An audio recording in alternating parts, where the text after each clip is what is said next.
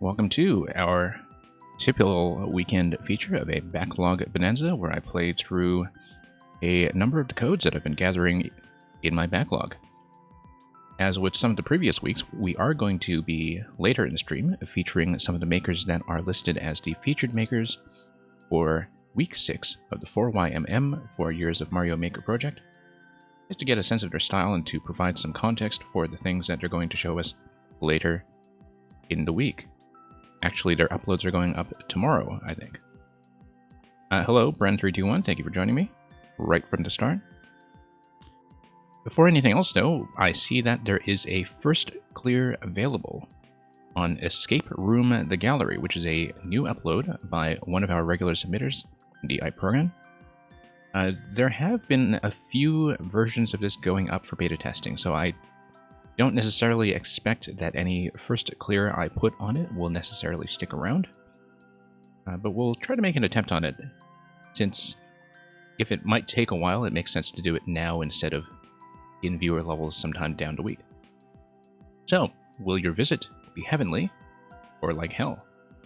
Only one way to find out, and that is to hit play.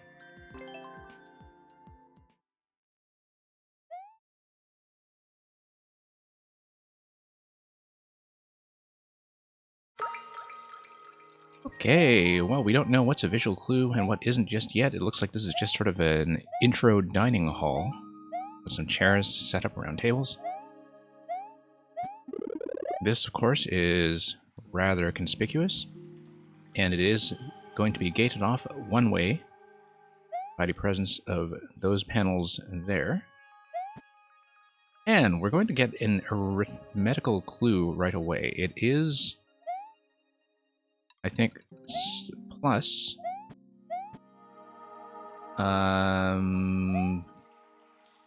it's kind of like they're faces of dice. Not sure what's going on with the eye over here. Or it looks like an eye or a T with a platform. Oh, whoops. Thought I could jump on top of that and lower it, but yeah, you've played a couple of Mario Maker 2 escape rooms, Bren, and they are really hard.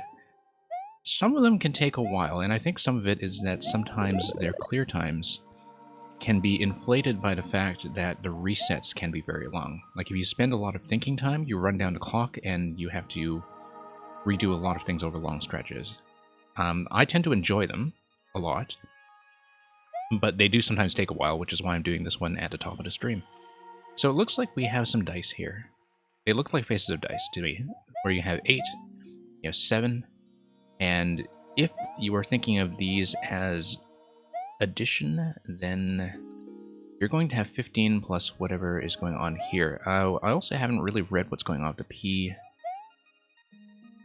blocks here. Notice that you have 7 here, you have 6 here. Don't really know what that clue is yet, and I think we'll have to explore a bit further. And of course I don't know what's going on the left side. So let's try to drop down this way, because we of course won't be able to return through the semi-solids that are gating us off one way. We see there is a vine opening up above us right here.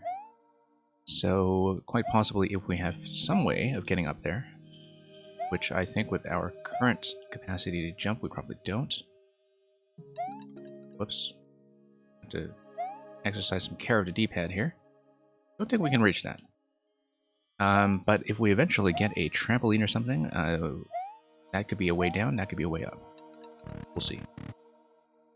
Of course, I also take longer to do these than I usually would if I'm talking through them. So that inflates the clear time a bit as well, is when I'm trying to walk through the solution. Look at this panel here. It is defended by a semi-solid. So that is either something aesthetic or something that is in fact a clue. Whoops. No, I actually needed to get back up to the upper level. Should have gained enough height there. Don't know why I didn't. Anyway, we've seen the clue up there. No way but forward. So you see 3 and 4 over here. Still don't know what the one-way sorry, the falling platform thing is about. If you look at this layout here and you see that thing on the right side, if you just barely looked at the right side of this wall, you could see pixels of like creeping feet or something, indicating to me that this is likely to be a scroll break once we get further along in the level. Okay, so what do we got here? And yeah, it looked like it was something like the feet of a spike top. Perhaps even this one here. So always have to be attentive to things like potential scroll breaks.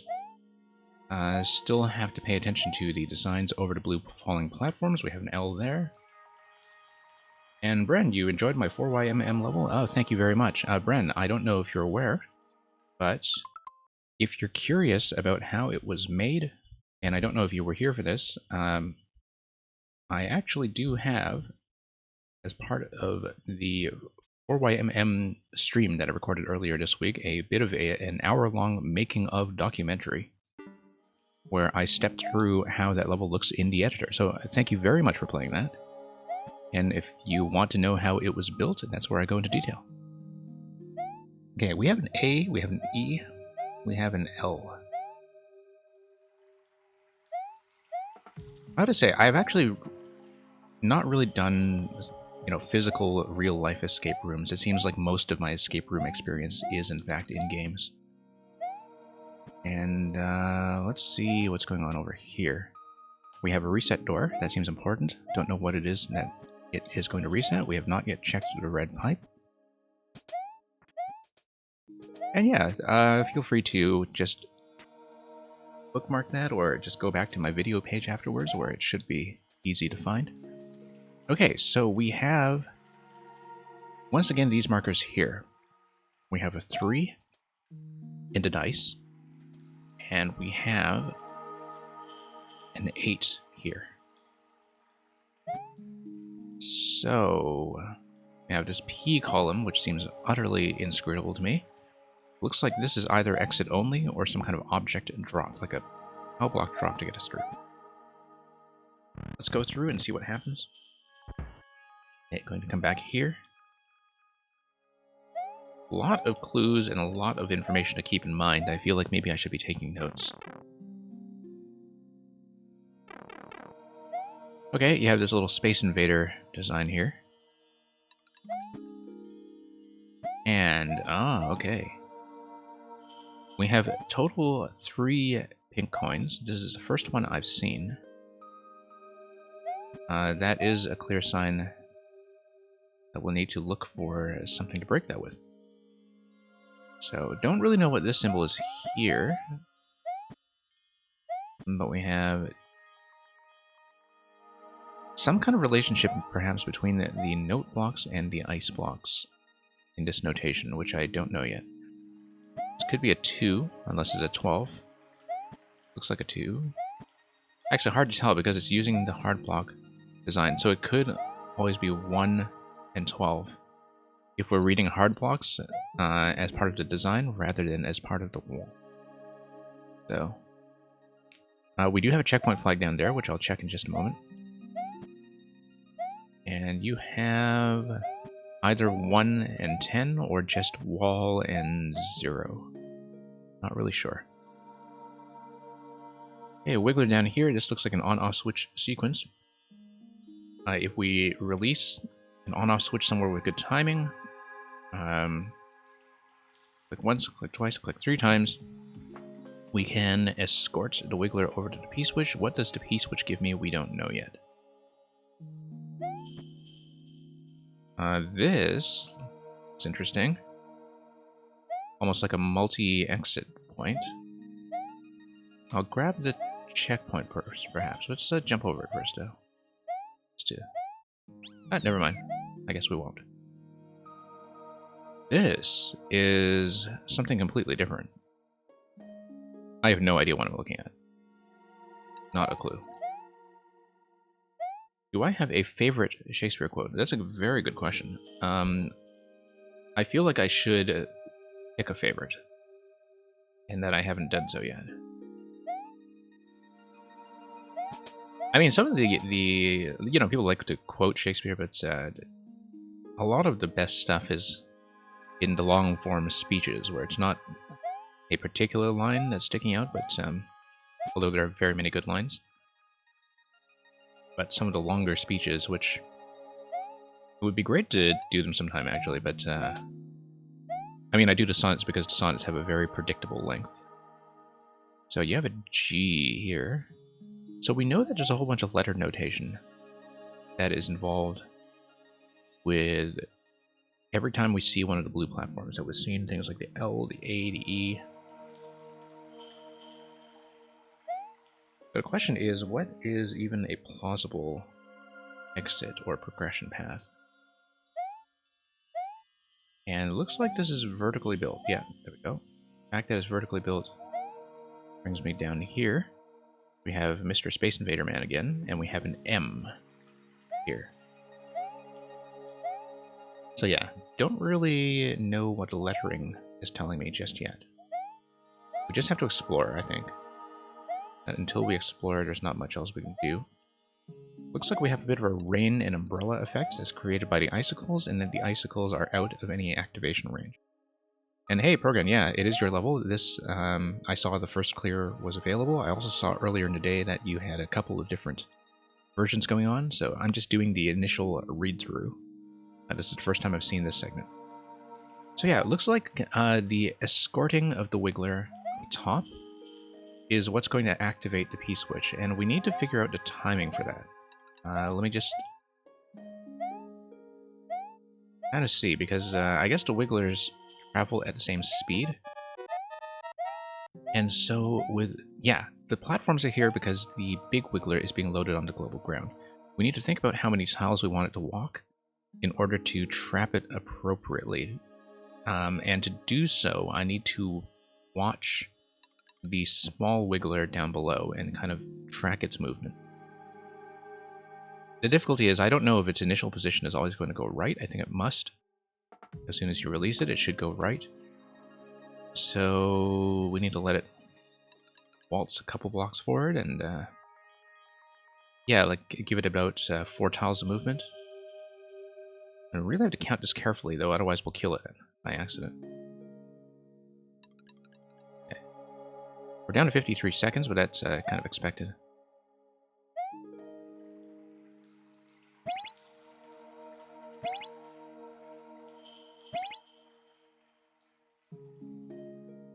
Okay. Guess not. But yeah, Big Wiggler should be loaded on the global. Yeah, Bren, we saw a cloud with the letter G as well. So yeah, we did kill it, I think. So yeah, being able to trap it accurately in the right side location without killing it is going to be a bit of a challenge. And it will require me to watch this accurately in terms of time. Like, watch the lower Wiggler accurately in terms of how many squares it's covering. We are going to respawn from checkpoint, and we'll have another go at this.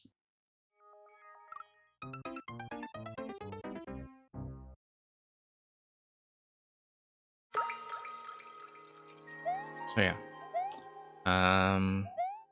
Yeah, Progan, I don't know how much playtesting you've actually seen on video yet. Because I know that you have taken this down and revised it a couple times, but we'll hopefully make this an informative experience, whether I finish or not. Yeah. How many tiles are we thinking about here then? 1, 2, 3, 4. Let's give it about 4, 4, 5, 5 or 6 or so after that. Kind of have to count this unless there is a specific timing clue I should be watching for other than that. I think letting it walk right to left is probably the best idea.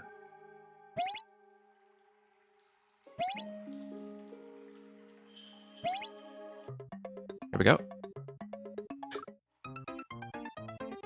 Okay. That's not what I expected. Yeah, no, I should probably not have slammed into that head first. However, the fact that we slammed into that head first tells me that I should be on the lookout for something that the Koopa could be used to break. Nothing over here. Brogan, before you joined the stream, I was wondering if these hard blocks... You don't have to tell me the answer, but I was wondering if I should read this as 2, or if I'm reading the hard block as like 1 and 12. Once again, you don't need to tell me that if it's something that I am supposed to figure out by myself. I was just kind of curious about that at the time. So yeah, this is the letter G I was talking about, that when you see these usually falling platforms, that there seems to be the whole notation system associated with them, like with the letter M over there. Okay, let's do this again. I don't know what the Koopa Shell is for yet, and I feel like I should explore a bit to see my options. More space alien designs all over the place.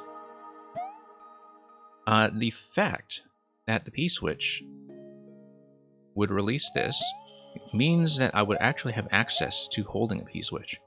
I would be able to fall down here and grab it in time, I think. If I used the Wiggler segment here to activate the P-timer, I should be able to drop down here pretty speedily, and depending on what these blocks are, like if they contain coins or something, or vines, that's obviously not going to work. But depending on what we can do with them, and how breakable they are, access to these P-switches may be a thing. But yeah, I mean, I know that a level like this, like, you know, you would want very rigorous playtesting just to see how people are reading the clues. Central design here reminds me of what we saw at the very start of the level. Really feel like I should be taking notes. Yeah, still doing the initial read-through while we see what the red Koopa shell possibly be for. More P-blocks here that may or may not be aesthetic. One interesting thing to think about is with the P-switch activation whether there is any P-related spawn blocking that could be going on, where if we drop in and spawn things onto the camera, if coming down with the P-switch activated reveals anything. That's one thing that we'll have to look out for. Unless, of course, it's just part of the visual design. What a massive vertical space. Okay, we have E-balloon, followed by a little bit of a flight maze over there. Obviously, by that point, the Koopa shell will not be useful. Okay. This looks like it's supposed to be like a pool of water. You're using the blue pipe to resemble a water tank. Burner down there. Okay, looks like this is sword and arrow. Or at least it's meant to evoke that. Kind of like it's like a Fire Emblem thing, right? You get a lance, you get an axe, you get a bow, you get a sword. You get a tome. A tome of Elfire or something? No, not really. It's something else entirely. But yeah, I can tell that these are supposed to be medieval weapons in an armory or something. Here's Pac-Man. Okay.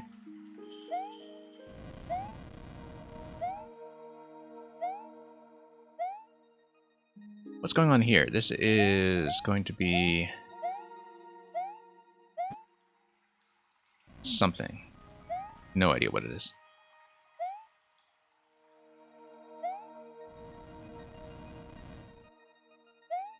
And what's over here? Very good of you to provide the peaceful music for this whole level, by the way. I think it's something that over this long a sitting is going to be probably quite necessary. So yeah, we have something to do with the on-off toggle here, unless it's just a visual thing. Of course, the track reminds me of the track junction we saw at the very beginning. What's going on here? This is a Christmas tree. This is a Christmas tree with like a reindeer, like a Rudolph the Red-Nosed Reindeer ornament. I'm not very good at reading pixel art, just so you know. And yeah, we have a snowman. I think it's a snowman. We have some decorations on a tree, and we have Rudolph the Red-Nosed Reindeer. Still not seeing what the Koopa shell could be. Okay, bomb activation. That's important. Because we've been thinking all this time about potential bomb access. Such that we could, for instance, use this thing to break scroll stop. The bomb is on top of what looks like an empty P block. Not entirely clear to me, but I would assume that there's some kind of obstruction to my ability to get through any of this, and indeed I can't actually get through without a bomb activation. Okay, we'll keep going down. This goes down a long, long ways. Haven't checked a lot of the reversible passages yet, to be honest. We have a letter R by the heart. And we have something that tells me that this is art. I think it's art. We have these cycling back and forth. I wonder if they can be activated. We are on a cycle. Whoops, let's not get crushed. Yeah, it doesn't look like that's going to be anything. Didn't check that exhaustively, but I think it's just art.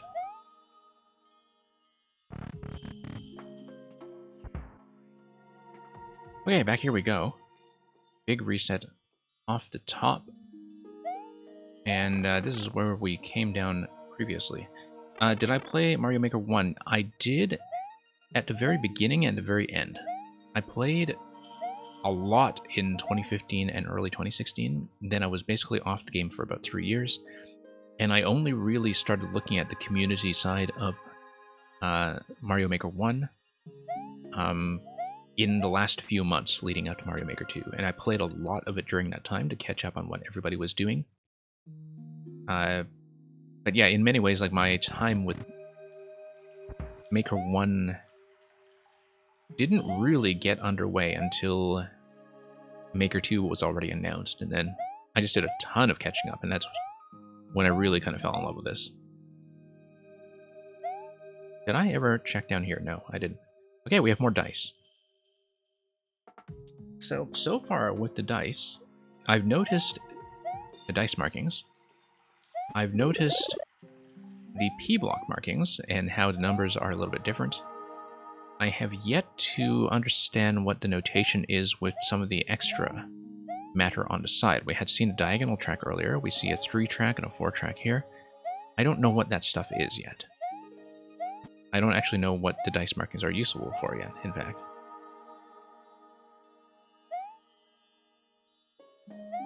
Okay.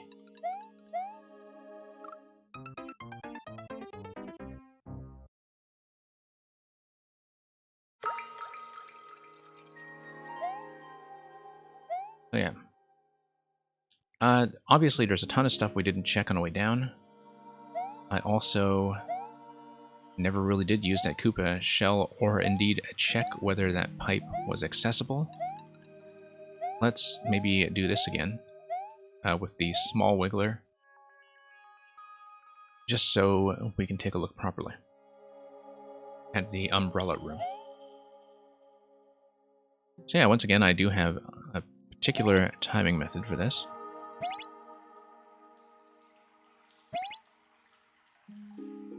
And that didn't work. Okay. Hang on. Let's respawn.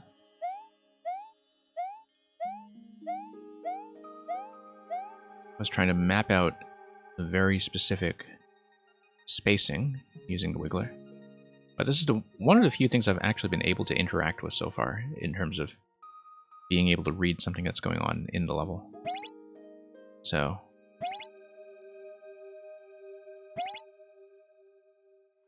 no. Definitely want to use notes unless I have a pristine memory. Yeah,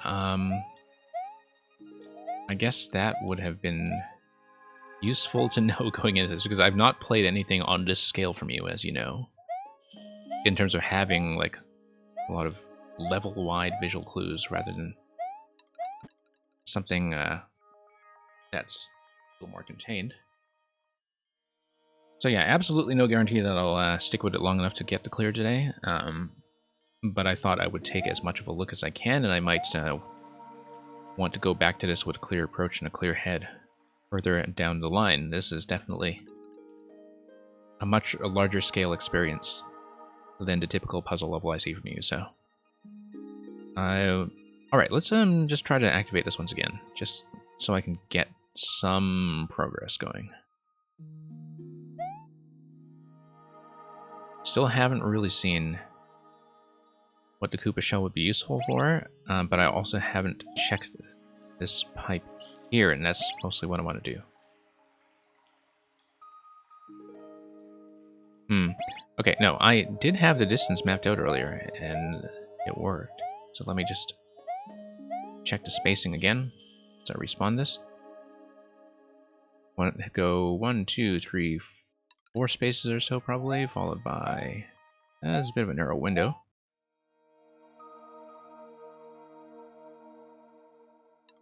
Four spaces followed by about 5 spaces? Yeah. Easy way to activate the Wiggler. Okay. Well, let's think about that.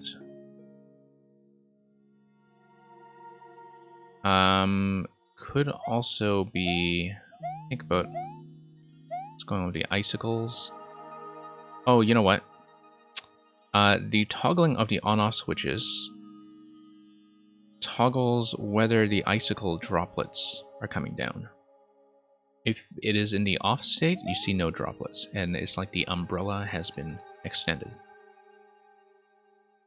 That does not seem to help me with the Wiggler, but it's an observation.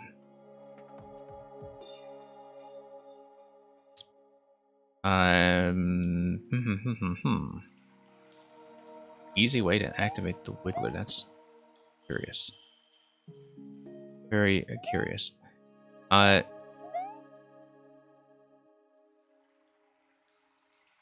Wait. If I start here with the off state, a little bit difficult to track the movement that way, I think.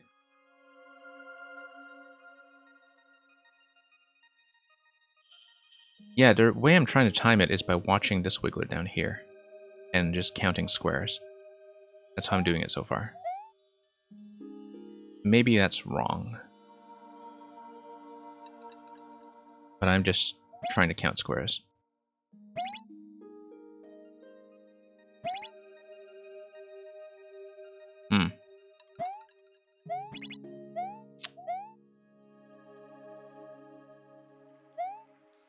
Oh, I see. I had not noticed the P blocks over here previously, so I guess that's what prevents you from interfering with any of the other P blocks elsewhere in the level. Is that you are locked into this room once the Wiggler activates, you have nothing to interact with except for the Koopa shell.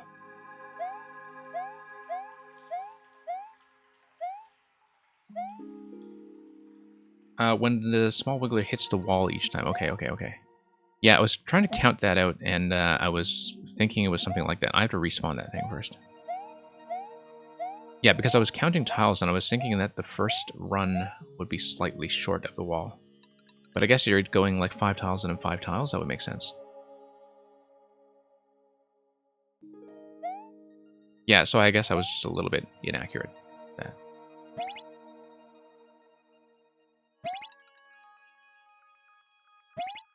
There we go.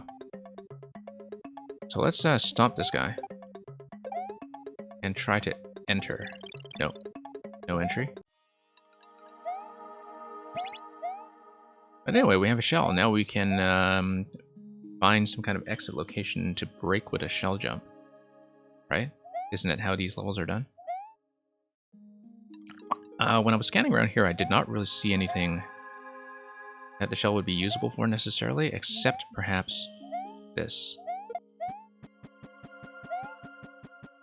Okay, that gives me access to a P-switch. So, P-switch access is perhaps going to be useful. We need to think harder, I think, about how we can preserve objects on global ground. So if we do that, like if I find some way to preserve objects on global ground by looking at surfaces that are on tracks, for instance, then we can do some kind of multi-object transport. Doesn't look like this is particularly open to that approach, though. So I think quite possibly I'm just thinking of it far too much in a Mario Maker mechanics-oriented way rather than in a escape room-oriented way. Also, I never did check the P-Balloon segment over here to know what that's about. Let's see what's going on with the P-switch. Whether anything is theoretically blockable. Looks like this wouldn't actually progress anywhere.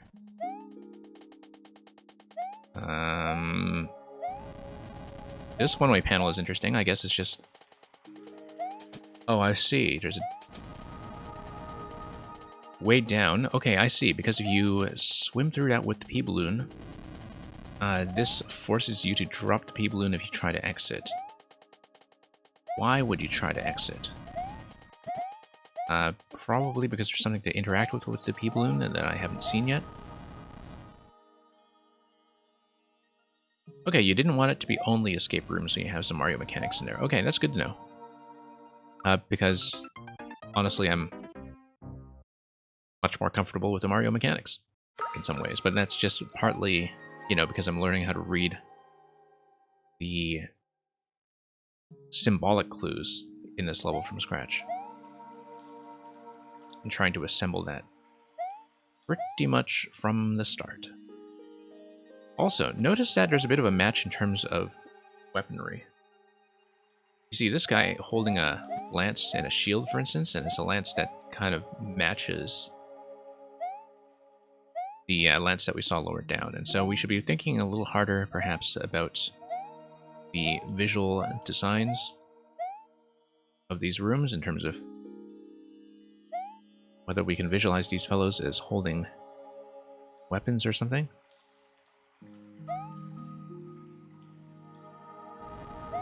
Yeah. Which part of the challenge here is just trying to realize like what is or isn't a clue. Looks like this is just mostly a P-block maze.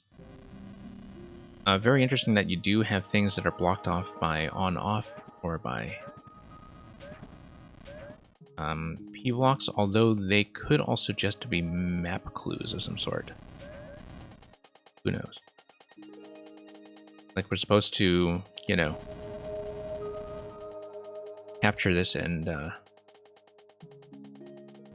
take note of the notation here as being some kind of spatial clue. Because otherwise I don't know what this room would be good for. I mean, it is, I think, purely some kind of visual information. Yeah, Brent321, thank you for that. I do not expect to beat this level I'm just sitting, but I think doing the initial read-through will at least contribute to some long-term progress. This might be one where, like, after I've seen it just now, like, I'm not really that concerned about somebody speeding through here and snatching away the first clear quickly. It's, I feel like I have time to set this down and come back from time to time. And do it over a much longer stretch. Oh, whoops, missed. I took one of these doors. I never took this door. I also never went down here. Yeah, for the most part, I'm still mapping out how this entire level is connected, but we finally have a POW. POW is useful because we have actually an exit point. Also, can I grab this? Nope. Never mind. Whoops. Having a POW is useful because I already have a spot that I can use it with that I had been thinking about, which is the red pipe in the main world. Of course, it looks like we're using the full screen spacing of the vertical subworld here, so perhaps that red pipe wouldn't get me anywhere useful. But I think it is worth checking. Having POW access is something new. It is new content for me. And we see also the way this is built that we are just below the entry point. You had one guy make a serious attempt, but before fixing some bugs, I see. Looks like this is like a sea creature with teeth or something, and it has the letter O.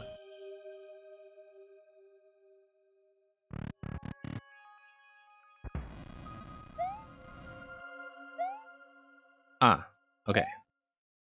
So never mind that. Looks like I actually would not be able to take this back through the top without dropping it first. Like that. Well, that's too bad. I was hoping to take the POW up, but let's go back here and see what else the POW could be useful for.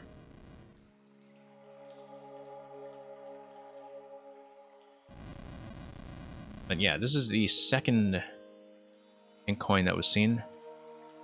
The first one, of course, being the one that was surrounded by hard blocks further up the level. Have a couple of teeth here, and this massive serpent or something that also has a tail protruding on the other side.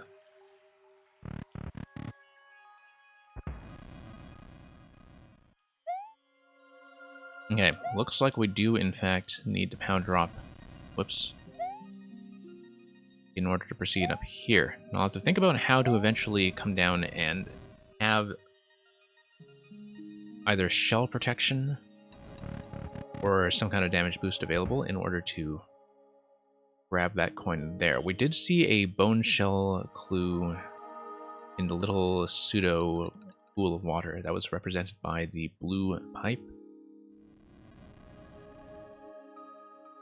Of course, none of these bone shells will be accessible unless we figured out a way to bomb this.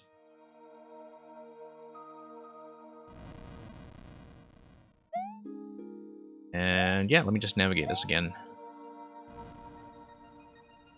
See where the tail of the serpent was. So this is art. Tail of the serpent was below me here. So yeah, the biggest lead we have so far, I guess, like in terms of, progress that was interactive, that we could actually play with, was the fact that I have access to the Koopa Shell. Koopa Shell gave me access to a P-switch.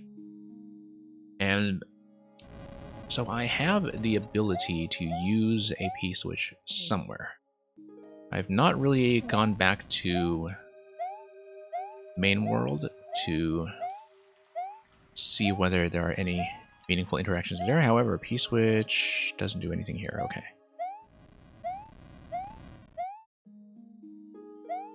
Is it going to do anything else for me?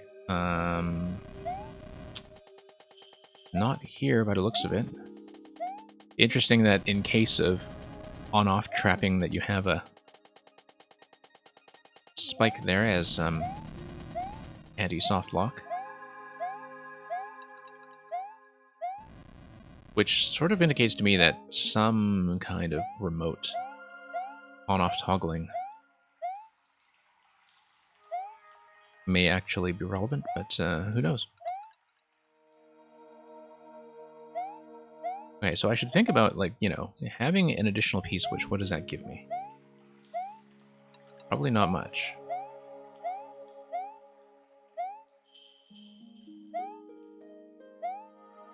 Shield here.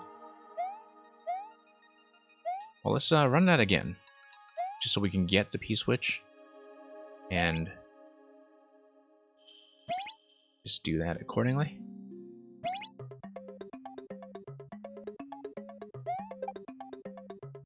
Okay, let's not lose the shell by accident. And of course, all that is repeatable. Okay, so I see now that these are actually clues to the 3 coin locations. We recognize this thing from the coin we saw earlier. We recognize this thing from the coin we saw just now. I don't think I've thought about this, except for its similarity to the art at the opening, so we'll have to keep an eye out for this in case it's indicative of something. But yeah, it's very clear to me now that these are visual signals to the pink coin locations, and which tells me something about how I should be reading visual signals in boxes like that, generally. I should be thinking harder about how those could, in fact, provide some spatial clues. Meanwhile, before we get to that, I am going to see if we can access the E-switch, if I can remember where I saw that. There we go. Very nice of this shell to just cause a bit of a timed hazard. So you can't fix all the soft blocks with all those P blocks, but at least some, yeah.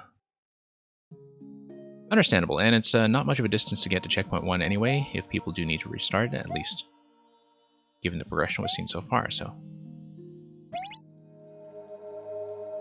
Let's make a run at that P-switch once again. But yeah, definitely my first instinct here was just make a run for the pipe.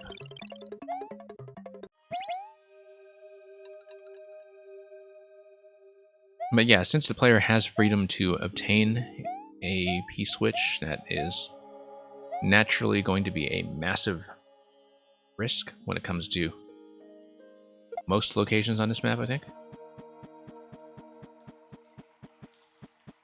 Okay. I just want to get the shell out of there, but that's causing just a very basic mechanical difficulty. Let's go back and try to fix that. Easy to recover in that position at this point, at least. Okay, let's actually try to project Koopa to the right side. It's as a matter of personal convenience. Hey, some guy, welcome. Not running the queue today, but viewer levels will return later in a week if you want to submit some codes to me then. And thank you for dropping by, regardless. Okay, much better. I guess hitting the top block is, in fact, the thing I should be doing. E-switch. Don't know how it's useful yet. However,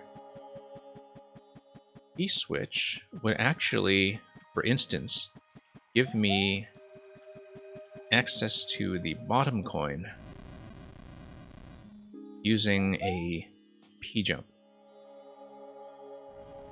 I don't know if this is part of the intended design, but it seems like it's a potential avenue worth exploring. Explicit 200. Thank you so much for the raid. Let me just pause to give you a shout out. Thank you for bringing your crew over.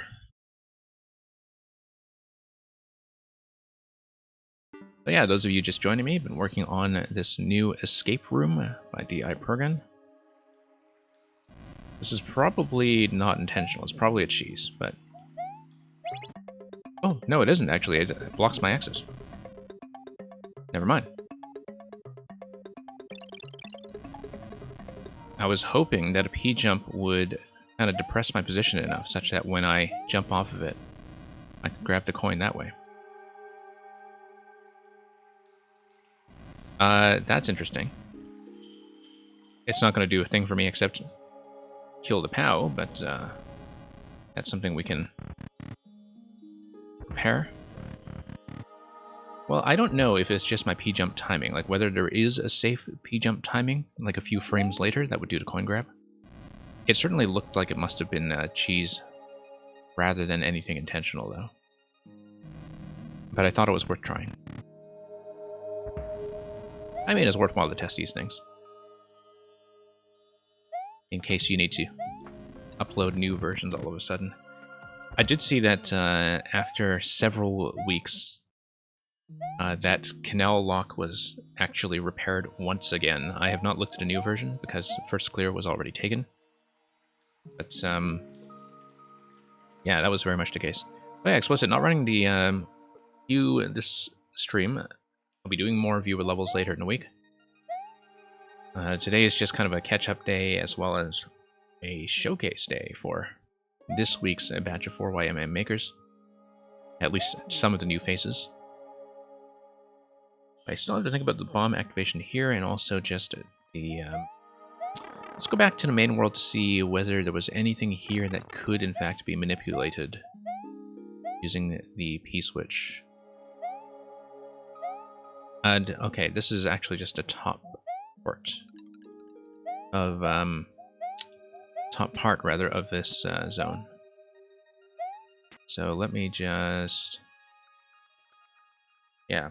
Once again, been reading the dice markings, been reading this stuff here. The P blocks. Don't really know what's going on with the tracks that are off to the side. This was the location I was thinking of earlier when I had the POW. That's something that the POW could potentially be doing. Also, interesting. Look at this. We have the P block signaling some kind of alignment. As if we were to take, you know, these various columns that have different lengths. Not columns, rather, these various rows that have different lengths, and we were supposed to think of them as lining up. So, for example, if you look at the bottom row here, that would indicate this spot. And now we have all of these sort of underlaying the dice. So it could also be that instead of reading it as a row of 8, I am supposed to think about the left and right as separate segments, but it does look like I am supposed to think about this as like lining up somehow. And yeah. Oh, I didn't know Grand Pooh Bear actually played Canal Lock. I've rarely ever seen him do puzzles. I know he did the massive 4YMM Yoshi puzzle this week. And apparently had a good time with it, but I rarely actually watch Grand Pooh Bear as a puzzle player. So yeah. I mean, I really enjoyed Canal Lock, but of course I'd seen it over multiple iterations. Okay, so what we were doing was I wanted to go back to the main zone just to inspect it a little bit more, to see if we were missing any early visual indications. Never did see what was going on in this room, except I guess it is the letter I that is on top of the platform to the left. But other than that, I never actually did know what was going on. I did know that there was a spiny that I could see just out of view, a spike top rather, just out of view on the other side of that, which I think was just the room from the door on the right. So far, I still haven't seen what's going on upstairs, although I assume, given some of the layout here, that we're fairly close to coin number 1, having seen coin number 2 and 3. This part was the first thing I checked in the level. And once again, I noticed this stuff, but didn't think so much about these tracks here. So, yeah, it looks like... Ah, okay, so this is the letter T. I was reading it the letter I the whole time, but it's very clearly now that I've seen more of the level, it's the letter T.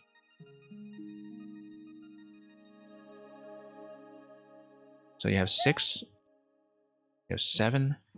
It could be that the plus sign here refers to track plus this, but then that doesn't explain the down diagonal track that we saw later on.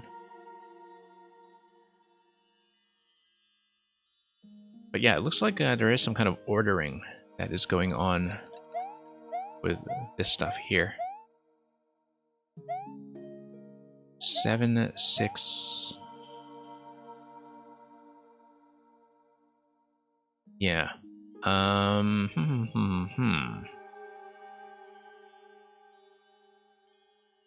Well, let's go back to that clue that was further down. Look at that face on the right side. Oh, donut block. We can ride a donut block and head over to the vines. Had not considered that yet. Okay, this is new territory for me, doing this.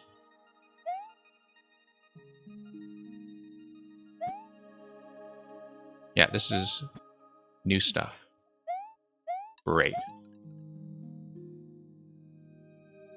Down, up, right, left, down. And we have 7 here on the dice. Down, up, right, left, down.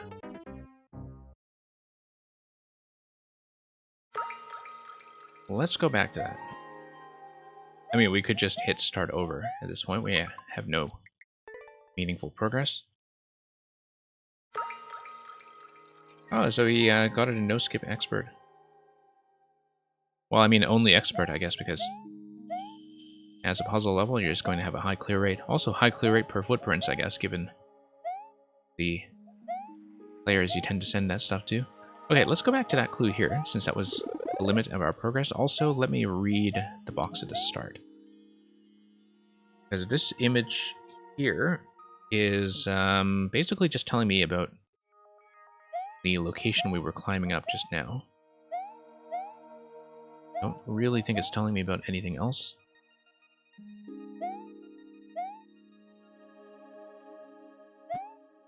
I see what's going on with the dice, but not how to apply that information. Down, up, right, left, down. If I'm reading it top to bottom.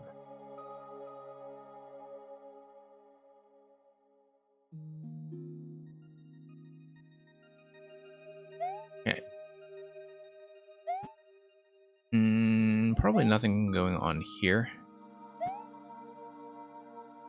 I haven't actually seen the location of coin 1 yet, although I was looking for something similar to this with only 2 clouds.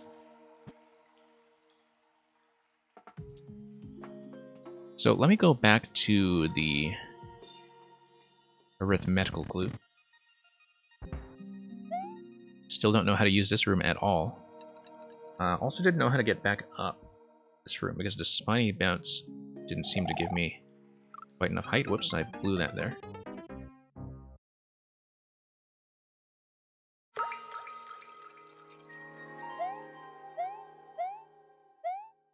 And yeah, let's just go back.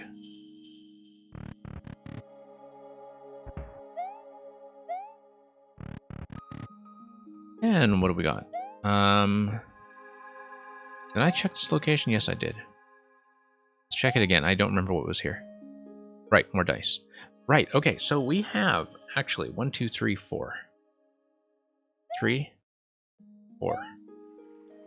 We saw 1 and 2 previously. And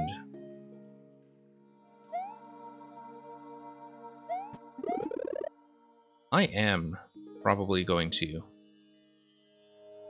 Oh, you may have forgot to add a way to get back up? No, you've got a way back up. Not sure what you're talking about. Oh, you mean for the spiny room? Yeah, for the spiny room, like, I didn't seem to get enough bounce height, but I wasn't sure if it was just my mechanical failure or something else. Hang on, I am actually going to take some notes with the dice, so if it looks like I'm pausing for a moment, that's because I'm jotting down what's going on with the tracks and the P blocks. So let me just... I can't show that on stream, unfortunately, because I have a separate file going on. But just not really sure about the backslash track of what that's doing. You have tracks, you have red blocks, you have P blocks. And I'm just going to go jot down some of the numbers here.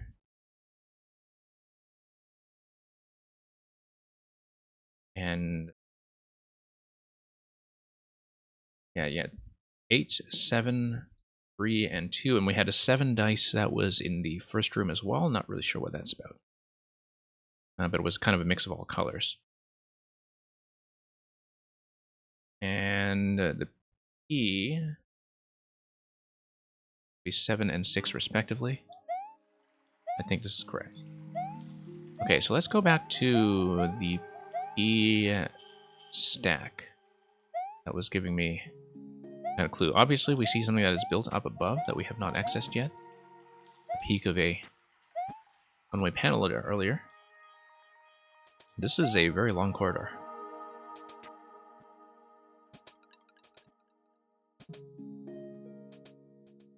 And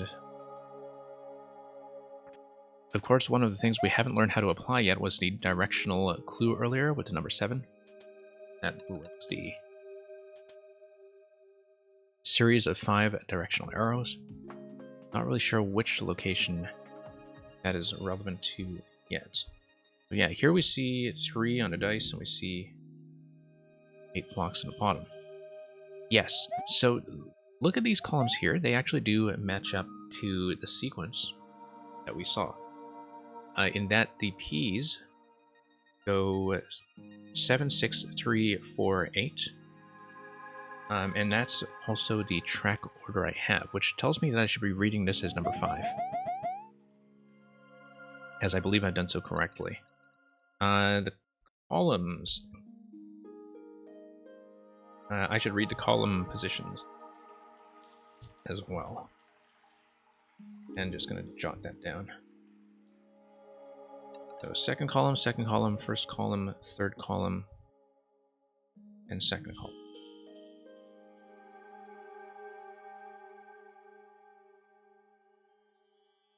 And that might be something important.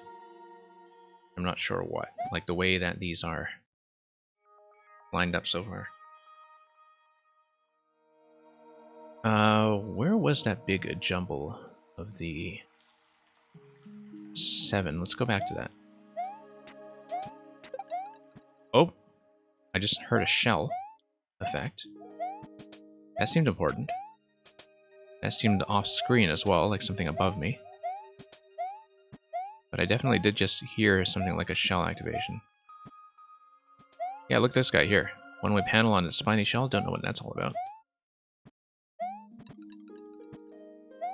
Oh, it might have been a spiny that was being activated because of a ceiling drop. If I was within range of a ceiling drop. It's the only thing I can think of. Maybe it had a ceiling drop and then killed something.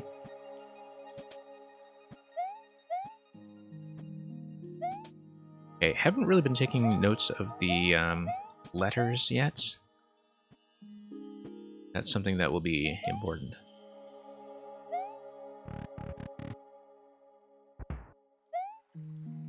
So yeah, as you can see, probably not finishing this, but it is something where I feel like collecting information is half the battle here. That if I just kind of spend this run collecting information, then I can kind of think about that separately. Yeah, because we had T, we had this thing here, we had, whoops, the face. Take a look at the directions once again.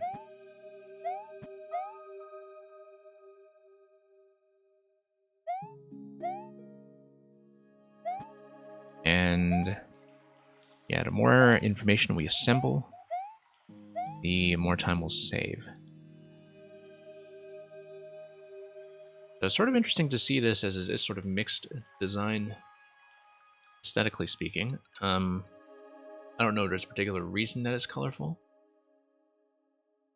But in any case, the 7 is going to give me a down, up, right, left, and down.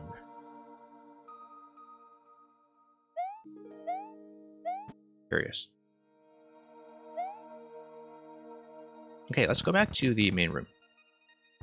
It could be that the sequence there is also telling me about the sequence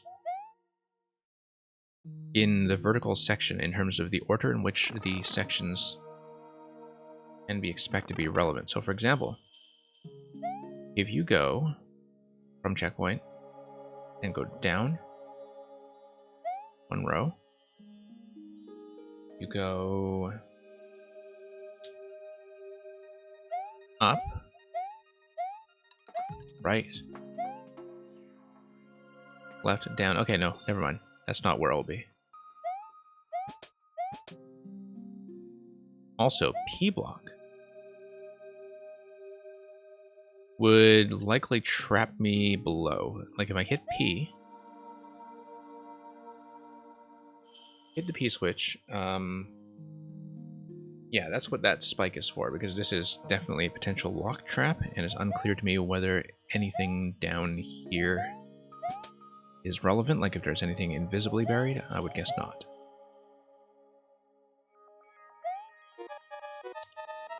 Okay, so you have the G, you have the umbrella effect. Shell access, give you P-switch access. Donut blocks over here. Yeah, so the letter clues and the alien design clues are something I don't have yet.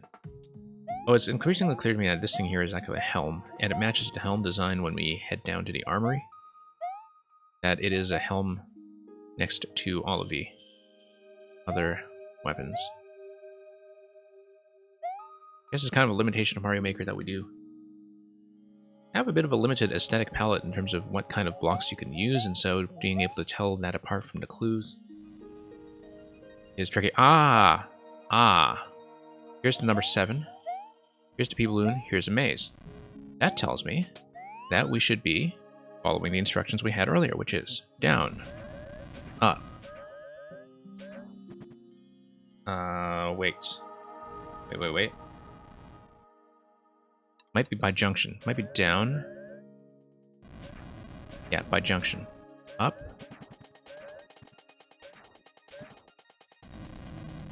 Right. Next junction will be left.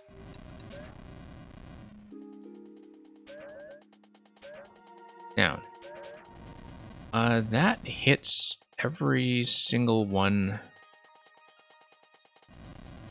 of the blue panels. No, except one for the top right. Or rather, like, no, it doesn't hit every single one of the blue panels. That's just wrong. But it seems to me that that's clearly where the 7 clue is being applied. That we can read the number 7 and see that accordingly.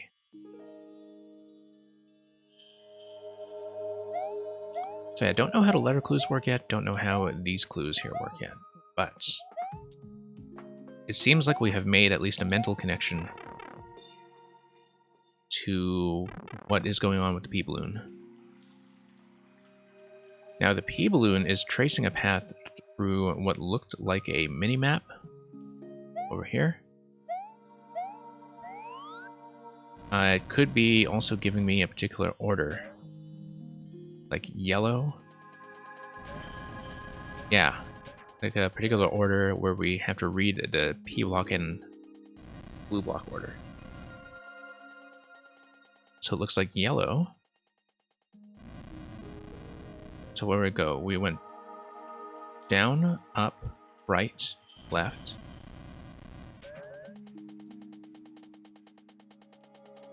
Wait a minute. Down, up, right, left, down. So that's gonna be yellow, blue, blue. Yellow, blue, blue, I guess. And that's the only thing that's telling me. But yellow, blue, blue is something I'm gonna drop down as P-balloon clue. So far we actually do have a bit of a clue progression in terms of what is proceeding from the 7 dice. Also, this progression seems important. That's axe, bow, sword, helmet.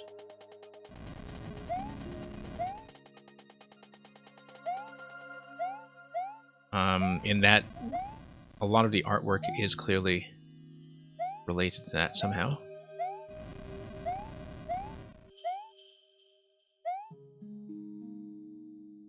looks like that is just a water effect.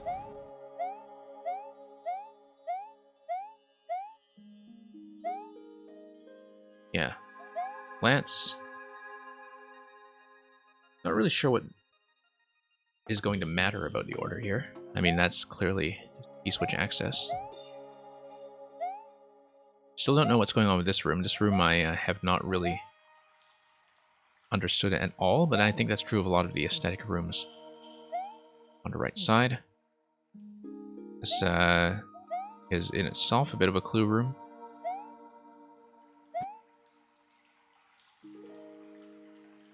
Ice cream? Is it really? I guess it kind of is, actually. Triple scoop ice cream. Okay. Let's think of that as the ice cream room, then. In the same way that we had the Christmas tree room. Yeah, no queue today, unfortunately, but I do run viewer levels pretty regularly during the week. So hopefully I will see you back for one of those. But yeah, the weekends are kind of my catch-up and personal list stream, but usually during the week, viewer levels is most of our programming. So thank you very much for the follow. Certainly hope to see you back. Okay, so we have the art room here. I haven't really thought so much about how the art is interacting with this lower triangle. That's just a clue I haven't read. Yeah. R and heart.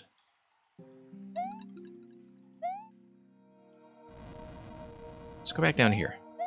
We know that this gives us the POW grab, but I don't know yet what the mole is for and what it could be doing for me. I mean, we try to slam the mole with a throw. That's not going to work because it's going to make contact with the wall first. POW gives me the exit, but not much else here from what I can see.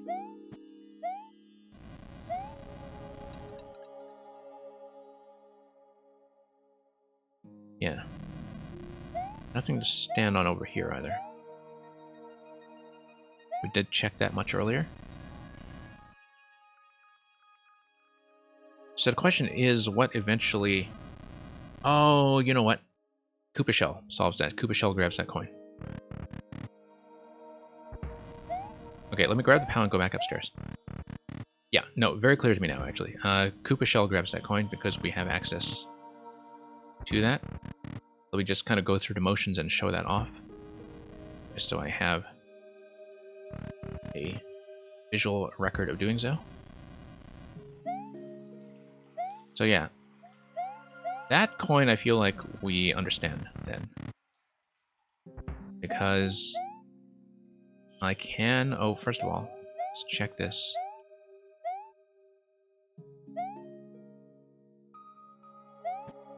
Yeah, this... don't really understand yet.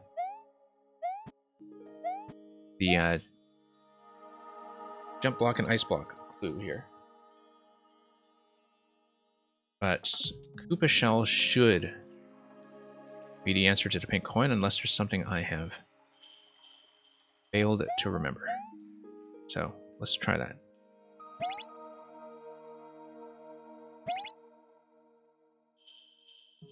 Yeah, there's quite a lot that's going on in the artwork. Some of it is a series of visual clues that we've been reading. I mean, this of course is just propping up the umbrella to stop the rain, I guess, but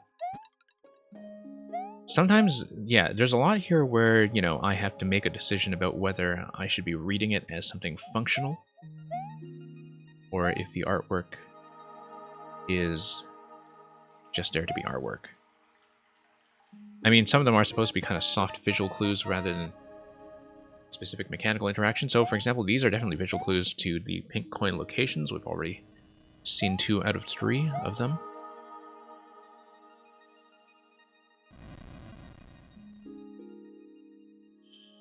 But yeah, certainly if I grab this coin here. Oh, I see. Okay, so that mole is there to prevent shell escort. And is it possible to face left when I'm heading out of that door? Let me check something here. It looks like I always face right going in. Okay, so that is a shell check. Or is it? Yeah, because even if I hold left coming into this, the mole is always going to kill the shell. Okay, that's okay. At least now I know what the mole is for, and I know that the solution to this room has to be something other than carrying an item in. The only thing I can think of is bone shell access. And we do already know where some bone shells are located. We also know that theoretically, the bone shell location is accessible using a bomb. What I don't have is access to a bomb, so let me just walk through that once again.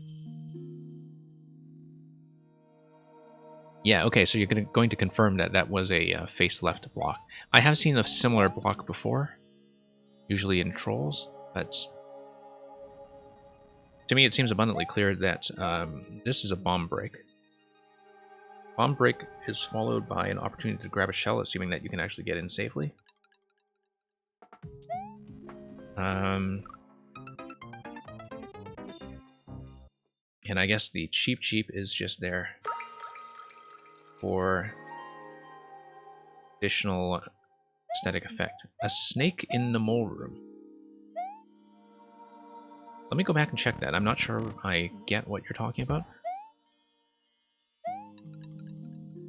Also, I hadn't really thought about the spiny count here, 3 and 4. Maybe that's important. But I haven't really seen spinies elsewhere in the level, so except for the top compartment up here.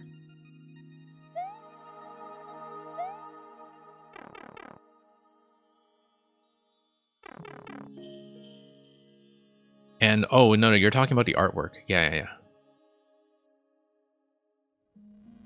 Yeah, because it is a continuous piece of artwork with a tail that finishes on the right side, so yeah. Like you see, we're on top of the mole room right now. You get this mouth and you get a tail. Once again, it's the kind of thing where if I have bomb access somehow, that's going to change things. But I currently do not. Okay. Gonna force the POW drop. So yeah, this guy here looks familiar. As does this guy.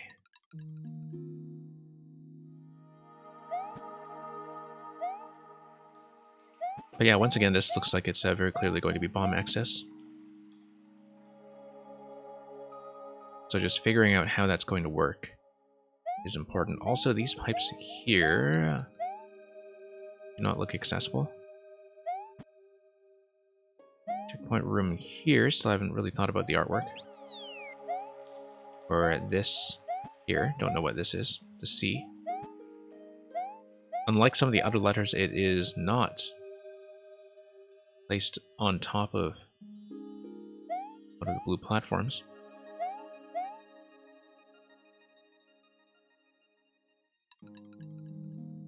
Okay, we know what that room is for. Do not yet know on here. Wonder if there is some way we can do remote activation of the on switch. For example, if we had access to a bomb, we could drop a bomb here, come out, have the switch toggle, and come out here with blue and red reversed. But so far, I do not see an opportunity to do that. But basically, if we obtained a bomb, that's one thing that could happen. I did see a bomb spot lower down. I just don't see any way to break it. Yeah, just a bomb.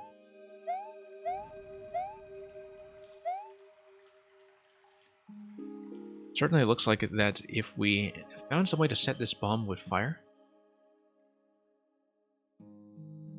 then that would break the blocks around it. And the next time we spawned in, we would have access to the bomb that way. So if we found some way to ignite it, which would depend on a couple of things. It could be a pipe spawn, it could be a Podoboo spawn, it could be something like Red Yoshi, except I doubt that's the case. Ah, there's the coin, by the way. So yeah, we will eventually have to make our way through there, and we will eventually have to have a bomb to do it. So I need to think about how to get... Oh no, you know what? You can kill it. If I grab the P-switch, P activation should kill the bomb with the P block. Okay, no, got it. I have it. I think we may actually be able to make 1 coin worth of progress here. There's a lot to look at in this level, and so a lot of the time being spent on it is just due to, you know, being able to match some of the locations together in terms of how the sequence is going to fall into place. So for example, we grabbed a Koopa Shell. Koopa Shell is going to give me access to the P-switch.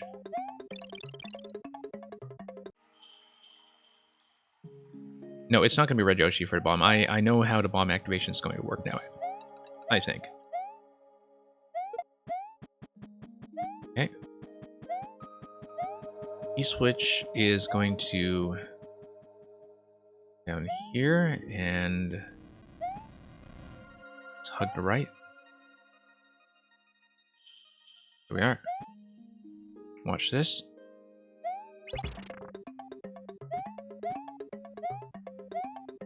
Now, next time we respawn into this room, the bomb is going to be able to walk freely.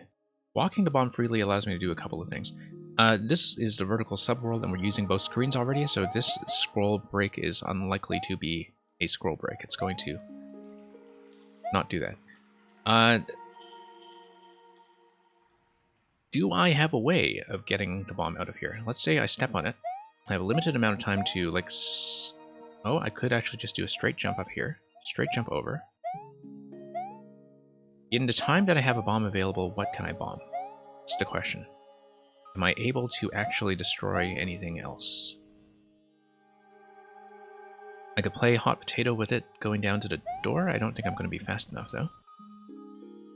I think, in fact, that the donut blocks here specifically defend against that. And, hey, Electro Dude, welcome. I've not gotten to the 4YMM Maker preview yet. We've just been doing this escape room here. That hard block drop here looks kind of interesting. That hard block right there, I wonder if we broke that. You know, or used it as a brush or something. Whether that would do anything interesting. I've not actually checked each of the yellow blocks here.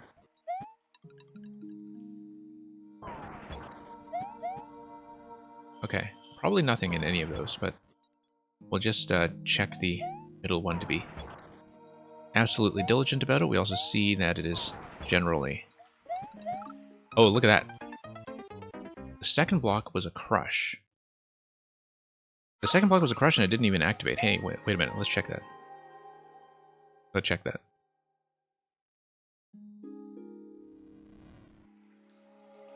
Other thing is that we could also manipulate that with the P-switch. Given that having a P-switch would also block those off. Okay, let's try to activate the one in the middle. And can I shoot the shell at the golden guard? Yeah, okay. You were asking me about the access to the block earlier. Okay, no, those are all empty. But they would be coins if I have the P-switch and collect them.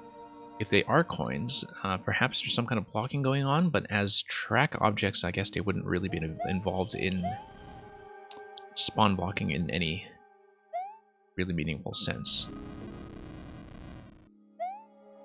Check that location. Anyway, we have one coin sorted out. We have 2 more to go. One is the bomb spot that is all the way up top, and which I think would require me to very speedily get through here and do a bomb toss. That looks way too tight to actually happen. I mean, I guess coming through a door would reset a bomb timing, or would sustain a bomb timing. I don't feel like I actually have the means to carry the current bomb over. Let me detonate the bomb once again so we can see what's going on with that interaction and to see perhaps if there's any spawn blocking going on with the hard blocks down there. So let me do the Wiggler clue once more. Let's go through that sequence.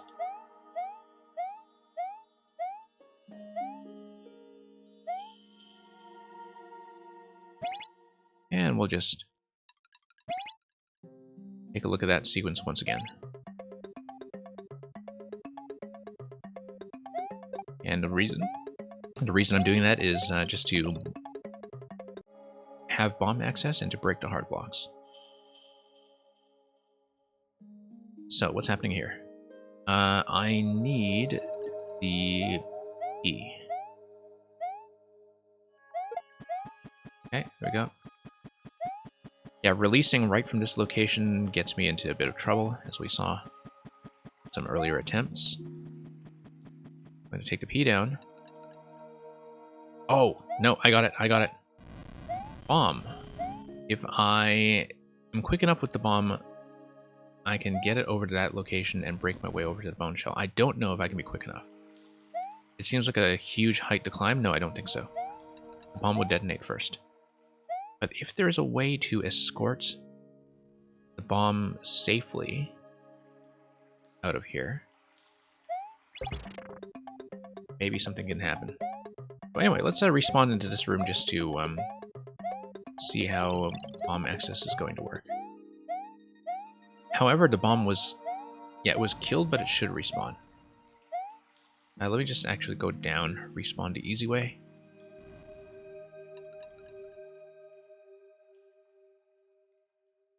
And, of course, I failed to grab the coin that was in that location.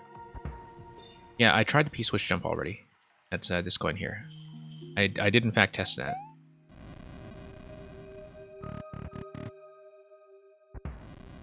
That's, yeah, good thinking there, but it doesn't work. Okay, so... what is going on? Yes, I blew up the bomb. Let's head back down. And, yep, that's going to give me bomb access as well as coin access. I haven't yet determined what I can do with this bomb, because I have enough room to skip out here. I mean, I could just blow up as much of this stuff as possible just to make it speedy, but like you just grab the bomb, jump, fall in. Doesn't really look like I have time to do anything with that. I can blow up the base of the Christmas tree, but that's pretty much the only thing that I will be able to reach in time. Blow up the base of the Christmas tree and see if there are any presents waiting me. Ice blocks as well. Yeah, so I have access to the bomb, as I said before, but I just don't know what to use that with. Because I don't think I can come down here fast enough with the donut blocks active. We can destroy Christmas, yeah.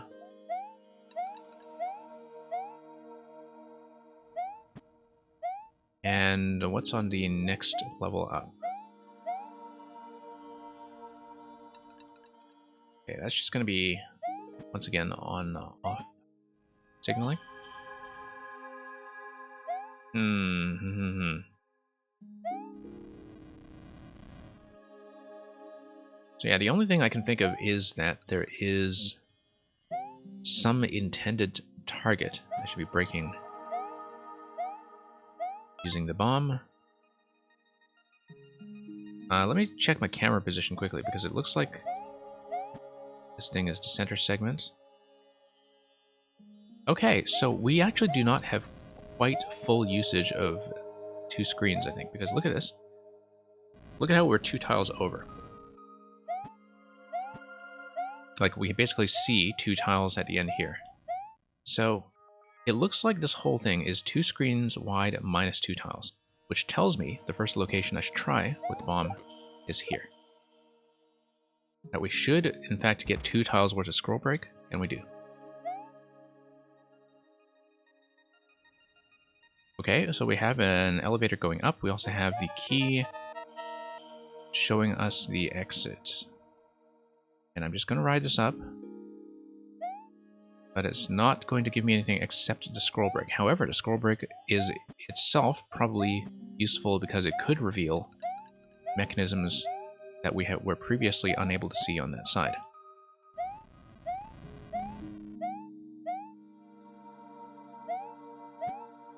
Nothing yet. But if we're able to... Of course, anything that would have been off-screen in the first place would have been within that 2-tile activation range. So merely seeing it on screen probably won't do much for us. I mean, like, the objects might not have been able to interact if they were off-screen, depending on what objects they are. But anything that would always have spawned in those locations on the rightmost columns would have spawned anyway, so I'm just doing a full check to see if there's anything visible on that side. And it seems not. So the scroll break does what? We should get through this pipe first of all. In case the block break does reveal anything else that was spawn blocked. In the 14 seconds we have remaining.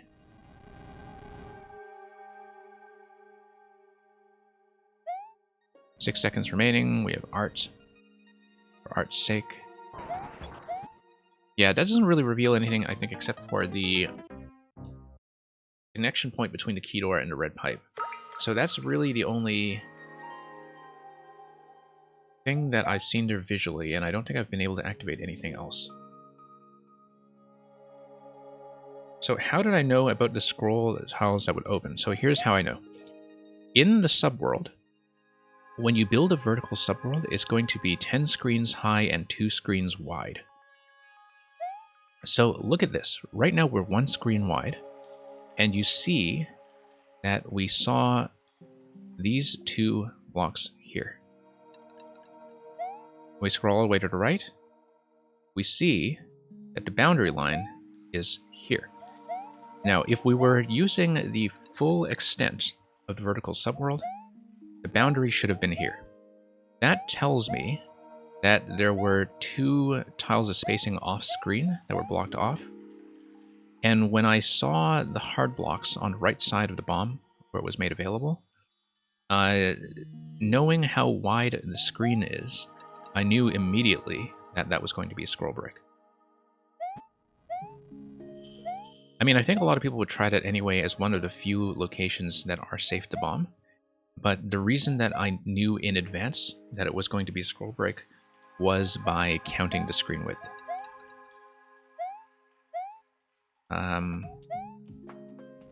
Which I guess it's kind of Mario Maker editor knowledge in a way. Like, you're solving it with editor knowledge, and you're not really solving it with the spatial clues in a level. But I think even if you don't have editor knowledge, most people who know that walls with hard blocks are very likely candidates for scroll stop would try that kind of thing.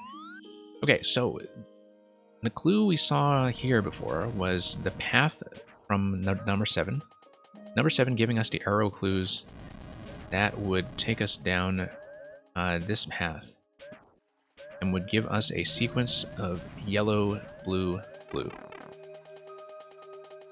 I still don't know where to apply that knowledge. That was the dead end that I reached with that.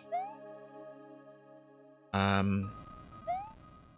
think it's fairly clear to me at this point that progressing to the bottom coin requires me to drop a bomb in this slot and somehow obtain access to the bone shell unless there's a bone shell available somewhere else. I don't know how to safely escort the bomb up there. That's one of the problems that I have right now, is that it seems like it's a very lengthy run to get the bomb up there, and that would be tight. Look at this. Yeah, no way, no way. No way can I get up there in time. You already got at least one fix from this? Yeah. Well, I mean, that's what the playtest is for, and the thing is, like, I kind of knew going deeper into this level that my chances of actually clearing it in this sitting were fairly low, but, yeah, let me check the spiny room for you again, actually, so you can see what I was running into there. Because I don't think it was just me being incompetent. It was actually a bit of a problem. Like, I don't know if this was the fix you were talking about here. In that I can't actually get back up. You see? So that's the only thing to me that looks like a must fix, unless I'm just missing something. Like a invisible block.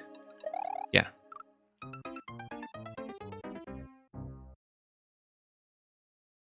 So if you're thinking about fixes, you might as well patch that one in as well. So yeah, this will probably be the last cycle I spend on this level.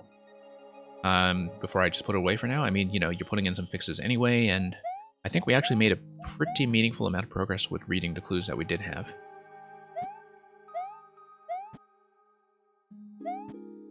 And we'll just have to see about that. Like, a lot of what I'm thinking about right now is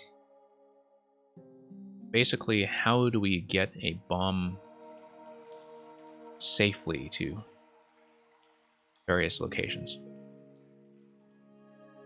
And for that matter, what do these things mean?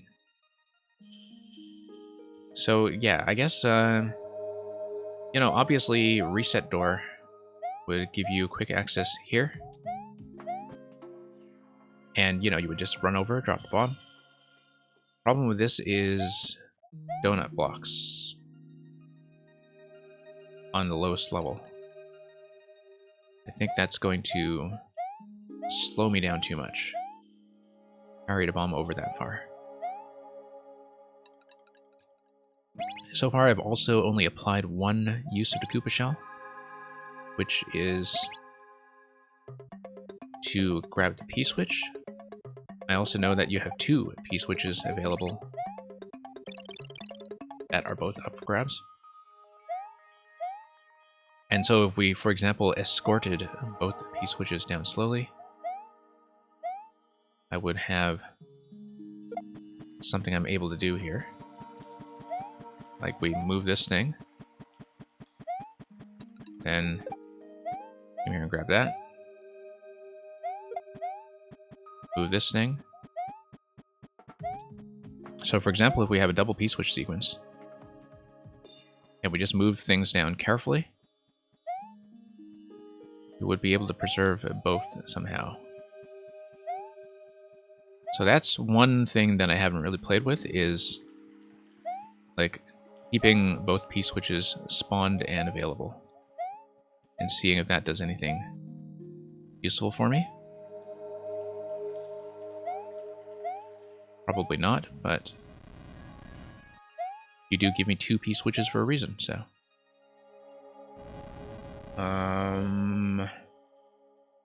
Other thing is, also we see this mouth.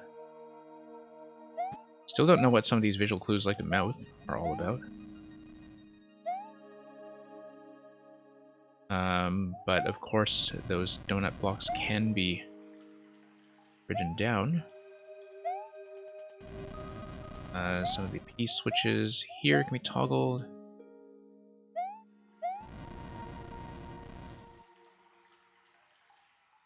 I can ruin the helm for resettable piece switches. I guess I can if I hit a piece switch and just collect, right?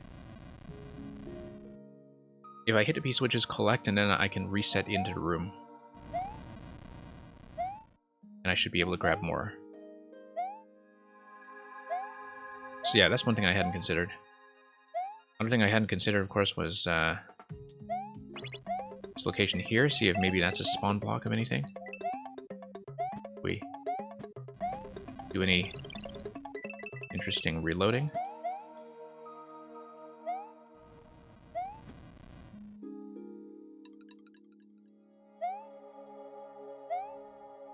Oops, there's the bomb.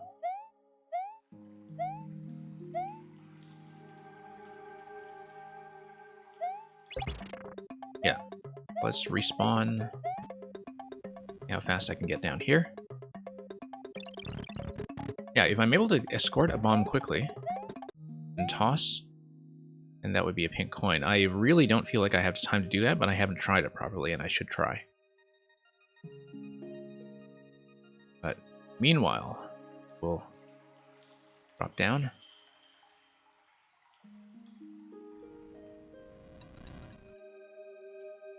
See if there's anything useful other than the scroll break. I wanted to follow up the scroll break by checking this location once again once I've blown up the blocks. Doubt it really will be anything, but it's hard to tell.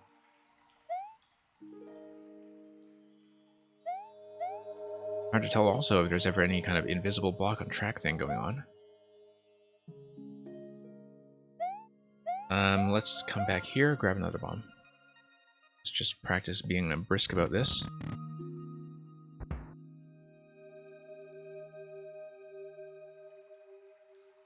Really don't think I'll be able to be fast enough, though. But let's try it. Yeah, because you have to go up and back down. No way. No way, not a chance. Not a chance. Your biggest fix will be in the bomb room. You would rather it be a surprise. Okay. Wonder what that's going to be, then. I did say that was going to be my last attempt, and that is, but I just want to take a look at the bomb room once more. See what's going on here. I haven't really read this as a piece of artwork either. If it is a piece of artwork, like a big tree. You bombed your way through the tree. But yeah, you have the bomb there. You have this stuff here.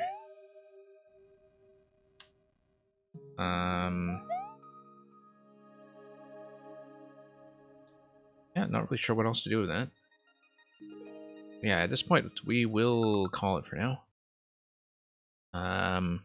And yeah, I guess you're still working on a new version of it, so we'll just hopefully be able to come back to this one and put in a couple more runs with time. At the moment, let's move on. But yeah, really interesting so far. It's obviously one that does require a great deal of clue reading, but I think we actually had a meaningful progression in terms of being able to work our way over to the bomb coin with a series of interactions. It looks like otherwise it's just been a lot of data collection, and in many cases we don't know where to plug in that data just yet. Okay, let's get to the main part of the program, which is I wanted to show off some of the makers that were featured. I have to make sure I save some of these notes from that level in case I go back to it, but we're going to get to some of the featured makers from this week's upcoming edition of 4YMM, which is going to be uploaded sometime in the next few hours. There was kind of an offline preview stream of these levels by Havoc yesterday because he decided to do that ahead of schedule. And yeah, thank you again, Program. Obviously, in the context of Bureau levels, we're very likely to split that over multiple segments as well, but, you know, I'm sure I can recover my progress, and I'll make sure I save my notes.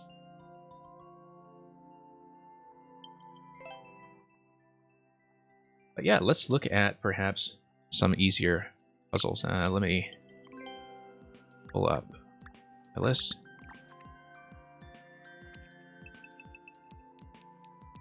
Slightly easier stuff from Builder M. Now, Builder M is a fairly prolific maker. I've done a lot of different kinds of designs, some that are puzzle-based and some that are much more platforming oriented. We're going to look at the puzzles today. We're going to look at specifically a series of Zelda dungeons that he put together that have relatively high clear rates. So I think compared to that last level, the puzzles are barely going to feel like puzzles. But yeah, we'll just take a look at some of them in sequence and we'll see how long it takes. Beginning with the Mechanical Forest Dungeon, which was the first dungeon that Builder M put together after the Link patch. Navigate through the Mechanical Forest Dungeon to find the secret within it. We'll do that. Relatively high number of plays with a 30% clear rate. I'm sure it's going to be very relaxing coming out of the escape room just now. This looks like an aesthetic door. And what have we got here? We have an instant timed switch activation. Looks like it won't be a stab, it'll be perhaps... Oh, interesting, okay. It'll be an arrow shot down to the POWs.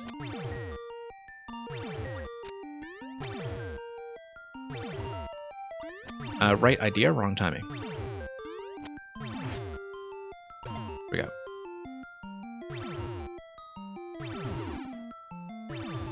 Interesting mechanism. You can see where the mechanical theme is coming from already. On-off switch is once again going to...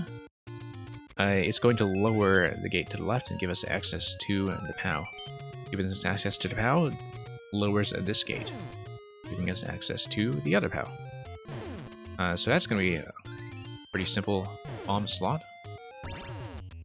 We also know that ultimately it is going to be some kind of P activation for the exit. This is also timed. So we need to be ready for an arrow shot, followed by a POW that I think is mostly there as lock protection if you wind up on the wrong side of the muncher. There we go.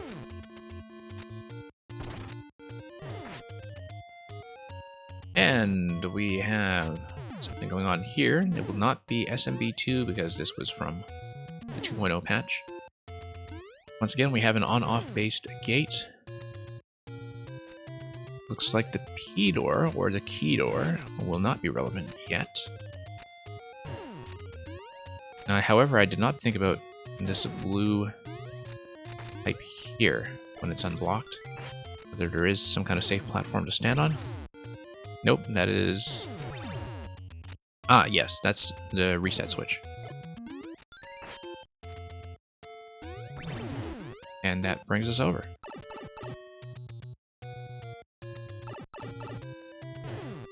Okay, looks like going back in reverse requires a P-switch activation. Presumably that's something that will come out of the pipe. Yellow pipe on that side. Yeah, going to have an activation here before the bomb comes in and reverses. This is going to kind of very nearly get me within range. Okay, we have a P activation. P activation is going to wreck that. Okay. Interesting, of course, that will set things up in such a way that we have a lowered gate. rather than one that is raised by default. This is once again going to be a bomb throw on the left side that will give us a timed window to deal pokey.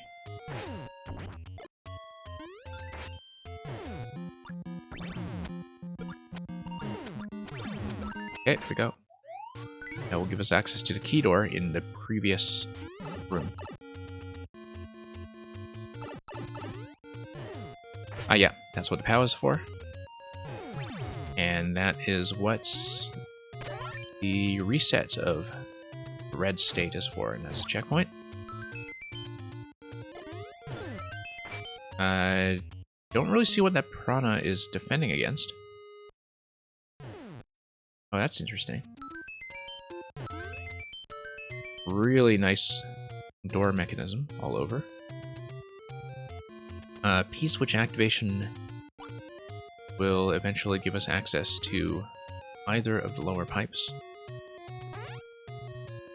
Well, just the one on the right, actually, because P-blocks will block the one on the left. And what's going on here? We have a bomb slot. A bomb slot will once again work to get some things done for us. Looks like bombing will give us access to the POW, which gives us access to the blaster. Okay, giving us access to the blaster allows me to ride up here. And is this just an exit pipe? Yes, it is. It seems like a timed P activation is going to be relevant to some of this. Looks like this is kind of a bossish segment. Ah, I see, where you just try to hit accurately on either side. For the reactivation. And yeah, that's going to take us through pretty efficiently. Once again, activating a P-switch will give you a bridge back over. Very interesting two-way design all around in this dungeon. Nice. I see, infinite P-switch activation. Good. Don't need to worry about timing coming out of this room. Infinite P-switch is over here too, once that's been released. Yeah, very effective to set this up in a way that is not time sensitive when it comes to the player's ability to execute. And it's just going to force a very specific one-way path back over. And also keep the switch depressed for this door here.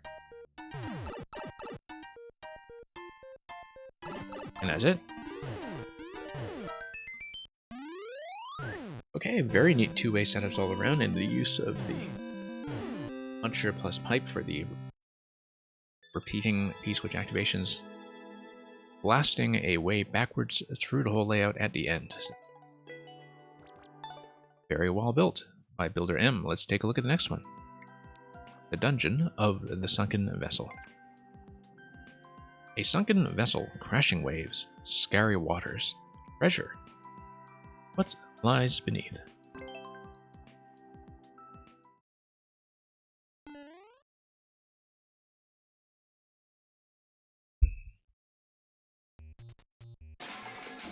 It very ominous dungeon entrance over here. And we see a muncher over a P block on the left side. Looks like P-switch activation will be what we want. It will also give us blaster access over here. This is clearly a bomb spot. Bomb spot followed by a POW activation on the muncher, which will show us what using that guy. Well, it's going to drop the track in such a way that it should push the blaster out of the way. Blaster is going to fire a bullet, which is not useful.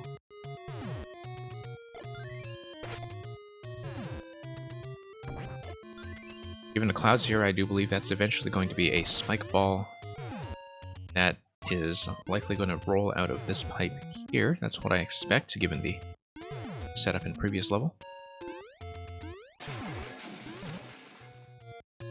And yeah, this will quite simply be just a jumping challenge using the blaster here.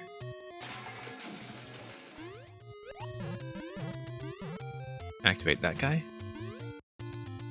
Activating that guy will allow us to send a bomb across once I get back upstairs.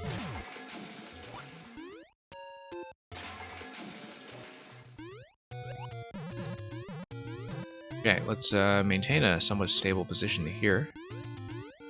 Oh, it looks like that's a semi-solid anyway. There we go, good timing on that mechanism. Off switch is going to do what? It's going to first of all give us the key. That's important. Let's see what else the off state has manipulated. Nothing that we can see so far. Aside from some automated brakes.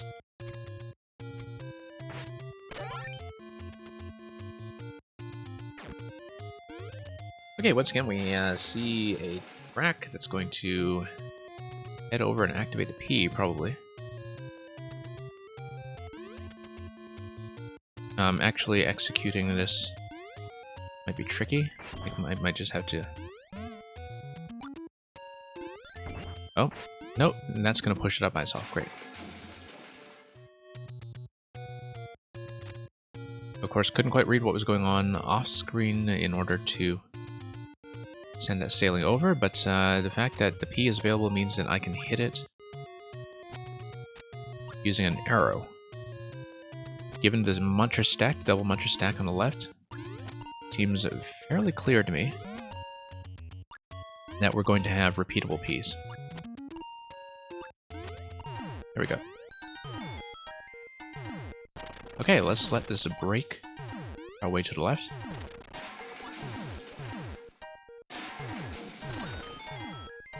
And it's just going to escort us all the way back here. Infinite P break is not really going to give me anything else. But it is going to take me to the underwater zone until the P switch expires and gives me the checkpoint flag. Looks like ultimately some kind of on-off activation will reveal something there, like munchers perhaps. When we spawn in, will give me infinite P switches, but you know, currently know that for a fact. We do see the Potable left. Oh, that was for a bomb. Okay, so dropping anchor. Dropping anchor here is going to give me a series of activations such that getting rid of the muncher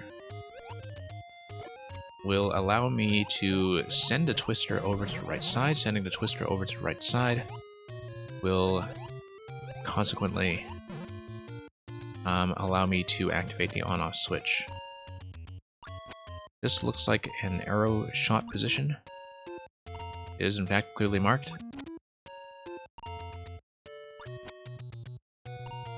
And I'm just inaccurate, but it seems fairly obvious to me that that is intended and possible. It's going to trap the twister to the right side of the one-way panels. And that's going to give me the activation.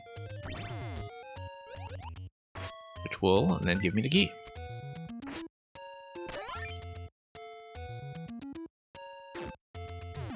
Okay. So, what are we looking at here? We have a POW that will be propelled by something coming up the track. No doubt something to do with this guy here.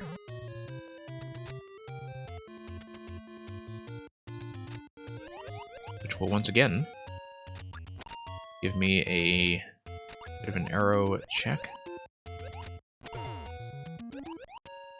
And that gives me access through the pipe.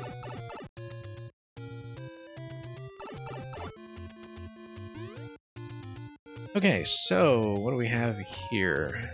We have E question mark on off switch, which gives me my way back. Like slapping this guy with a sword. Give me a key right there.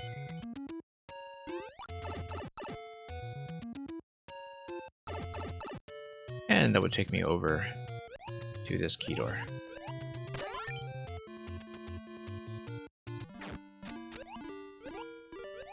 And we have a fairly peaceful location over here. P-switch will give me infinite P-switches. That would just destroy the P-switch. Oh, interesting that the key has no additional doors to which it might be assigned. It might just be entity trickery going on there, but let's reverse our way through the layout. Okay, that guy's going to be a bit threatening, but what does the P give me? Gives me that door. Gives me another series of chases.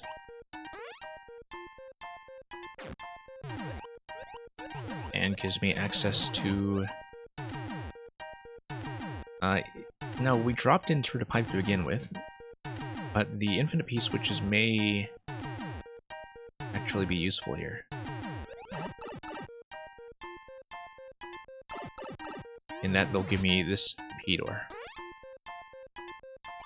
which we somehow didn't have previously, but I'm just going to check this side for no reason.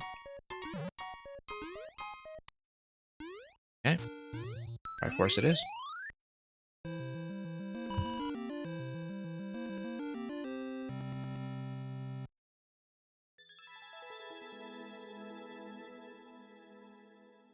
And that was the dungeon of the sunken vessel. We'll do one more from Builder M.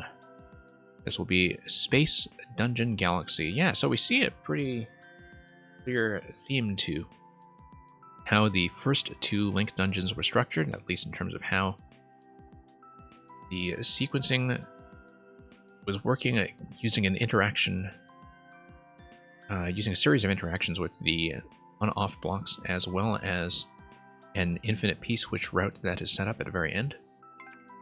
We'll see if this is similar at all as we get into something that is in a much lower 13%. So hey there, space traveler.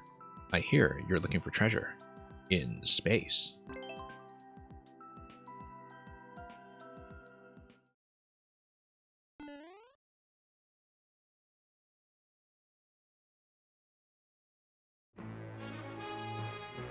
Okay. So yeah, ultimately it looks like we will wind up with a P-switch route, and that takes us back here and through a P door to the right side. That is going to be something we need to figure out how to activate. Possibly using a bomb and... combination bomb and arrow, actually. Will be tricky, but possible. Whoops. Just need to be fairly quick about it. Here we go. Difficult, but doable.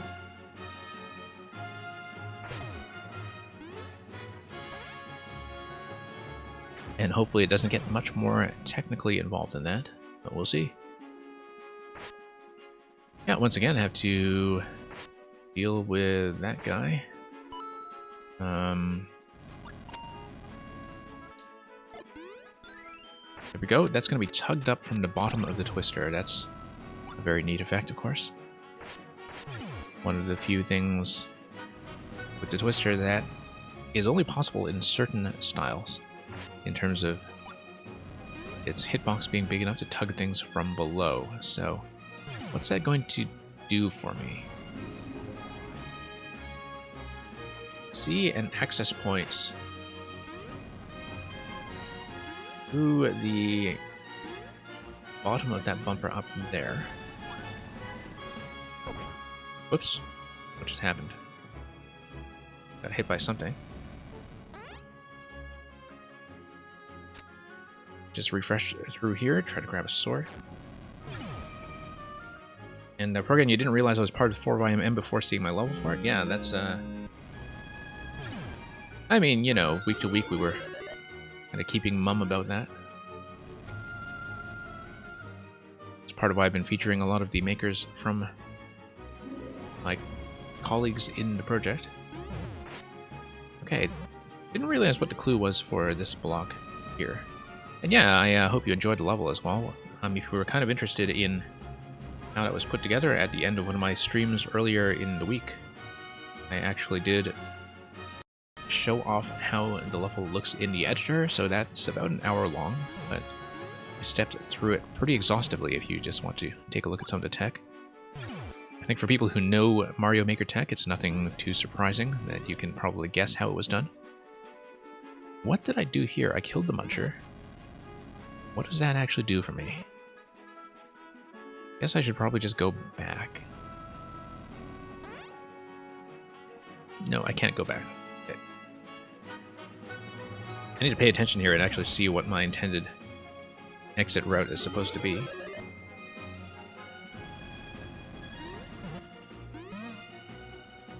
Okay, hit the power block, and then what comes out of the pipe? Nothing comes out of the pipe, but if I reactivate the on-off switch, I can get in up there. Oh, I see what hit me earlier. It was my own bomb.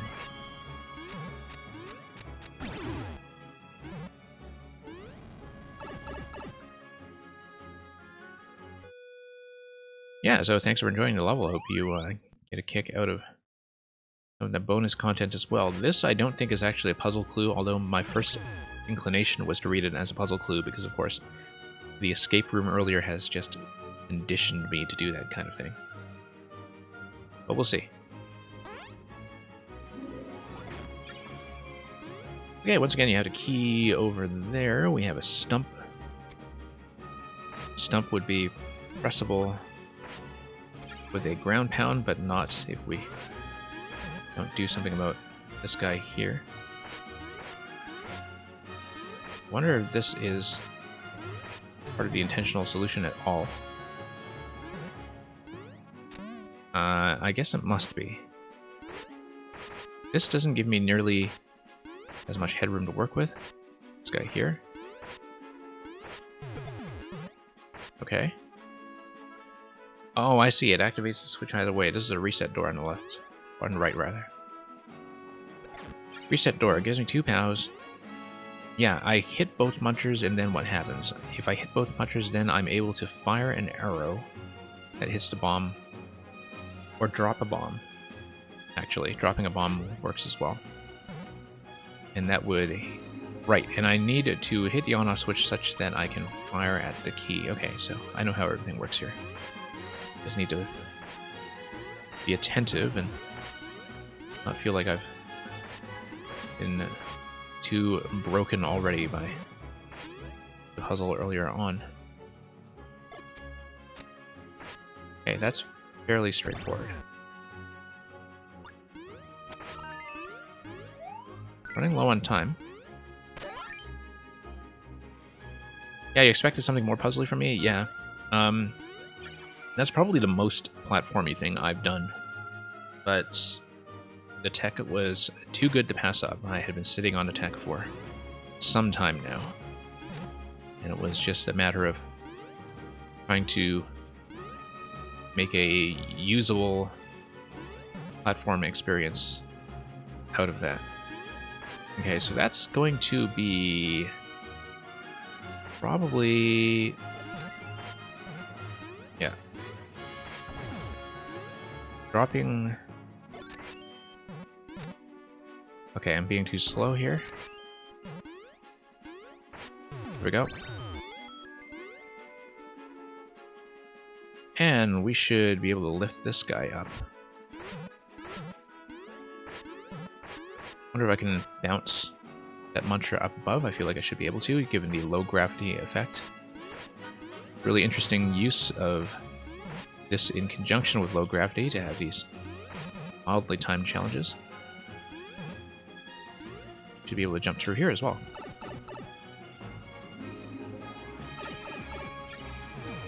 Yeah, I'm hoping to do something a little more puzzly next, I hope. But I also, I think, need a bit of a break from this. I mean, I know I don't publish very much as a maker, but when I do,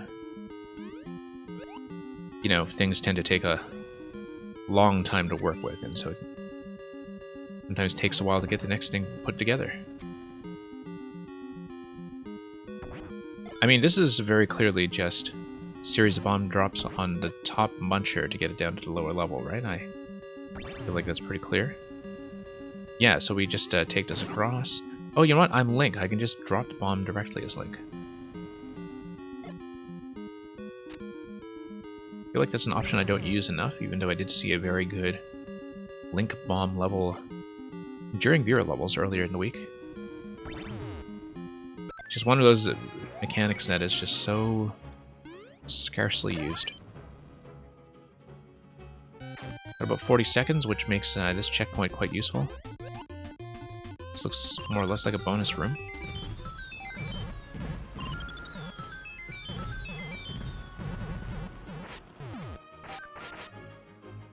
And I guess the P block would take you back through the loop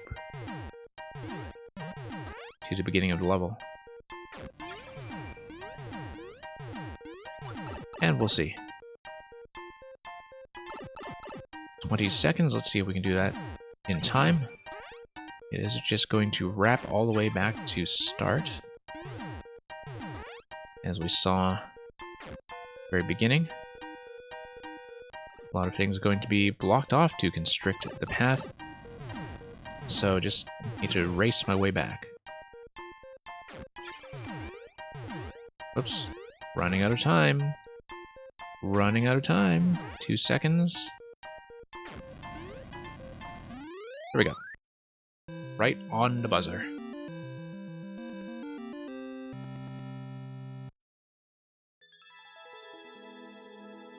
We've been doing that a lot lately, hitting things like checkpoints and flags with 0 on the clock.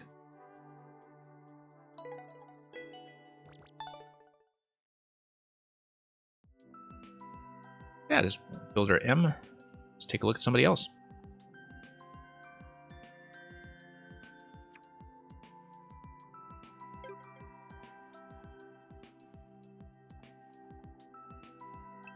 Yeah, I'm gonna pull up Zerd Guy, who is pretty much totally new to me. Don't know anything about Zerd Guy. But a couple of things did catch my attention. This most recent one, Direction Deflection.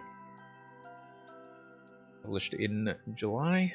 I feel like this was actually just before the 301 patch, so I don't know if it uses some of the slope-based direction-changing techniques that were briefly available in direction detection that was developed by Abuz.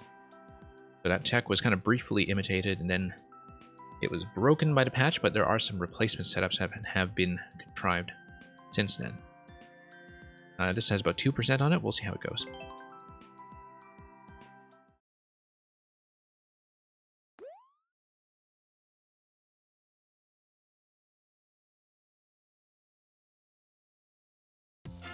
And what do we got here? We have Boomerang, we have Spike Block that we need to project onto the Twister.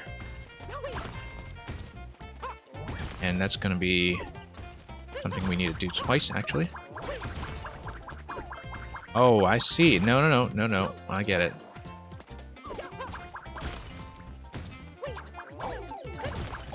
That's going to be tough.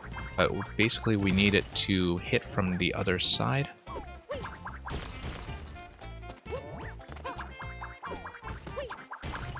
Hang on. Boomerang goes straight through. That's important. No? trying to hit it on the backspin. So hitting it on the backspin, I think, gives me a slightly more realistic chance of hitting it forward, but I could just be totally wrong about this. That looks tough.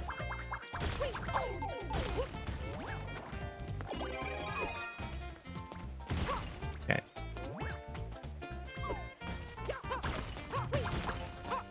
Wow. Okay.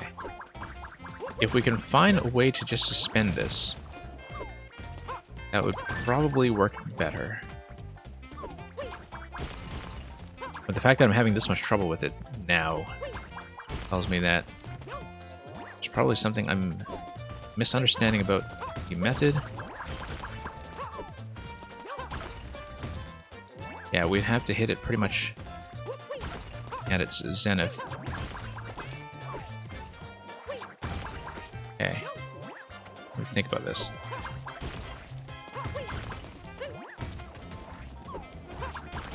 Yeah. Not much room for me to stand on the left side in order to hit the ball at its peak.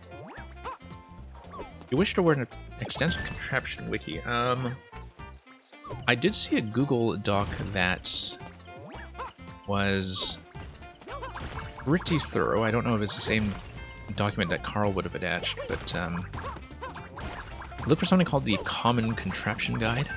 I don't know if that's the one that he had. I mean, being Carl, he could just as easily have linked a Troll Guide or something, but hard to tell. Okay, let's deflect into that. Gotta do that twice. There we go. Yeah, but I saw a Google Doc a little while ago that was called the Common Contraption document. I think it's a lot of the same people who do the glitch hunting and the, you know, community patch notes who put that together. Oh, whoops. Didn't expect to get hit in the face like that, but backspin is clearly what is necessary.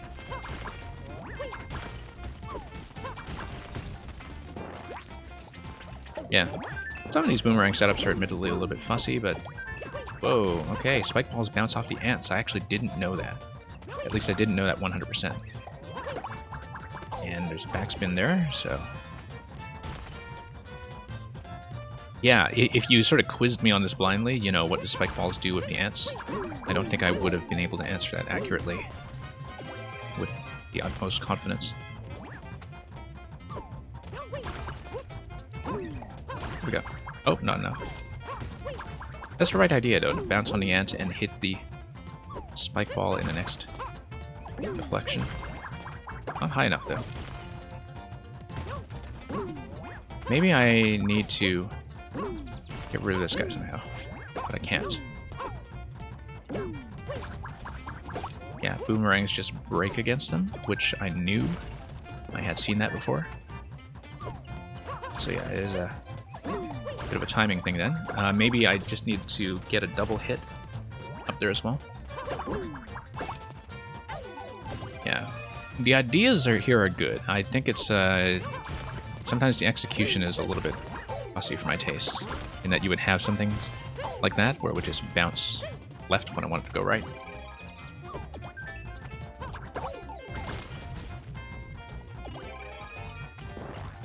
And yeah, I'll have to see if I have seen the Carl document that you're talking about.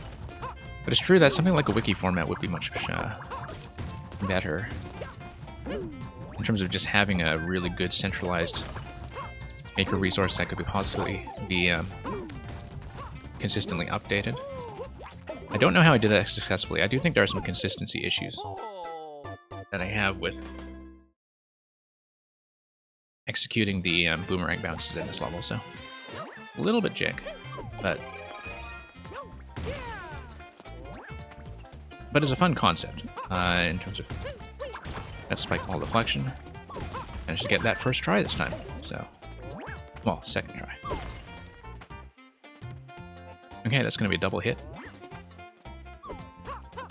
Yeah. Interesting use of some of the backspins already, of course, as well. You have to be really quick and accurate and account for the fact that you have to fire. The spike ball is a little bit below the target, And also just retrieve the boomerang very quickly as well. Like, there's a lot of boomerang mastery I don't have yet when it comes to doing this stuff. Retrieve very quickly. There we go. And then the scroll is going to break right away, so I need to go back and grab that boomerang. I want that hit buffer.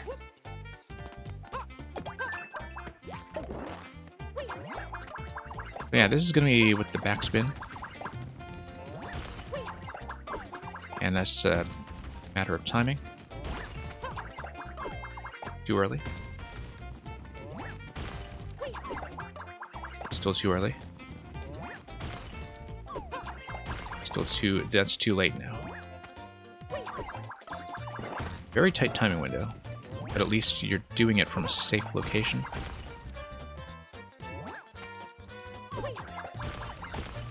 Yeah, had to slip that right under. There we go. And then that one's easy.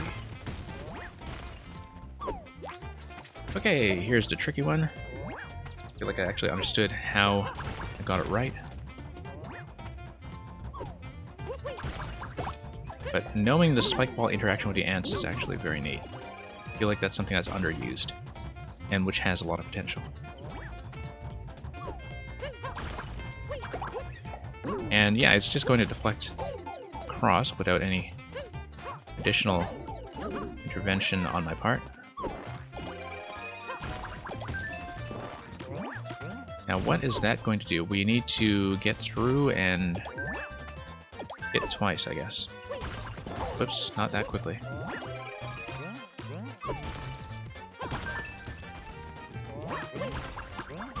And, okay, what's going on here?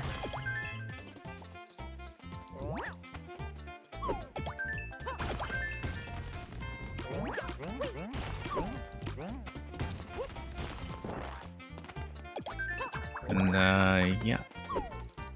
I've seen a lot of specialized guides that have been written up as well, of course, for things like music setups. There is definitely a central trolling guide as well for people who are dedicated troll builders.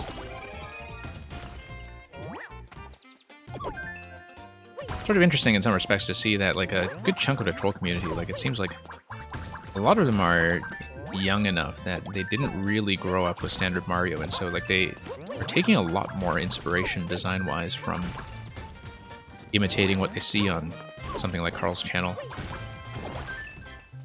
And that a lot of the popularity of the troll genre is coming from that. That's, you have people who, like, aren't really taking inspiration from standard Mario to begin with, but really do just approach Mario Maker as a toolkit that has a lot of original styles in a raw form, as it were.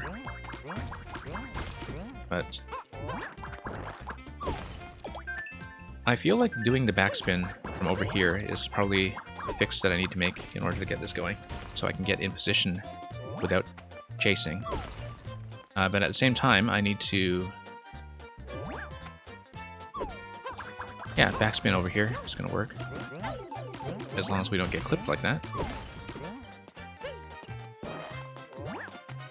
But yeah, very clear to me that we need to be on right when the spike ball comes down. We do need to stand here, otherwise it won't fire to the left the way that we needed to. And that was just late. For levels in 4YMM? No. It was very specifically a project that wanted to be accessible to people who don't have any kind of, like, outside metagame knowledge, but which would work for people who have just played a lot of standard Mario. And so there was kind of a restriction on not only troll levels, but concepts that are based on, like, intentional soft locks or intentional deaths, and also concepts that would be, you know, Kaizo item tricks. Like, you do have some sort of sub-Kaizo levels, like, you did have people like Space Pig contribute to the project, but to the extent that they were shell levels, they were, you know, very standard platforming technique used with shells rather than item drops, or anything that would require, like, reading complex marker systems.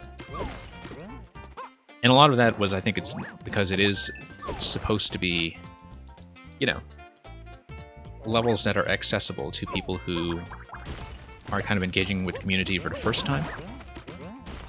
Oh, that was disappointing. That little break there.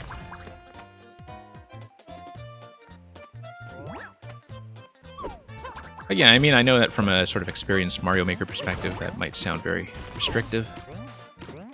But I think it kind of makes sense if you're setting up a project as an entry point. And, you know, for me, right, like when I returned to Mario Maker in 2019, after about 3 years off, I was seeing a lot of community stuff for the first time. And one of the best ways to do that was to go through, like, 1 YMM, 2 YMM, 3 YMM, and learn a ton of stuff just by playing a lot of those makers as a catch-up mechanism where most of the codes were still around and active.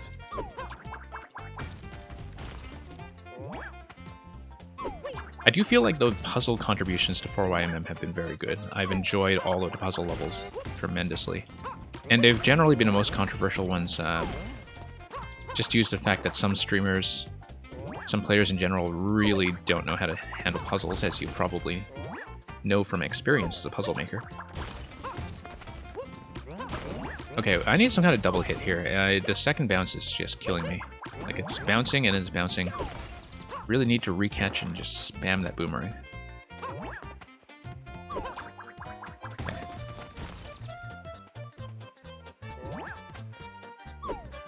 Given how long the resets are in this thing, the fact that it's 2% actually is a little bit concerning. You know, given that you don't die much in this level with all the power-up refreshes, but the fact that you have a lot of people not clear it tells me that execution-wise, it's actually a lot harder than 2% suggests. Like, way, way harder. You can imagine the difficulty in finding streamers for escape rooms? Yeah, I feel like viewer levels in particular are not a good fit for that. That people who are doing, you know, private Discord codes or doing specifically a backlog stream like I am are the only ones who will have a realistic chance of playtesting it.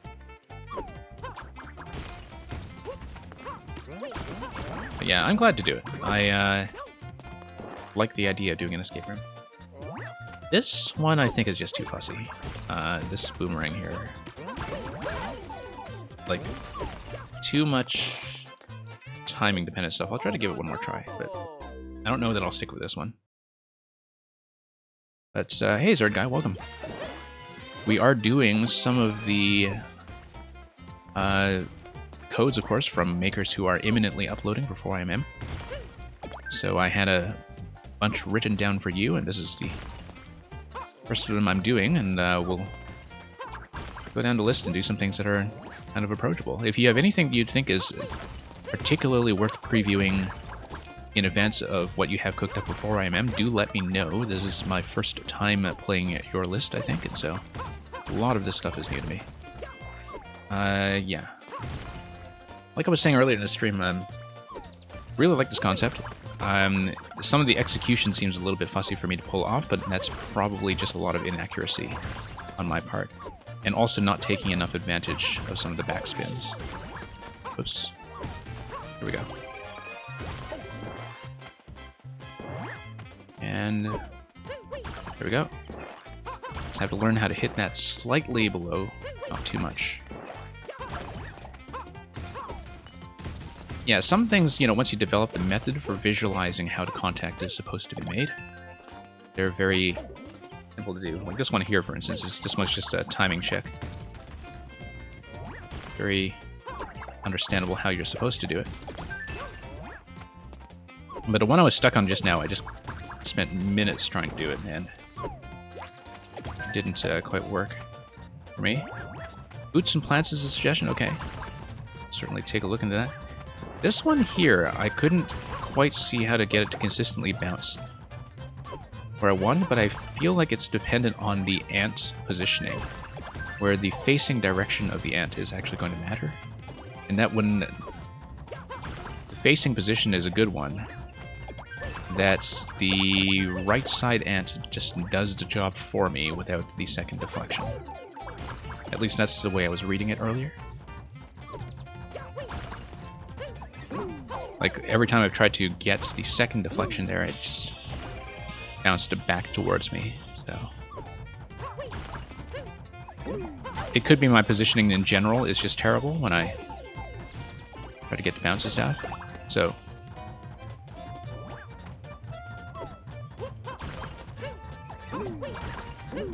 Yeah. So yeah, I mean, every time I've cleared this room, it has been with the ant on the top just doing my job. So I think maybe I just need to control a different spawn timing by controlling when the spike is even firing. But I feel like the intention is to have the second boomerang hit.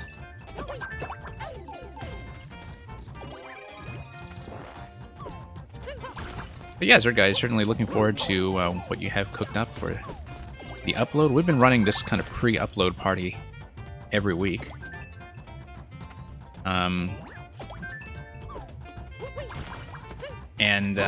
Yeah, it's been kind of useful because, you know, I am able to go into the 4YMM levels having a decent sense of what the maker's styles already are. Okay. Yeah, it did seem like it's kind of at the mercy of this timing here, so let's see if I'm actually able to get it accurately. So I made it past this room last time, but I was not able to make it past the one after that. Ah, there we go, there we go. Okay, go, go, go. Yeah, this one here. Feels like I have to get a double hit once we are past this platform here. Like where I need to hit it once, but possibly twice.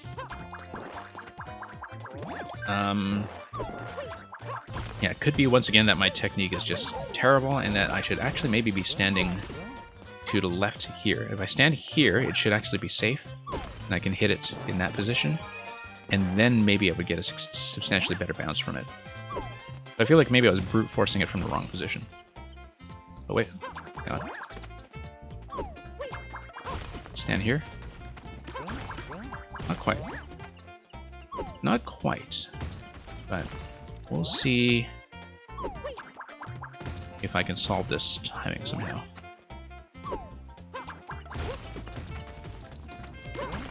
There we go. Finally. Yeah. Was kind of shocked at the 2%, given that, you know, this is a level that gives you so many power-up refreshes, and it's mostly just about executing the obstacle. And a lot of the timeouts would theoretically be from the timer. Like, a lot of deaths would be from the timer. But maybe the next segment here is much deadlier. Looks like it actually is probably much deadlier. Oh, that's going to be... Oh yeah, just positioning, using my vertical positioning to hit that. Yeah, I see it.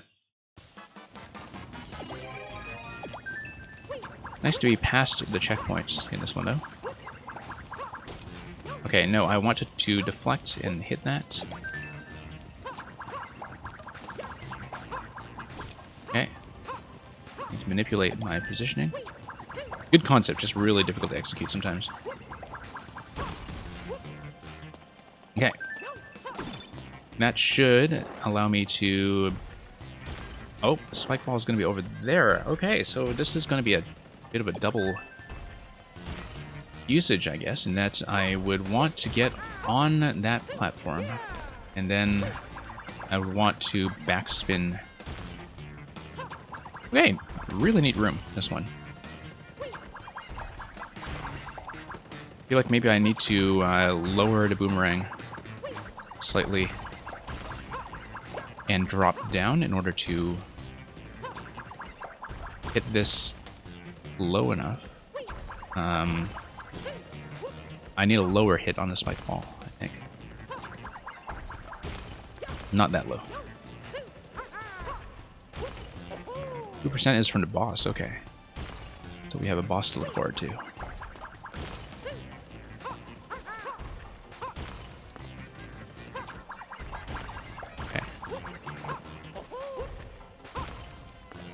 So let's watch that. Nope. And nope. Too early. Too late, actually. Let that thing peek out. There we go. Just needed to gradually converge on the solution. With a few micro adjustments here and there.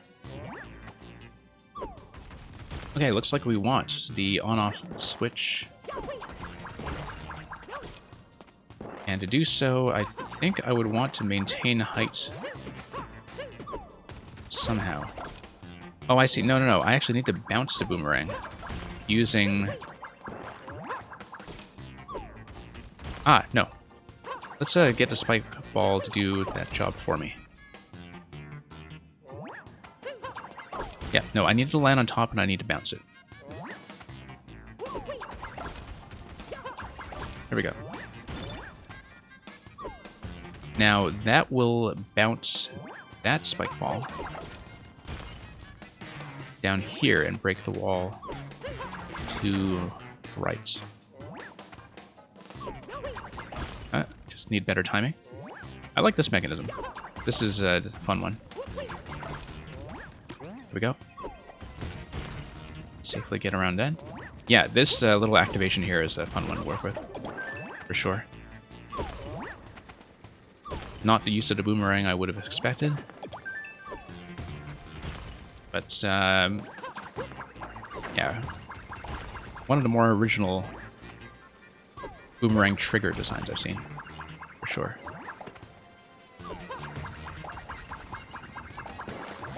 Okay, so I need to do... What? Oh, I see. I would need to fire and then fire, like that.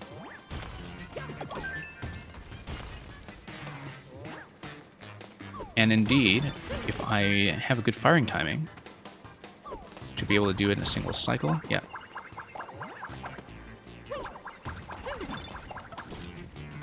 Not in a single cycle. Hang on.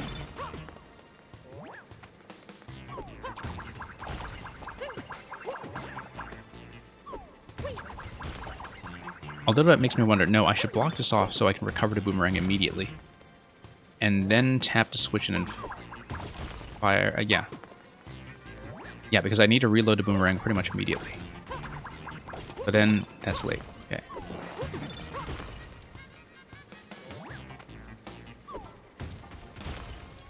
Maybe stand back.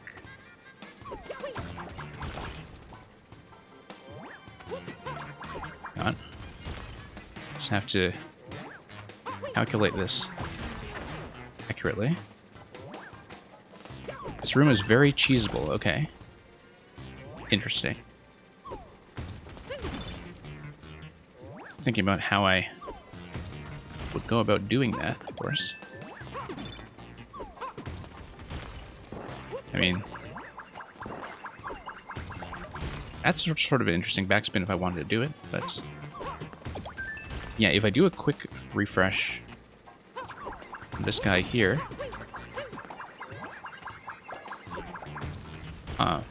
Oh, you know what? I would actually want the backspin to raise... Yeah. I'm doing it a little bit late, but if I do this, backspin, and then, no. That timing's not going to work at all.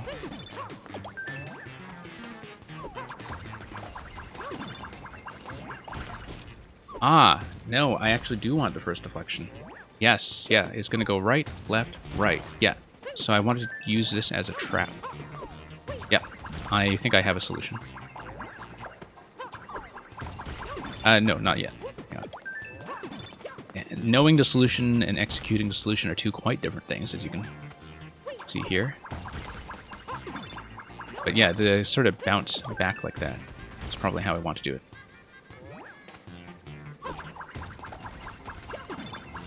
There we go. And that's going to do it. It's a soft lock, okay. I was trying to look at that and see how that might be done, and I couldn't quite figure that out myself. Usually I do tend to poke around with locks like that, but Oh, probably don't want to hang around here too long, but doing that, and then jumping out on the left side, or doing a back shot here.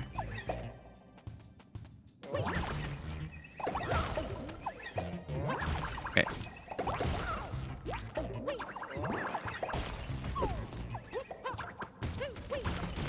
Okay.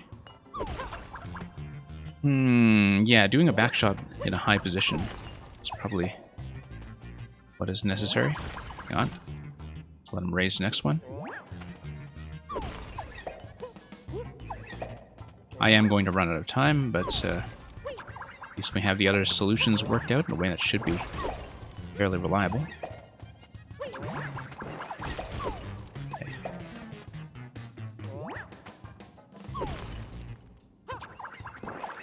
Nope. Nope.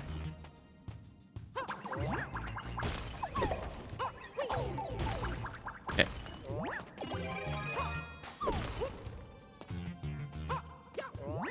30 seconds.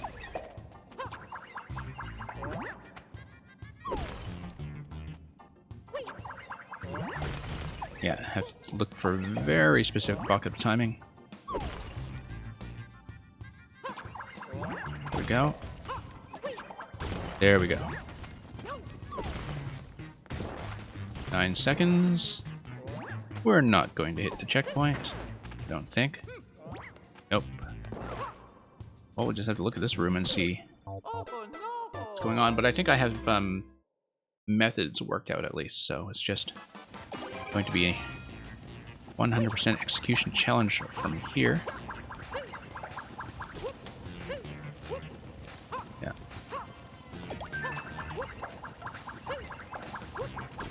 It is neat, just tough.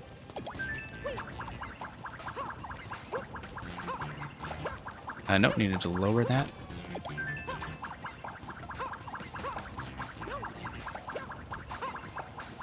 Nope. Way lower.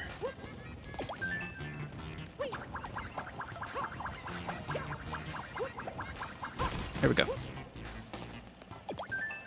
And then it will be the back deflection that we saw already.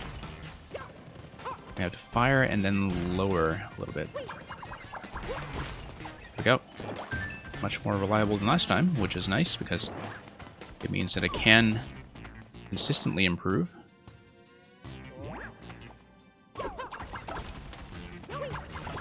Okay.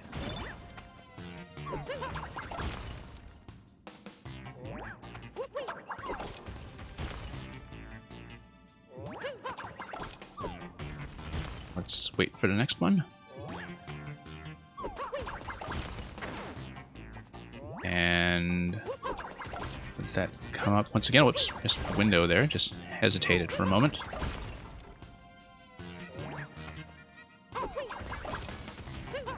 And no, too late.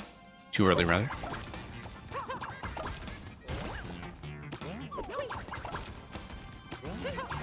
Okay.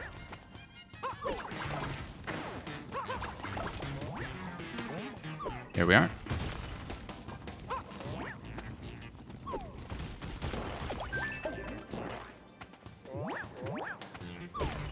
Okay, so what do we got here? We have, yep, the back and forth interaction that I had mapped out earlier. A bit late.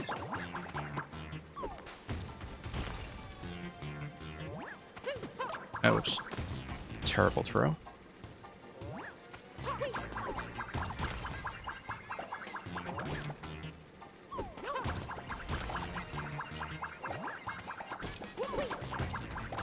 Nope, just have to map out an appropriate timing there.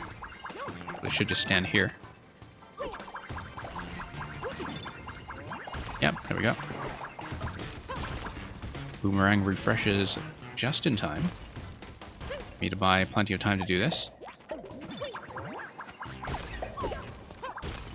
And yeah, okay, that's going to be very efficient.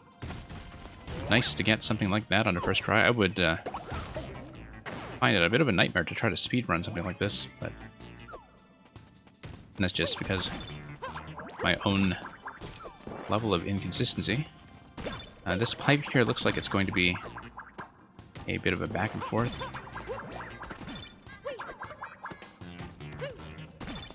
Okay, I see that the on-off switch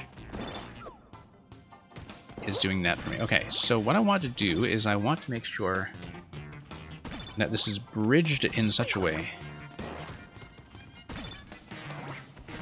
that this guy is able to get across. Wait, why don't I just hit the... Oh, okay. I mean, slipping in and trying to wall jump would be a terrible idea. I would just die. Probably not be able to execute anything else. Looks like I should be using this pipe here, and I'm not thinking about it.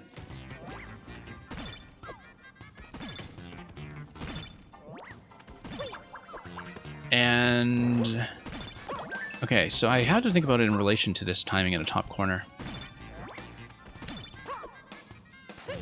And what do I do?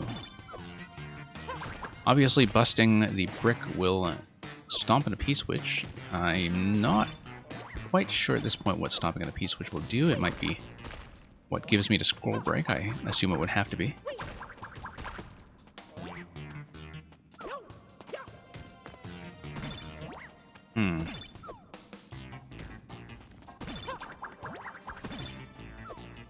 Rather quick refresh on that top switch. And there's a bullet blaster that is above Spike over here. I guess that just refreshes Spike if you kill him. Activation of the P-switch kills Spike as well. It might also, for all I know, knock down this thing. I see the stacked blasters, indicating that perhaps P-switch activation is going to kill this blaster, drop the top one. The top one is going to drop something like a big spike ball, and that's why something like this would start to come in handy. But all of that is moot unless I can solve how to do this thing. I think I just need to be fast. Like that. Okay, big spike, there we go.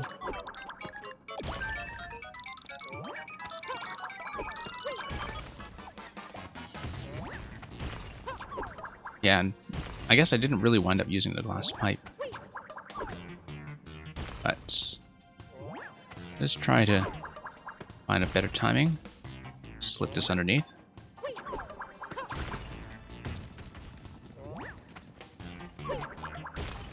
Oh, here we are. For about 100 seconds remaining. A lot more going down through the top pipe there, and it looks like we are in for a boss room.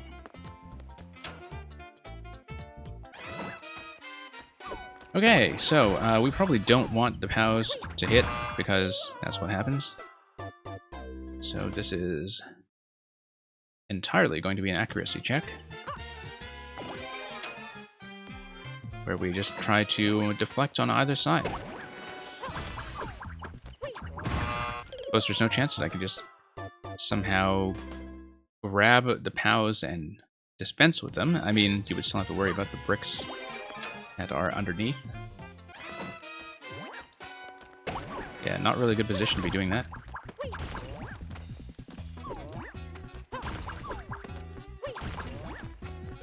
I mean, I guess the idea should be that I should be thinking about hitting high, but staying low, risky as it looks, may actually be what I feel more comfortable doing.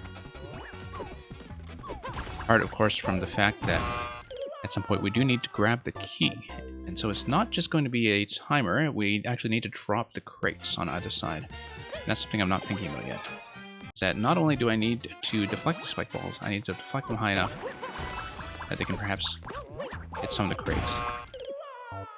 Yeah. That's it. Crate destruction on either side. That's what the higher coin markers are for. So a little too focused on just surviving.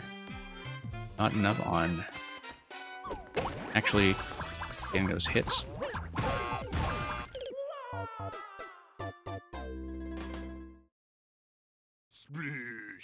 And thank you for the follow. Yeah, we do viewer levels fairly regularly through the week, and so when you come back, we can probably see more of your list as we go.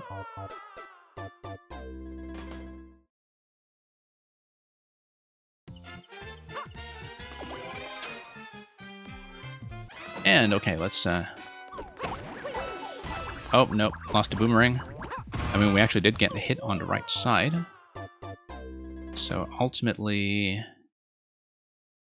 yeah, I just need to lower the crates as much as possible. And hit accurately.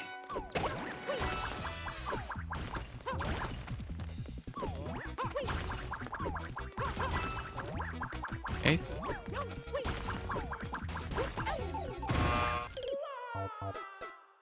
Yep, managed to hit on the right side. I should probably be focusing on one side and defending the other, on the assumption that dropping the crates will place the blasters in a position that allows them to take out the corresponding spike. So it should be attack one location, defend the other location. It seems to be better for making sure the boomerangs respawn quickly. Nope.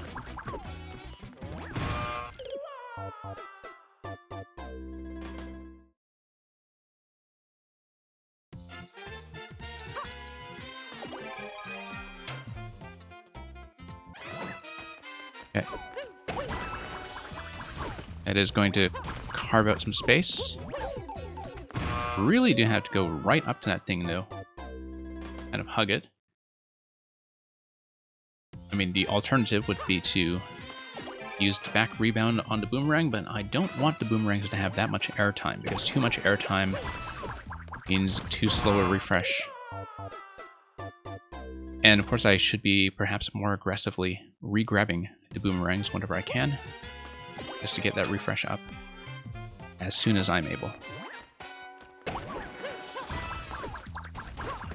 Yeah, I did not do that that time. I do want to position myself such that I minimize the downtime between the two sides.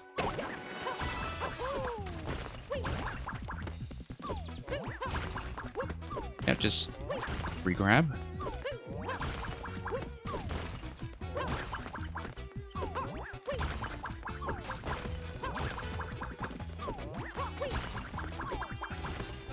Of course, now the coin markers are gone because I've grabbed the coins. Okay, getting close. Getting close to eliminating the bottom corner. I know there's probably a speedier way to do it by going high on both sides, but that seems riskier than what I am able to handle at this point, so we'll just try to thread through this somewhat carefully. Do one side at a time.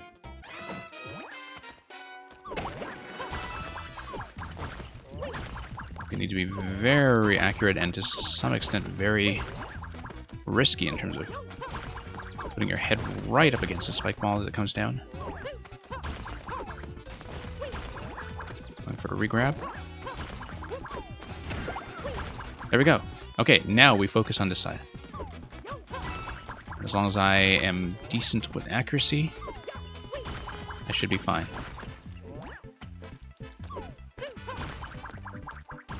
Now the question is,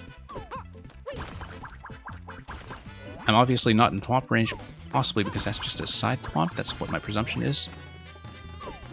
It also makes me wonder how the key setup is being done here. It could be something entity-based. From the elimination of both of these guys, but we'll see soon enough if that's actually the case. Really do need to hug this thing, yeah. Being a little bit extra cautious. Yeah. Oh no, okay, no, we're done. We're done. Too bad. Okay, getting closer. Entity base is too big brain, you just did some jank with POWs, okay. That works. Yeah, considering that you still need entity space for the spawns that kill these guys on either side. We'll see how it works when we get to it. I do think my tactics here are correct, though. That I should, instead of trying to rush it by playing both sides, play defense on one side, just so I can focus one down after the first one has been taken out. And my sense of where to stand is at least getting a little bit better, but again, have to play very risky. Get my face right up in that thing. At least from how I think I have to do it. I think with better throw timing, I could stand back further, like I did there. But I don't have great throw timing, so... Yeah, maybe I am playing much too risky. I don't need to be standing that close.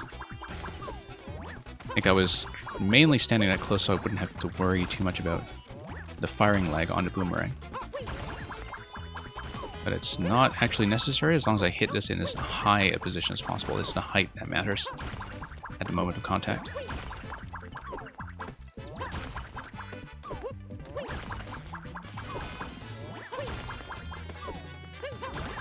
Okay, almost done with that side, and of course that's when we decide to choke.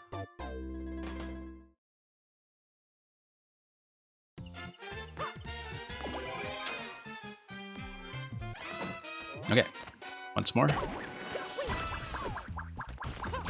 Nope. Reacting a bit slowly. That's okay. I've got a general method and an understanding of the room, and as the boss room will be out of there soon enough. Yeah, just have to recover quickly.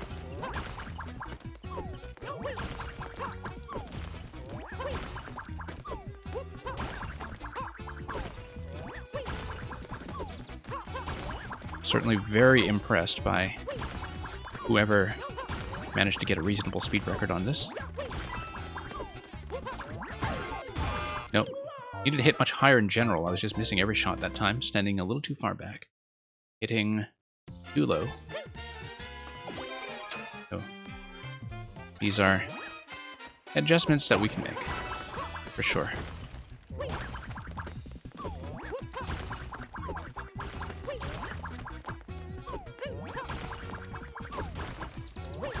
Okay.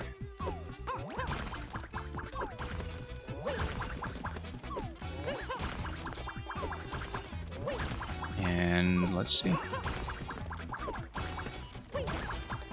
Nice and high. That's way too low. Oh, whoa, whoa. I knew that was going to be a bad recovery. I just completely missed recatch. Hey, Redox99, it is going fine. I did see that you posted a 2.0 revision of Red. That seems to be a more significant version bump than usual.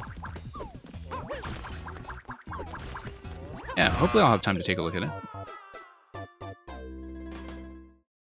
We had a fairly lengthy escape room experience earlier in the stream that did not get finished, but we made a decent amount of headway and got some vital playtesting information on video. Whoops.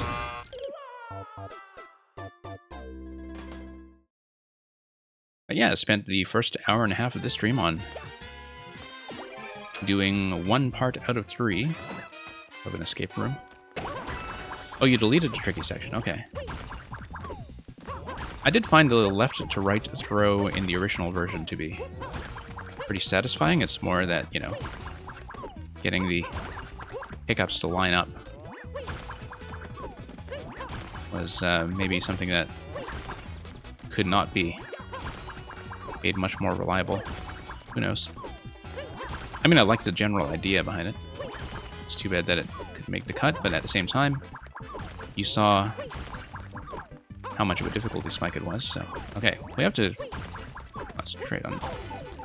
Yeah. Hitting consistently too low. I managed to get this room down so far on the best attempt so far. That's I did manage to eliminate the first side. We were down to, I think, maybe 2 blocks on the left side. And yeah, just really need to maintain some focus. And yeah, trying to stand back too far. Ideally, I want to hit the spike ball as high as possible, but also maintain a certain amount of distance so that I am not at risk of just hugging the thing. Like that. Nope.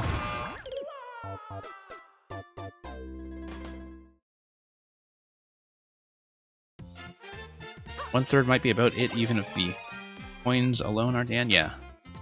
No, I would have assumed that there's more after the door, but that's, of course, we spent a fair bit of time just reading the thing and just getting a sense of what the layout was, because there were just so many visual clues in that level to collect that it was very much a collection phase, even before you get a chance to process what anything is telling you. But yeah, I haven't really played very many large-scale escape rooms like that in Mario Maker. I feel like that's something that could use more practice, for sure. I mean, I do find that kind of thing satisfying, but...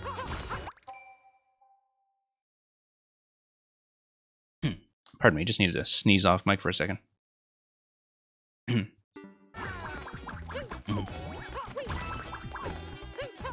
we go. Wow, I just got slapped.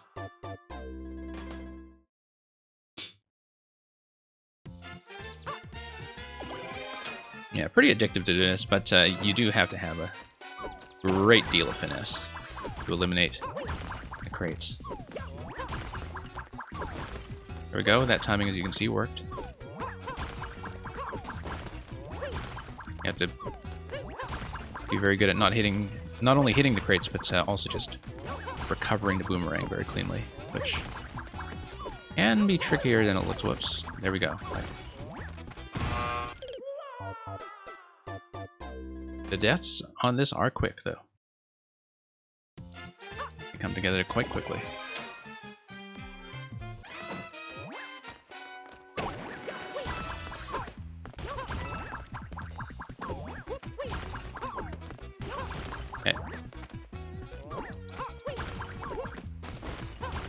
Standing way too close, but at the same time I feel like I need that just to have a snappy response on the boomerang.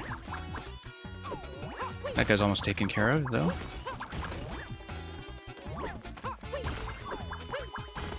Nope, nope, I knew the recovery was a miss.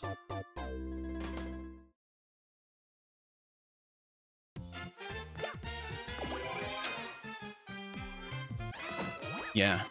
I played very few levels where your timing for refreshing the boomerang actually matters. So, like, I think learning how to play around this level and learning to get into the habit of really watching the boomerang artwork after you fire has been a new skill set we've been developing on the fly.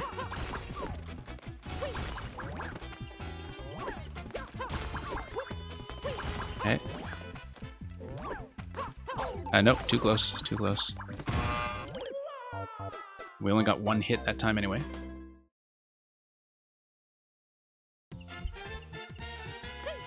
Yeah. Now I understand where the 2% on this level is coming from. As you were saying about the boss earlier when I asked about that.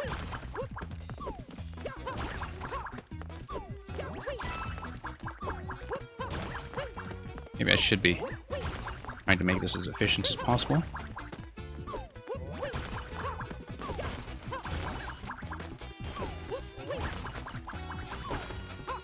Yeah.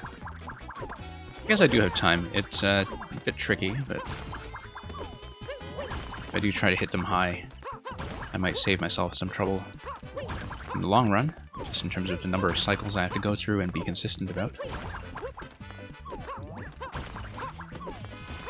Also, if I fire high, it might be easier to recover the boomerang. Whoa, okay.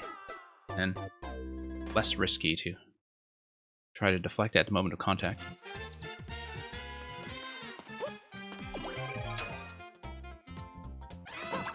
Most of your hard levels are the result of you getting too good at specific tech. Yeah, I think that's probably true for most of us.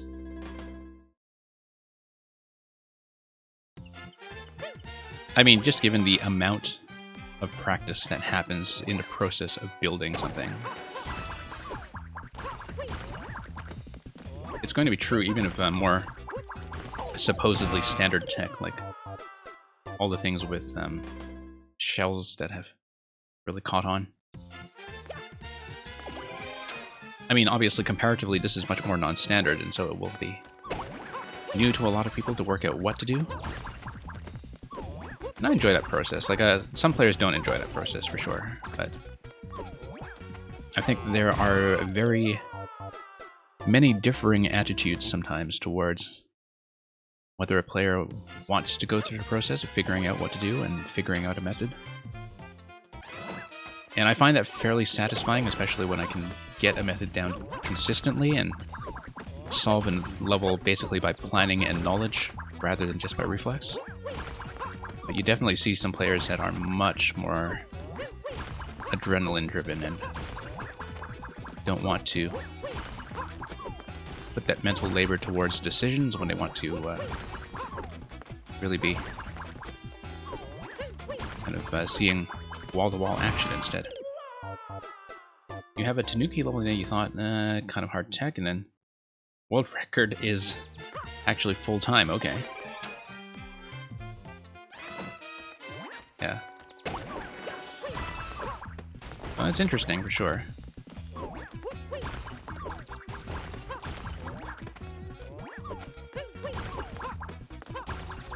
Okay.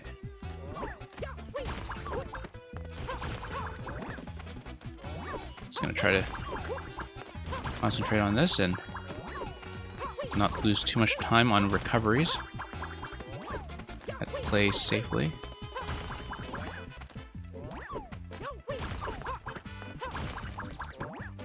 Kind of a thrill there. Oops.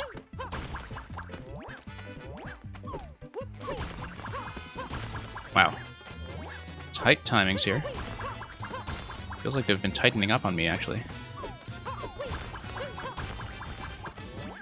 And possibly tightening up on me because of some fluctuations in when the spike balls are being destroyed, because it is their destruction timing that is going to account for when the next spawning cycle is. And so I want to space out the destruction of the spike balls as much as possible, which is why I feel like this pattern was working best. It could be that this was designed around hitting them high on both sides and doing it so accurately that you can just do everything in one cycle, but yeah, this is actually what's killing me, I think, is that because I have a few differences in input between each cycle, gradually my sense of rhythm for when to expect each of the successive spike balls is falling apart a bit. In that the initial delay between right and left does not stay constant because it depends on when I am actually knocking the spike balls off the field. So maybe I should be going for a high position on either side just to maximize the amount of time I have between each one. Hey, Menu, welcome back. Menu, hope the troll building is going well. I know you had been working on something over many versions. I think we talked about that before. But yeah, as you can see, 3D World style. I'm getting a bit of a workout here.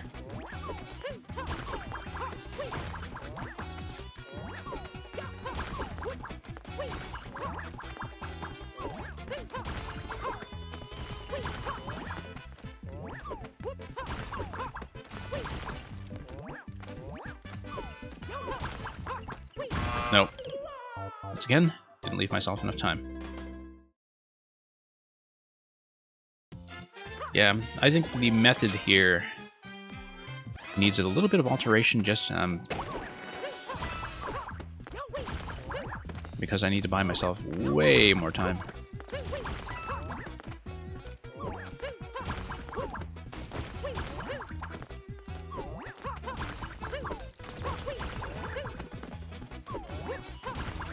So yeah, the right side I'm mostly thinking about accuracy, left side I'm mostly thinking about timing. Just to space things out a little bit. Make the next cycle more manageable and to give myself as much time as possible to recover the boomerang between hits, so I am not forced into a position where I have to hit really low like that. Wow. Just getting smacked by this. Okay, re-uploaded with the fixes. Good to know.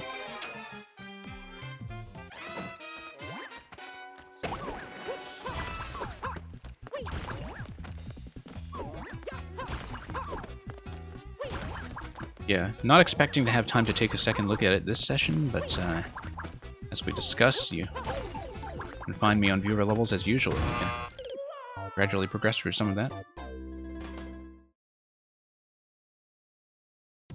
The menu took a pause, but is making it much nicer. Good to know.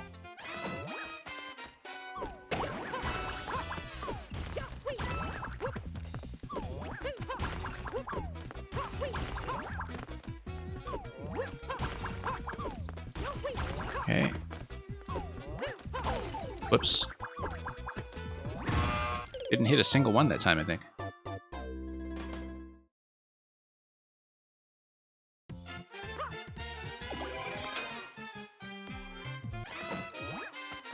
And yeah.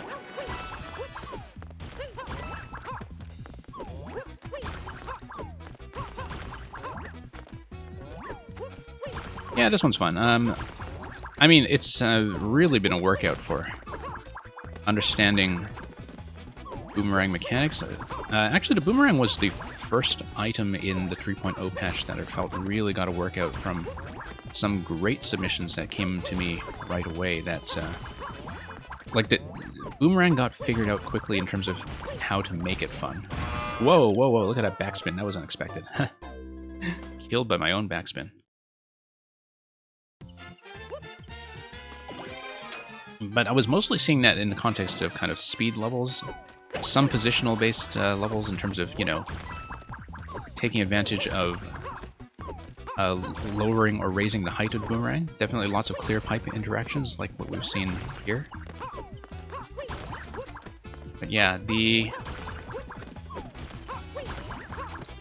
sort of concept of worrying about the timing, though, in terms of really paying attention to the cooldown and paying attention to re-grabbing the boomerang, I feel like it has been pushed much harder by this level as sort of a focus of what I'm doing than I have seen previously. And so that's new material, and I do like seeing kind of new ways to interact with the toolset.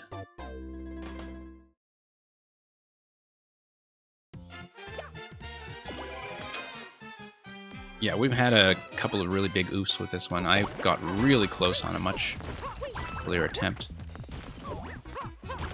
Yeah, I was saying the Spike Ball and Big Ant Trooper interaction was kind of new to me as well. Like, I feel like I must have seen that used by now in some context, but it felt unfamiliar. That's something that I should look into further.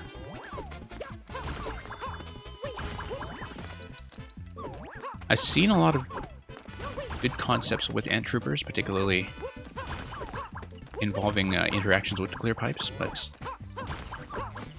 as far as the 3D World palette goes, there's one element that I haven't really figured out how to use effectively yet.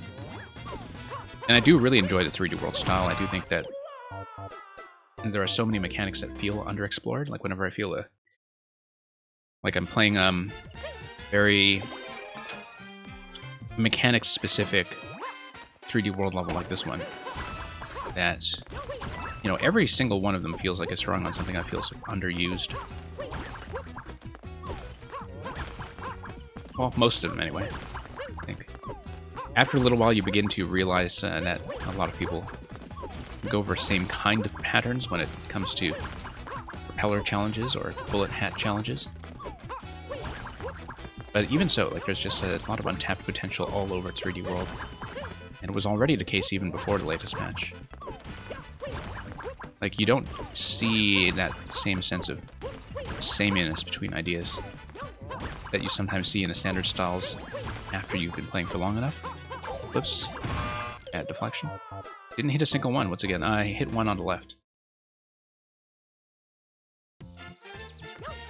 Yeah, Spike Ball and End, like, feels like there's definitely more that can be done with that, and I may have to just play with it in the editor in my own right.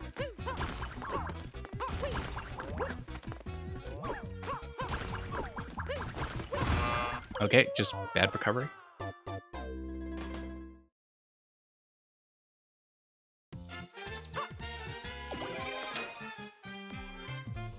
Yeah, we got so close and choked. So close. I am taking probably too many unnecessary risks in terms of standing close or letting this fall all the way to the bottom, but I just haven't found an ideal timing yet.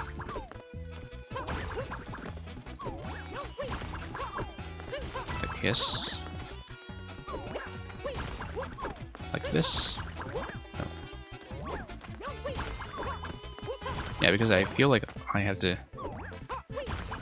either get a really good timed shot from the middle, or just stand quite close so my input feels like it's making an impact right away. Otherwise I just am likely to miss or go too low.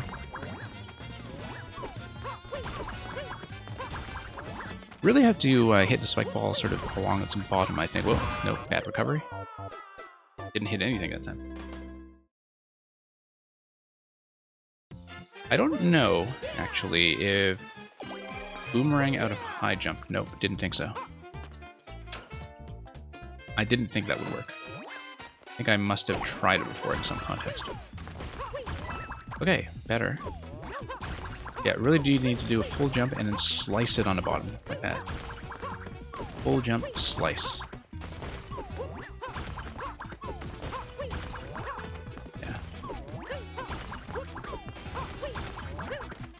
I always find it very satisfying to take a mechanically focused level that looks like it's very much about execution and feeling like I am solving it with my head, you know, in terms of thinking about positioning, thinking about how to read the pattern or manipulate the timing, and treat like a platforming or boss obstacle like a puzzle. Like, I find that, you know, when you can find a really good, consistent method for doing something, that there is something very gratifying about pulling that off and suddenly feeling like I'm making a breakthrough. So kind of happened here because I was thinking about how to get a lower sort of slice positioning on either side and adjust some of my timing that way, because I'd just been failing repeatedly enough that it clearly needed some kind of change of method.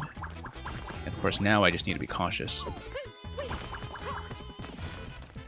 So yeah, not only need to go nice and high, but slice it. Like that. Here we go. Ah, exclamation mark block, okay. Yeah, that is based on POW trickery, based on the red POW off the top of the blasters, I guess. That was something that's being dropped there. And that will be it.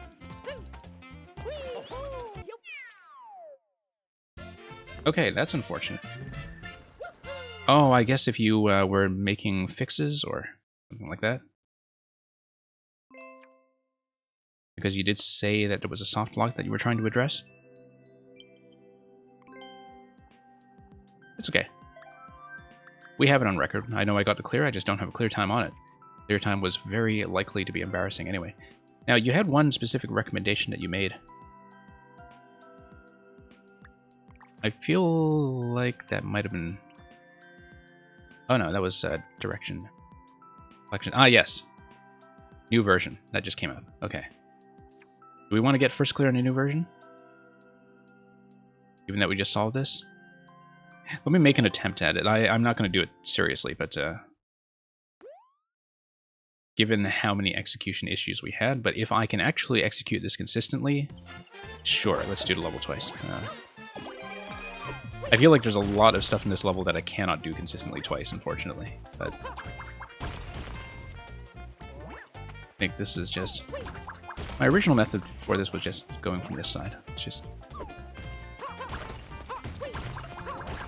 Okay, there we go. Yeah, if we can slap our way through this quickly from having solved it, then it'll be a very satisfying thing to do.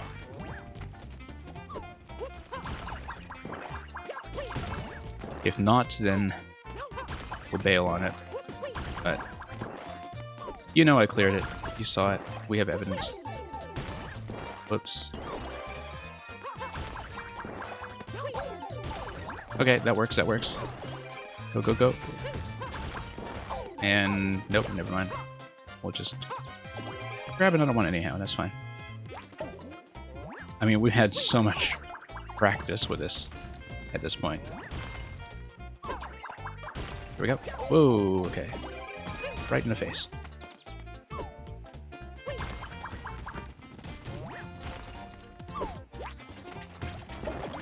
Okay, this guy here. This is a tricky one.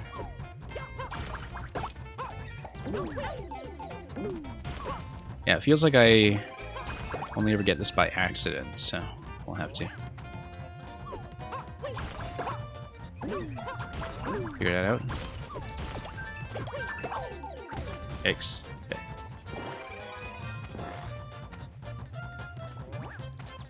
We'll see. If I'm spending too long on it, I'm not going to try to force the first clear.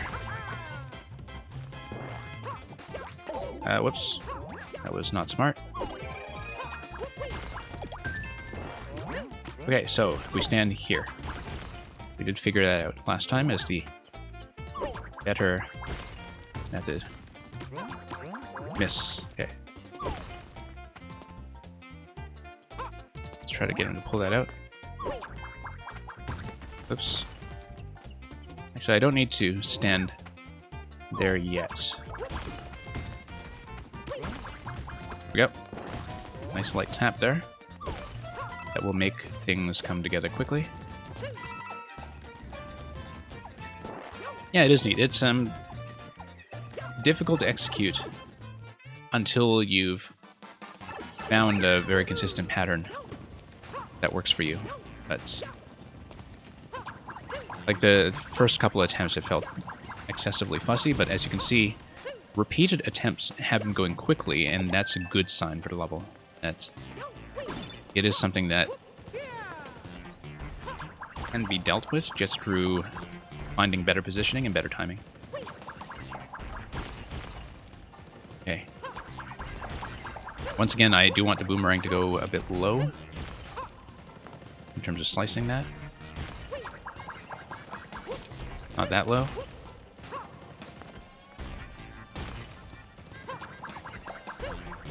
Okay. A little bit early, I think. No. Yeah, sometimes the positioning it can be quite fussy, but we'll see. Yeah, too low.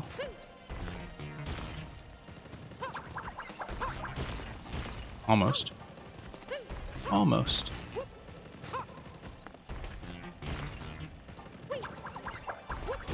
There we go.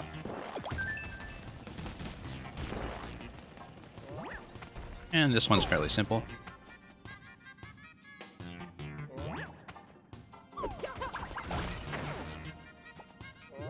A lot of inaccessible one-ups that are going to be trapped there.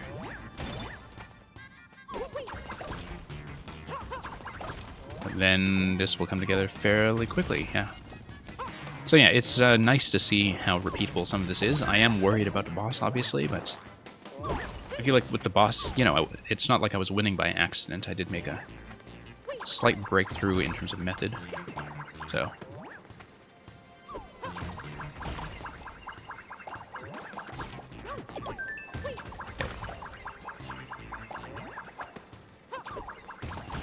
Nope, just need better timing.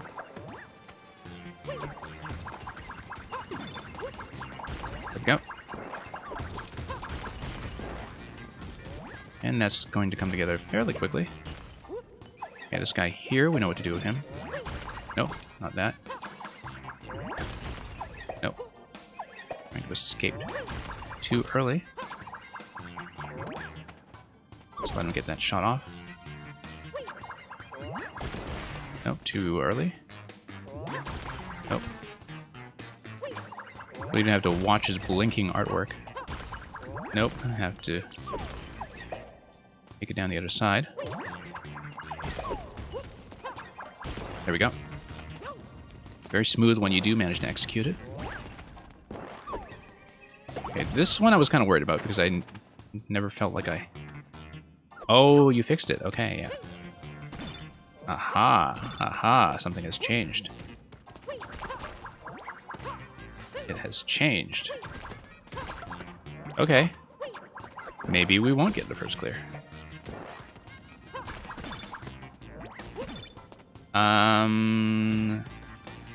Well, let me think about this. Clearly we need to revise the method a little bit.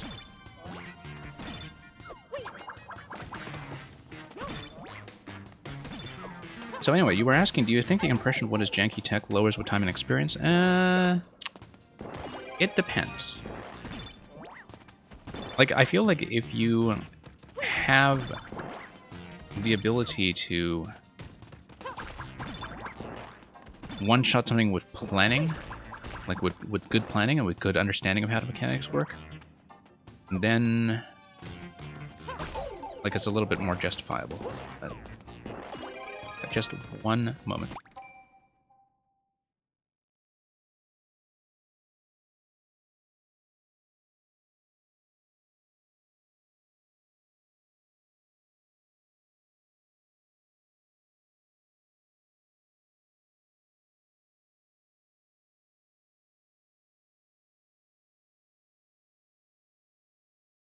Okay, we're back.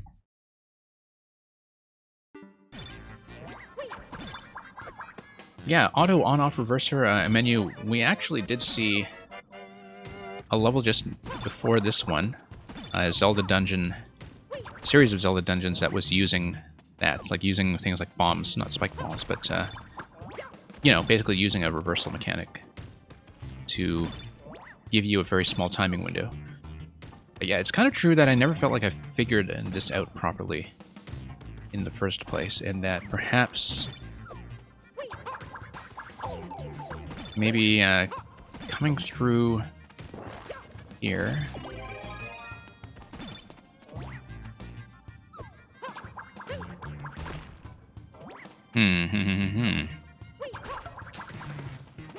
Yeah, because I never actually used this pipe here, did I? And the fact that I didn't indicates to me that there was something... Oh, okay, no. I think I might know what's going on here. That I would want to hit the on-off switch separately myself, wouldn't I? And yeah. Then how do I... Down here, interesting double deflection there when I crouch down.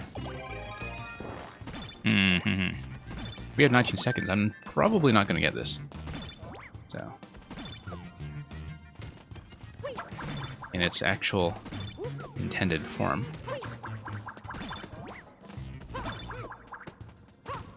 Yeah, because I had to solve this one from scratch. So, going to lose to the checkpoint. Yeah, we'll try to give this another try, just given that first clear was available, and I did feel like I beat this guy fair and square. But of course, like, I beat it fair and square not having actually solved that bit just now where we got stuck, so...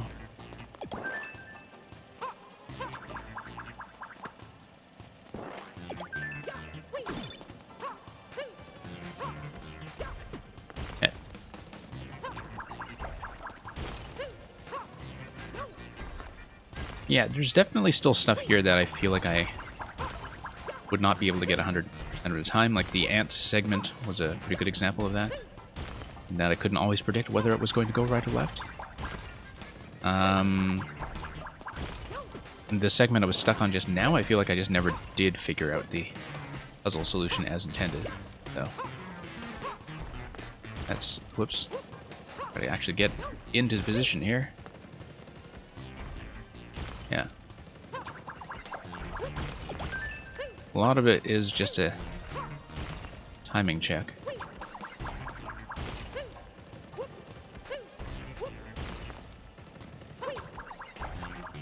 Nope.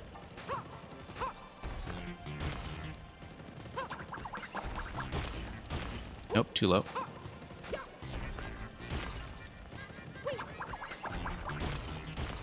Nope.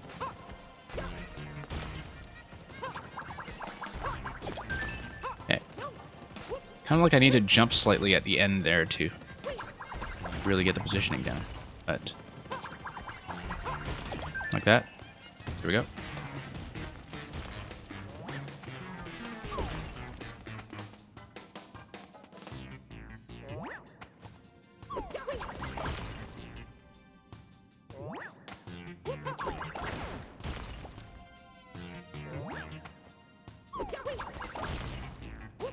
And yeah, in the interest of seeing more levels, though, if I really do struggle with this, particularly in the boss segment, I'm not going to stay on it too long.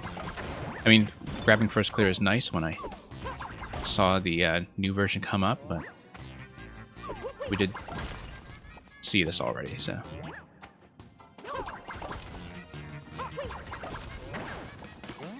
We'll just see that loop around. Back. And what do we got?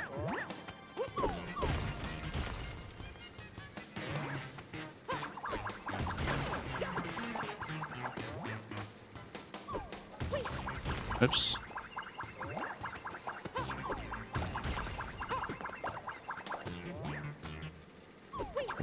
Slightly, well, earlier than that, but later than how we were doing it before.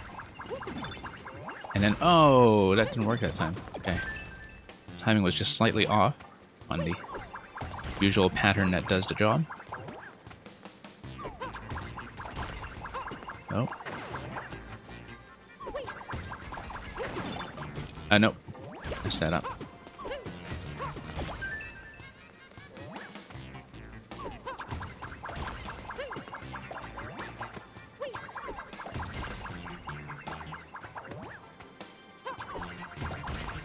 Yeah. Some of these, timing checks, you can definitely feel like I just have to repeat them until I find exactly the right window of animation. May just be because I don't estimate time and distance very well, but...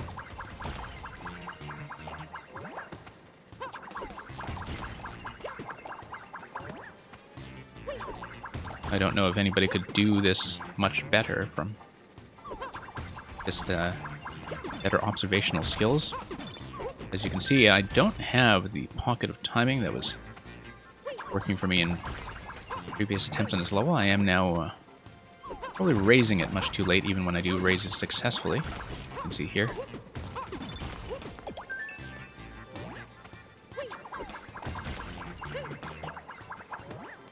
There's been some subtle change in the level as well. But this method seemed to have worked before, so let's blast through this. Try to do this guy quickly if we can. Okay, not that way.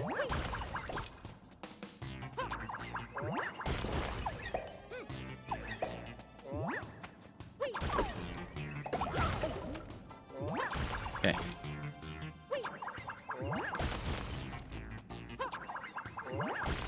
Yeah. Just watching his blink timing. Nope. It's very tricky. Here we go. But when it comes together very smoothly. So. Okay, this here, we have even less time than we did last time to deal with whatever was going wrong. Feels like I need a boomerang through that side, perhaps.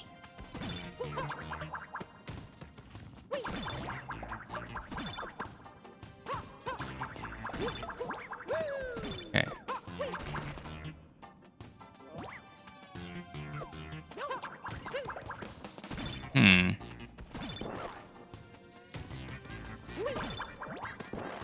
Yeah. Because this is a design change from what it was previously, which makes me think that last time I just broke it in an unintended way, perhaps. So, actually having to solve this from scratch is tricky. But let's say we deflect the ball into this pipe here, then that do anything for me whatsoever? Looks like if we came down here, if we can get timer to hold off? No, not really.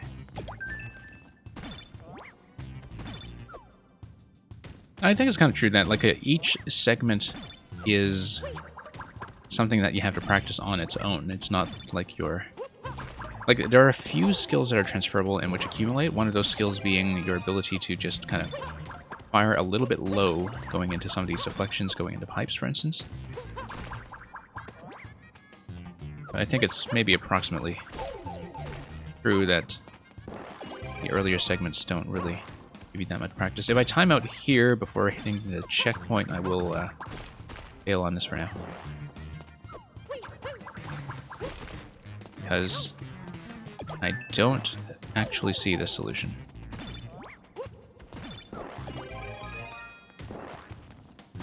Okay. There may be just something I'm missing about how to do this, because the way I see it is, whoop. Not like that, obviously, but... Yeah. The way I see it is that... Yeah, I just don't really know what the answer to that room is. But anyway, you know, we played it, you saw that I cleared it. Let's just tap out for now.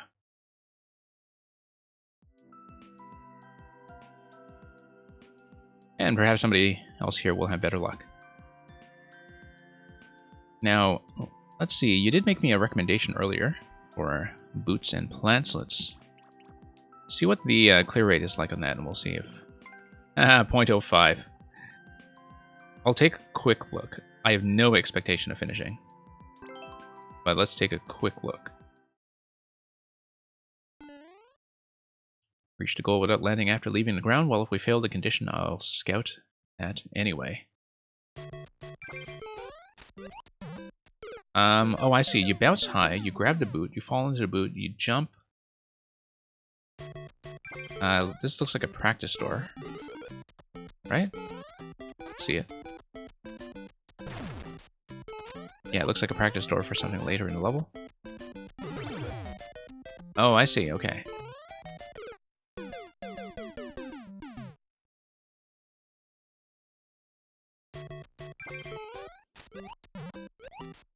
No, we can hop and booze. No need to be doing that. Okay, if we hop in a booze and do a boot drop, whoops. Hop on the boo, and then can I gain enough height to get over to the plant? Let's try it.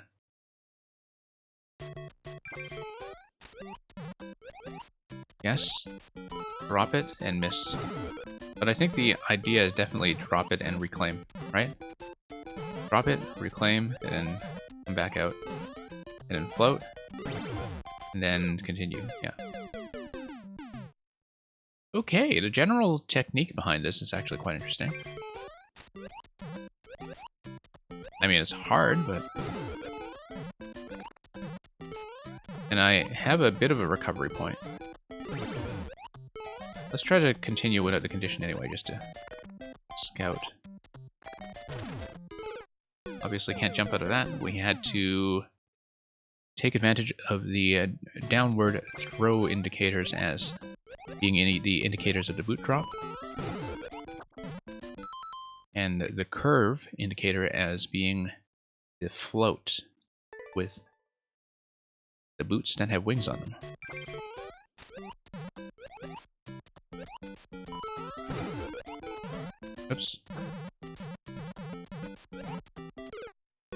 Shoes with Wings on. So, don't know how many of you know your classic Hollywood musicals from the 40s and 50s, but there is a film with Fred Astaire, which is the only color film that he did with Ginger Rogers. It's called The Barclays of Broadway, and there's a number in it called Shoes with Wings On, which is probably on YouTube, and which you should look up, because it's actually a kind of very unique musical number in Hollywood history, in that it uses optical effects to make Fred Astaire look like he is dancing with disembodied shoes. And so, you know, where, like, he is dancing with superimposed photography of himself, but with himself erased such that the disembodied shoes remain. It was a kind of chroma key effect, and it was way ahead of its time for something that's made in the 1950s. Okay, I needed to get a bounce off the piranha plant there. But anyway, that's what I always think whenever I see shoes with wings on. Including Garibo's shoe. See here. Whoops. Yeah, it needed to float and then float and drop on this guy. I'm very obviously not going to clear this. I just want to see some of the early sections to get a handle on the boot mechanics. I do think the idea of the boot drop and reclaim is a pretty interesting one.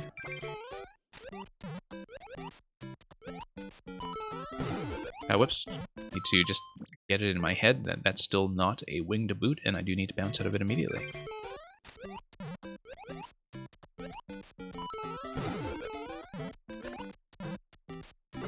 Nope. Tap the corner, fortunately. That's going to be boot drop. That's going to be more floating challenges.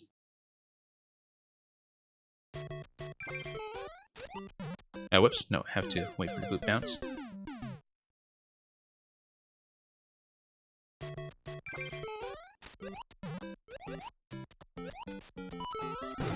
Yeah. Nope.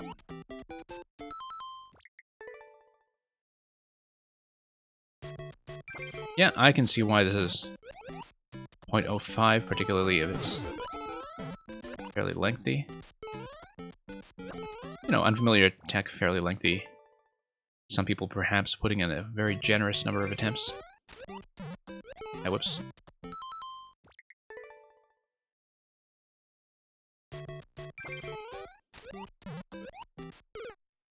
Let's not do silly things like that.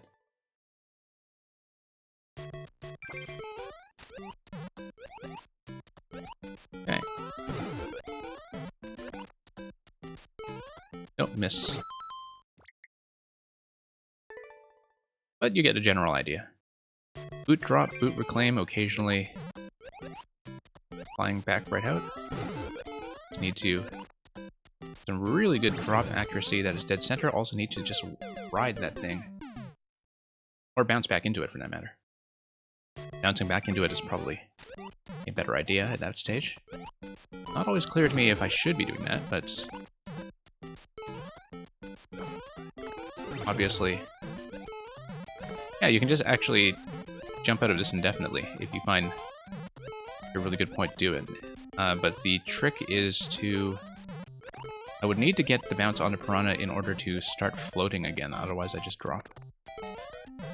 Because, yeah, I can't get a second float without having bounced first. You need to bounce, and then you can float.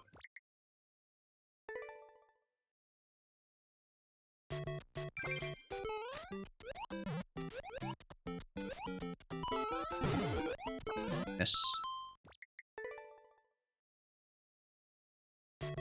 And let's... whoops.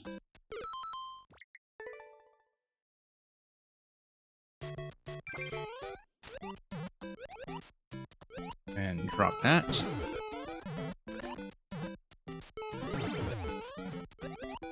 Okay, there we go.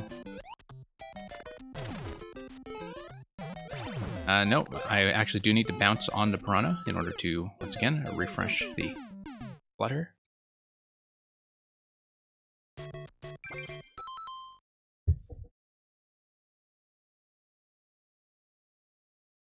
Yeah, just one moment.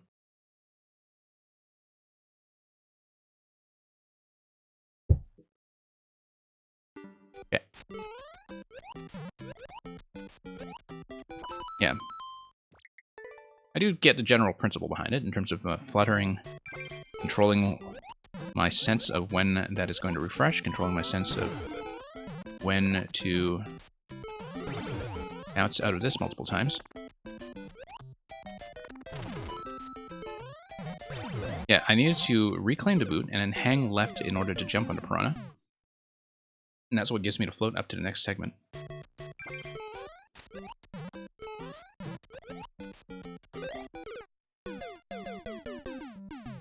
Yeah, it's nice to be able to practice past failure with one caveat, which is that sometimes I think when it comes to the don't touch the ground condition, it's very easy to fail it in ways where you're just barely nudging an edge or barely nudging a platform, and if you are practicing later in the level, it can be sometimes hard to tell when you are in fact doing something that fails to condition.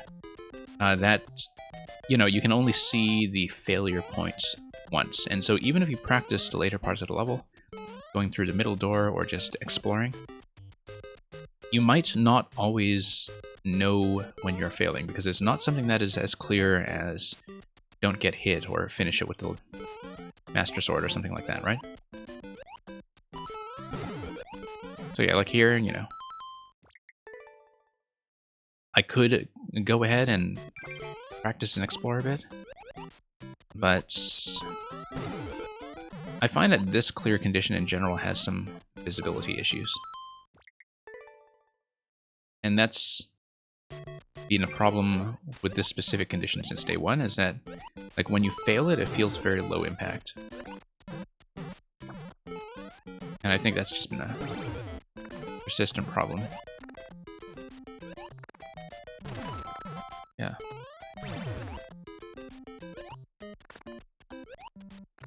Obviously just practicing this a little further at this point. Nice bounce there. Needed to drop that through the middle, just for repositioning. But yeah, you really do need to keep very good track mentally in this level. Very good track of whether you have kept the ability to flutter. You need to be mentally tracking that at the same time that you're doing everything else.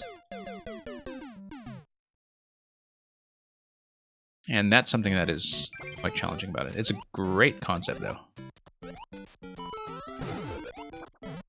I mean, it's very hard, but it's one of the better boot concepts I've seen.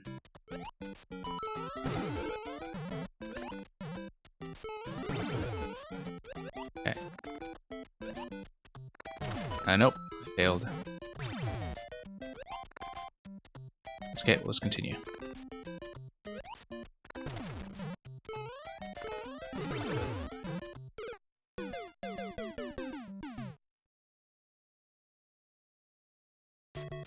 Yeah, I'd forgotten about the stay in the water condition, actually, because it's been so long since I played the story mode. But I do feel like the stone was just such an obvious thing to add to the standard editor. I mean, it's already in the game, right? It's one of the things from story mode that I wish were in. The other thing from story mode that I wish were in were, of course, access to the level description from the pause screen. So you could, in fact, see a reminder of anything necessary that the creator wanted you to know. But yeah, from a puzzle perspective, we're relying on chomp stumps for so much stuff. And chomp stumps kind of do their job. You can't carry them, of course, but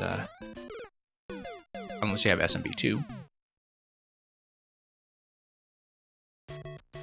But, you're kind of using chomp stumps, which require the extra entities to set up the initial break on them.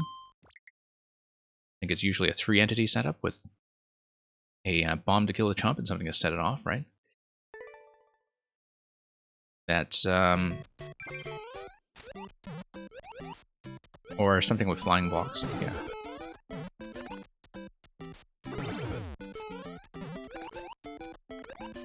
Yeah, it seems like, you know, we're kind of using Chomp Stump as a bit of a hack.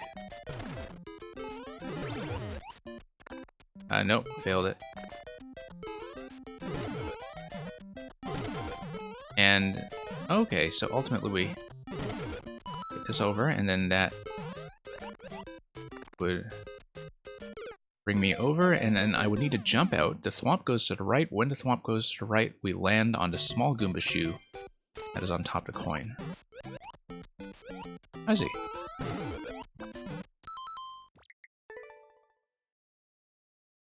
Justice for the stone? Yeah, I agree.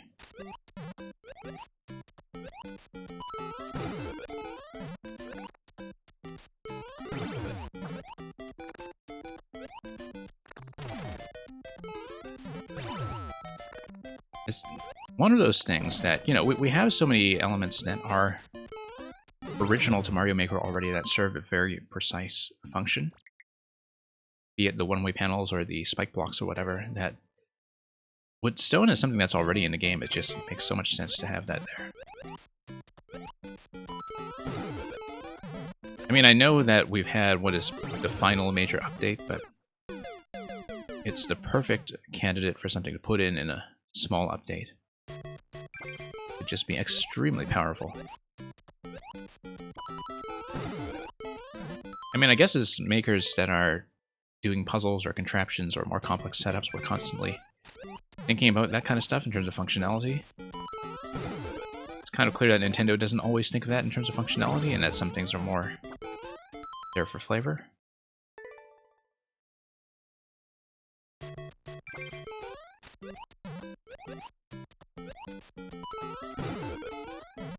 Hey, here we go. I keep forgetting my intended pattern there.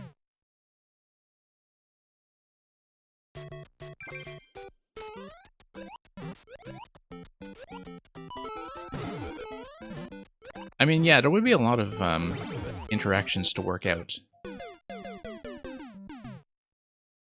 That perhaps were just not fully mapped out, because the stone had just a very limited use within story mode.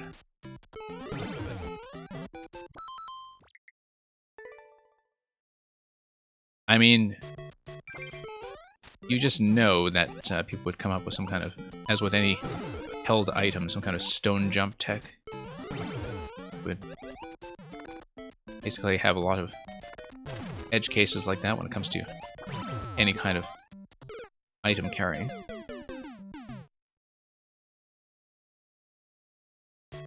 Yeah, I mean, there would be a lot of design issues that they would need to sort out with it, just to be absolutely clear about how it functions. I mean, somebody with better memory for story mode can remind me. I don't think they ever actually had it in any of the Super Mario World stages, right? Where you would have needed to figure out an interaction with the up throw, if you could, in fact, do the up throw, which I don't think you could. But... okay, there we go.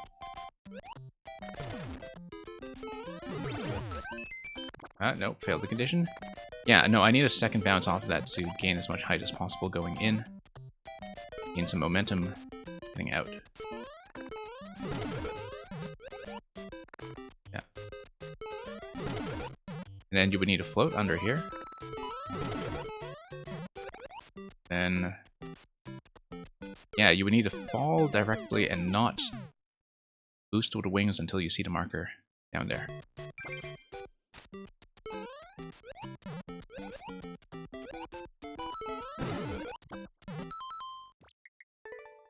And to answer your question, I don't think I'm your mother. Unless you're asking somebody else. Me is be chicken. I want to ask the question, if you could add only one thing to SMM2, what would it be? 3 or more extra sets of on-off blocks, like, oh, you like a green and yellow state, right? That would solve a lot of issues, actually, with having to set up, you know, on-off repetitions with blue and red, which have a bunch of issues. Like, once you try to build anything reasonably multi-state or complex, like anything that's a, hit 3 times setup. Nope, needed to reclaim that.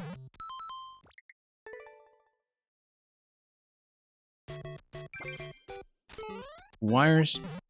Yeah, I don't know if you're familiar with Levelhead.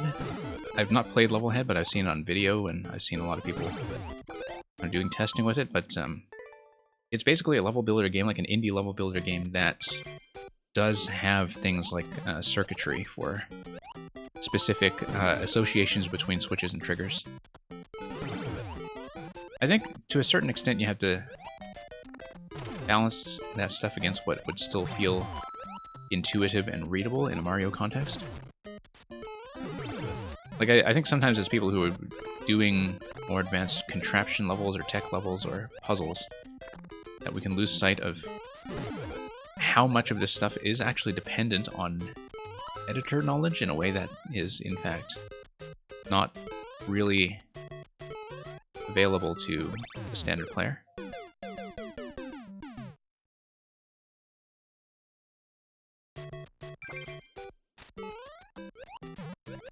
Because you'd have to make that, like, not visually interfere too much with existing things like tracks, right? And also, like, when you're placing objects in the editor, like, you would have to sort out things like, what do you do with circuitry relative to tracks?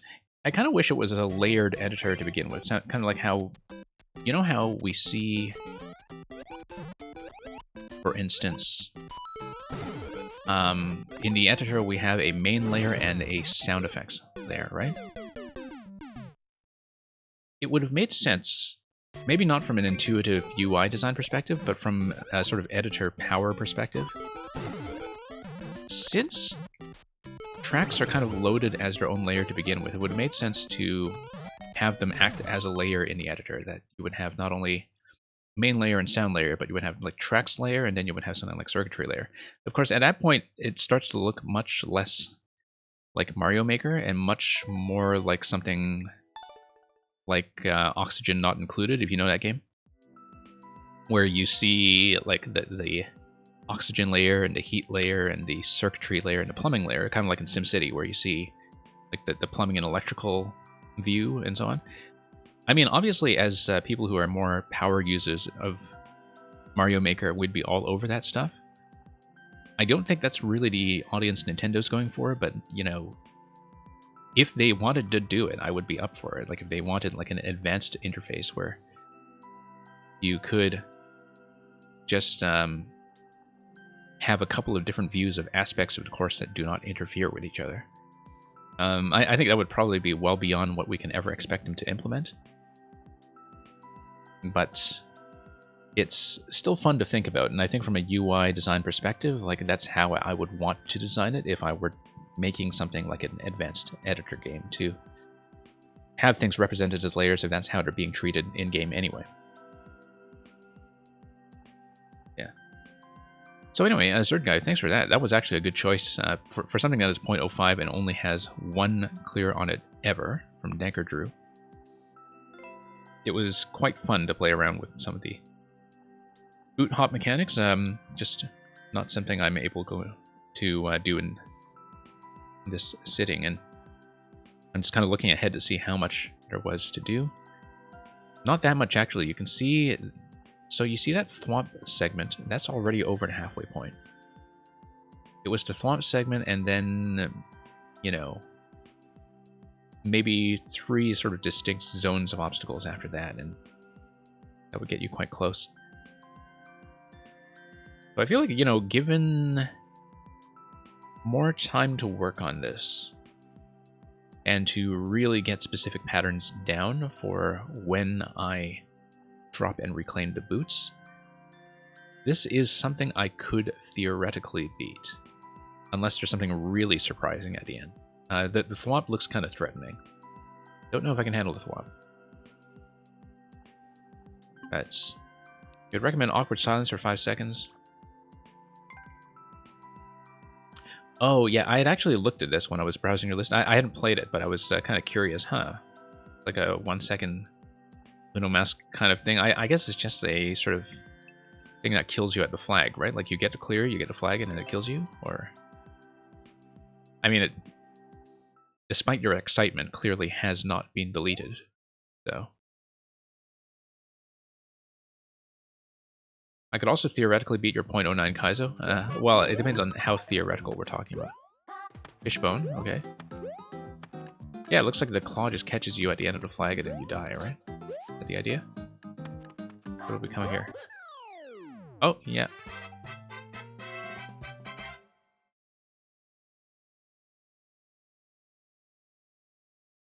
Oh, interesting. Interesting. That's interesting. I wonder if that actually registers as a clear. Yes, it does. Huh. Yeah. That's new to me. Yeah, we're giving that a like. Gonna dump that in endless for people to experience. Okay, that got a laugh. That was... I usually don't put likes on stuff like that, but that one was legitimately kind of entertaining. 12 seconds because I was kind of hanging around early on and playing around with the fishbone over the block and taking forever. So, clear check time is 3 seconds. Somebody really went straight for it. Hey, thank you for that, Third Guy. Let's look at some other stuff. And yeah, would be happy to have you back for more on viewer levels and the like. I feel like at some point we'll maybe try to make a deep push into the boot level, since I did figure out some of the general principles behind it, just not the pattern, but I did figure out the way that I'm supposed to approach it, one obstacle at a time. We're expecting Nintendo to stomp on it? Yeah, I was kind of staring at that in the end and thinking, it's kind of surprising that Nintendo wouldn't stomp on something like this, but I guess, while A, it hasn't been reported, B, it hasn't tripped any automatic glitch detection when it comes to post-flag interactions. So let's take a look at some stuff from Death Despise, who I only realized a few days ago that Death Despise is actually the same person as Iris in Maker 1, because Oh, 4YMM's up already. So any of you want to play the Celeste level, you can go for that. I'm going to be saving 4YMM for later in the week. Not Tuesday like I've been doing in previous weeks, because I do have a conflict on Tuesday, but I will likely be running this maybe on a night stream, like maybe Monday or something. But yeah, this is up. Your own worst enemy. And yeah, no, there was a specific thing I was going to bring up, which was this thing here. So this was a series I remembered from Maker 1, which I never got to record back then. And which was one of the levels that, as with the boot level displayed just now, was about the concept of kind of using the leaf refresh, and it was actually the level that in Maker 1 taught me how to use the leaf refresh. And so, like, I'm eager to see the Maker 2 remake of this. And yeah, you can see this is leaf mode, this is head mode, apparently. So yeah, let's do hard mode with the complete boss fight, which Barb described as longer than the Old Testament.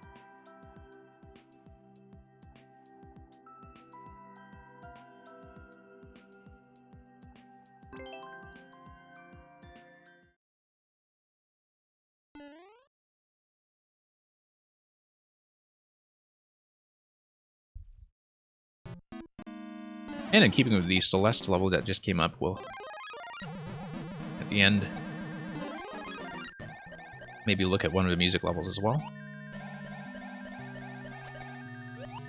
But yeah, you can see that using the trampolines, you build P-speed very quickly, right off the start. I have to get used to the fact that I am allowed to land, unlike the previous level.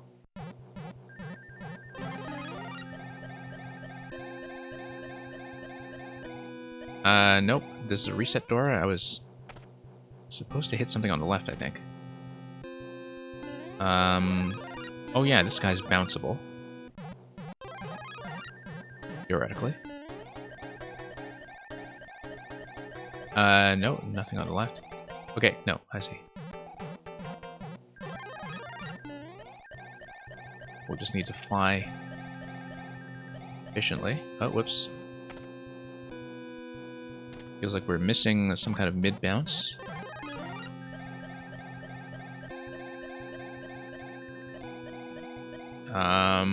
What do I bounce on? Because the Wiggler is available here. We'd want the Wiggler on the other side, wouldn't we? What do you think about this?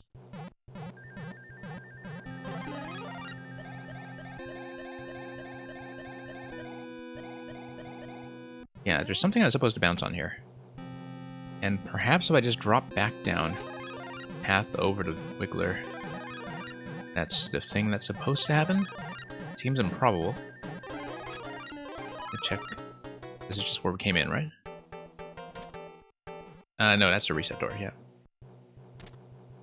Hit Wiggler red, yeah, because the Wiggler would sail over and get over onto the track in the middle over here. Yeah, you're correct. Should have been the obvious thing, but sometimes we get a bit of tunnel vision. Yeah, thanks for the reminder. That should have been obvious to me. Particularly because I have played the Maker 1 version of this just a long time ago. Okay, that's going to give me a bounce platform once I use the takeoff conveyor. I think I have to reset this one. Okay.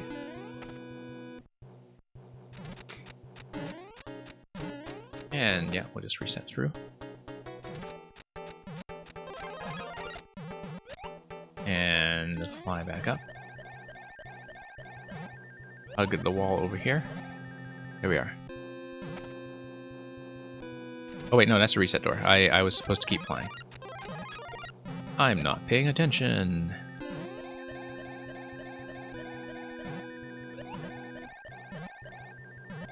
Oh, whoops, missed that. Loaded up prematurely before I managed to make it through that column.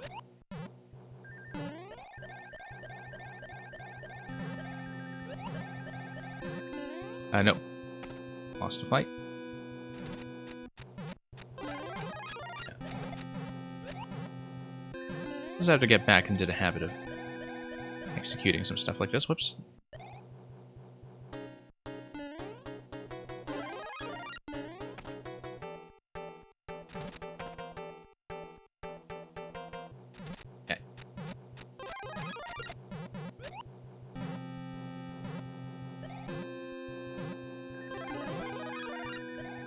And yeah, Death to Spies has a lot of stuff like this, which is not only involving the leaf, but also the cape, like very much a cape specialist as well, using similar setups to have a very compact takeoff point for flight.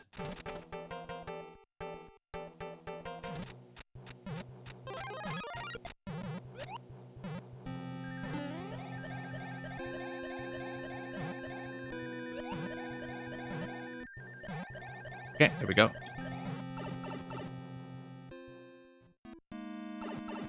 And we're going to be down here. And we'll see how this goes. Looks like it's going to be bouncing around the bones, but that there will be some kind of progression lock involving the Buzzy Shell. Why don't we just try this again? Yeah, because we'll be wanting to follow the up arrow over the right side. Oh, okay. How am I not bouncing on this? Ah, because I need to take the Buzzy Shell first and bump this guy up a few spots. So I can't do that yet. I would need the Buzzy Shell anyway to bump through the Muncher, so for now we must go down. And this is trapped behind a one-way panel, so we need to key first. before anything else. This seems like a flight point over here, followed by a bounce on a lower wiggler.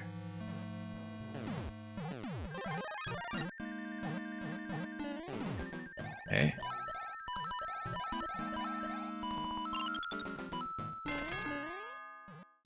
Okay, that breaks the door, except we can still go through it as half tile.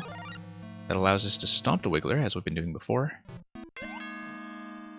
That's a ding-dong. Ding-dong allows us to go through this segment here. And whip this guy. Which then allows me to come through here and grab the key, except I need to be a little more accurate. I do like how much this zone applies all of the lessons that you learned in the earlier tutorial zones in terms of showing off the wiggler and the spiny in sequence.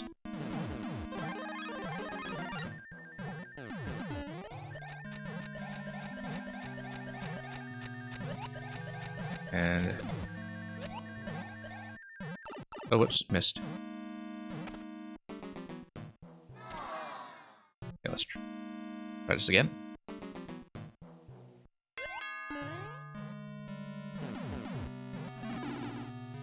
And let's head back. Whoops, no. We'll try that again. Just to maximize the uptime.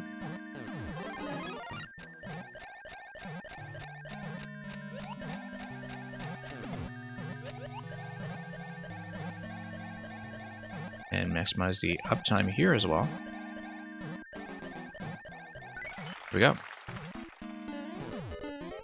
And we'll fly back up. Eeyore will give me the Buzzy helmets. And we'll hopefully have a checkpoint to save us from the timer soon enough. But first, that will be Bones followed by Muncher.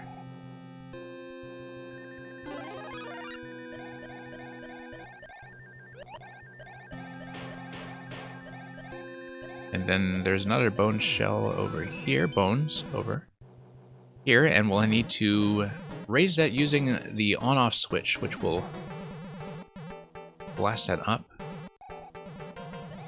And yeah, I guess we'll just have to toggle on-off in the other zone.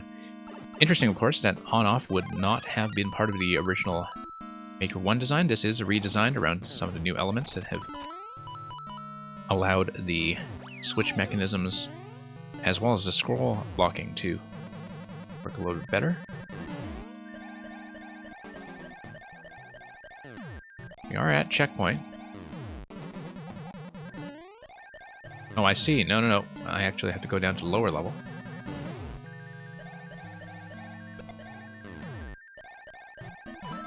Bought this. That didn't look right. I mean, I would have needed a second cannonball to be available on the way back. Wait.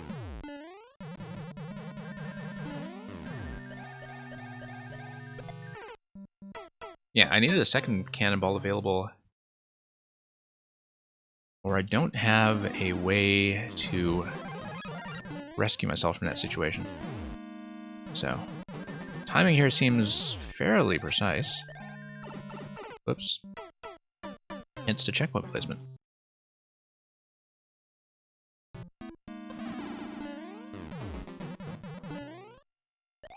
Whoops. Not nearly enough light.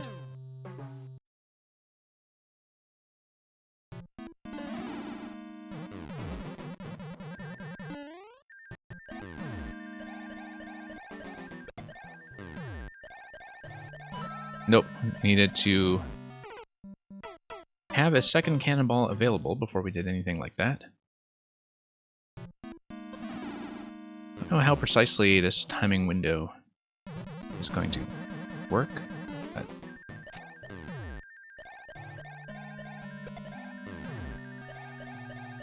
looks like I really do need to hustle my way back. Yeah, I have to fly very accurately up to the question block. If I go quickly and smoothly, I should be able to double back to that next cannonball.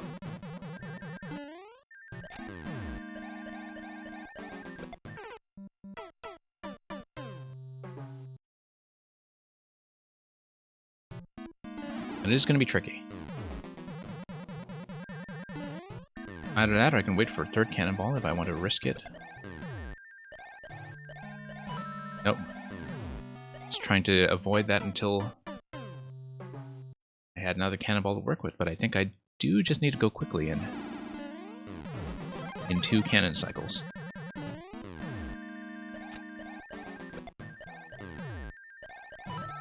Yeah, really fast. Not fast enough. Looks like that is the intended timing if I play just a little bit cleaner.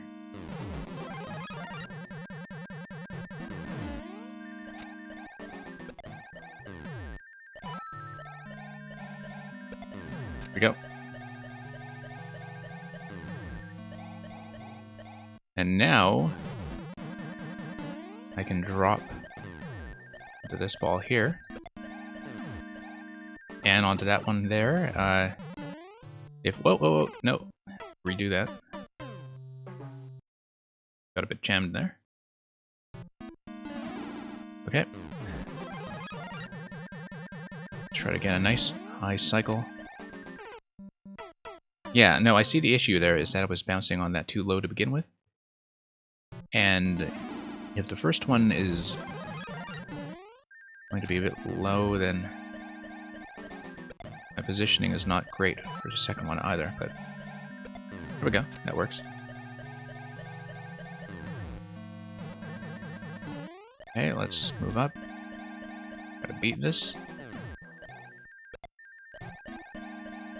And land safely.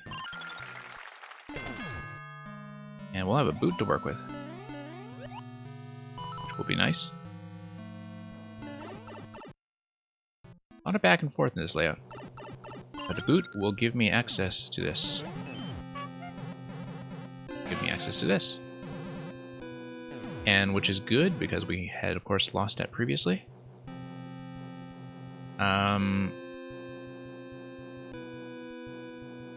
This was just a first zone earlier. We don't need it anymore. I think so. Nice to see that the on-off control has been added, just to force that absolutely. Let it drop the boot, I think. Dropping the boot is fine because we now have a different on-off state, which will, I think, be enough to allow me to progress.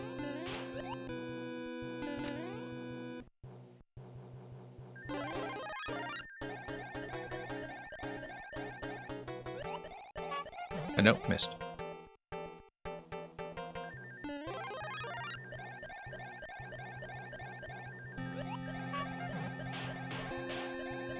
And yeah, that was the on-off gate right there.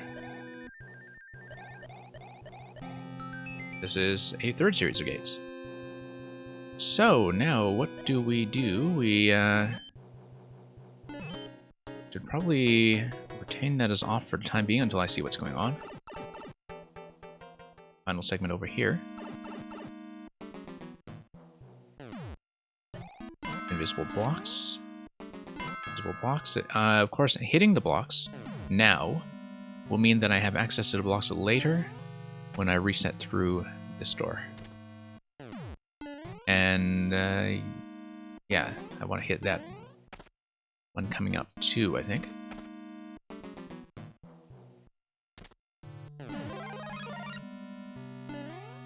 Okay, maybe I can't. Okay. Let us proceed and see what I can do.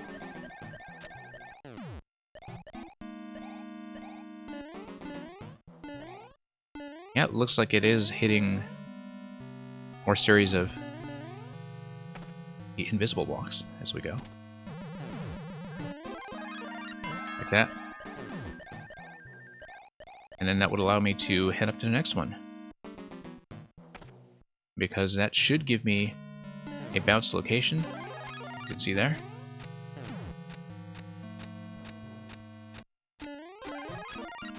Yeah, really interesting use of the invisible blocks and the fact that activating them freezes them in their initial spawn location.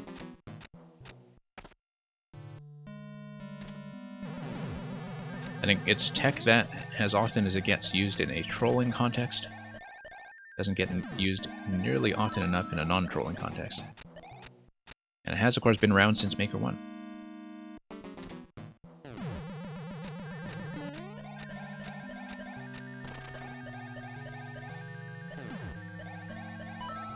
Nope, too late. Slightly too late. That is clearly the path forward.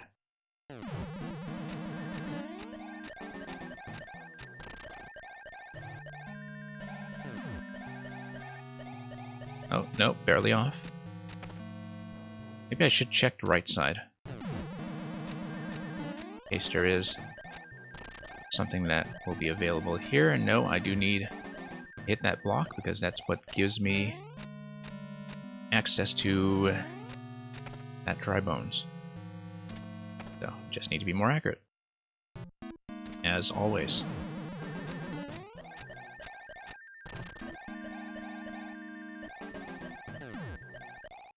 I see that maybe the coin is the marker I should be going for. If I'm timing this accurately. It may also just be the last remaining coin of whatever set I was attempting to hit earlier. There we go. Now we take it up the right side.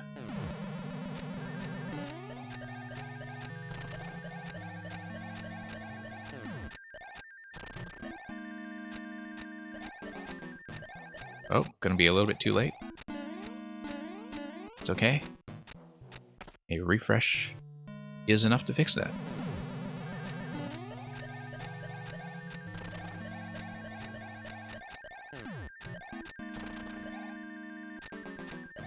Nope, no, no, no.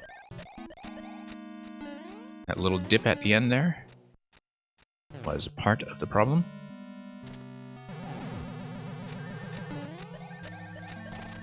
I know. We don't need to refresh this thing. Just redo it from here. Bounce. Drop. And get up here gracefully. Fire Flower is going to allow me to break a bomb, probably. This guy here. Breaking that guy there will require me to do something. Oh, no, there we go. That hits. And that enforces the off state. We'll need another leaf. And we progress further through the same flight sequence. Except, having restarted this zone, I do need to do some bumping.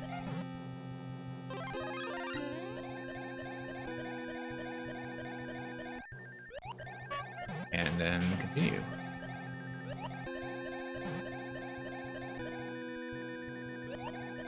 And then continue. Okay, checkpoint.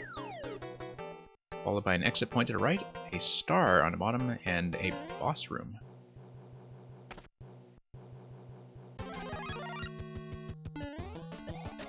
Okay, no, I needed to gain flight from the trampolines. That much is very clear. Now, here's the fight that was reportedly longer than the Old Testament. Oh, wow, okay. That's quite the accuracy check.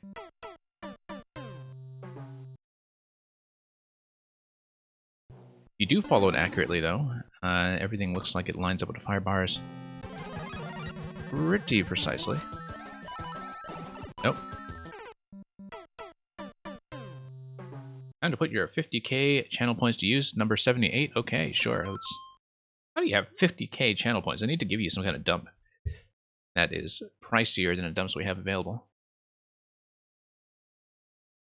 Anyway, thank you for being such a loyal regular. We will do a reading of number 78.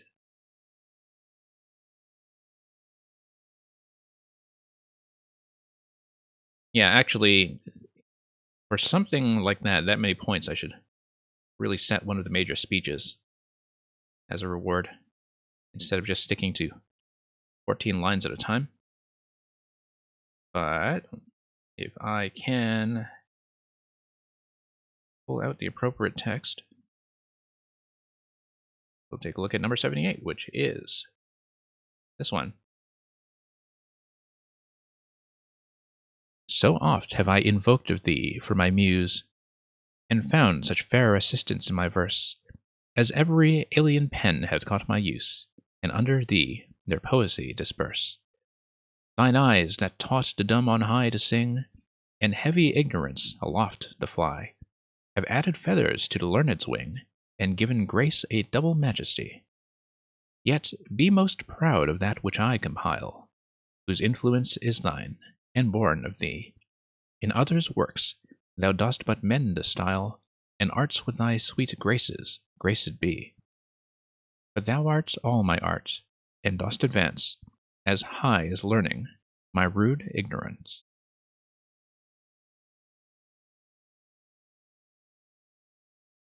Thank you for that. There may need to be a bit of a cooldown time between the Shakespeare requests so you don't do that many in a row, but I'll figure out some kind of higher tier point reward in the meantime and give you a reason to save.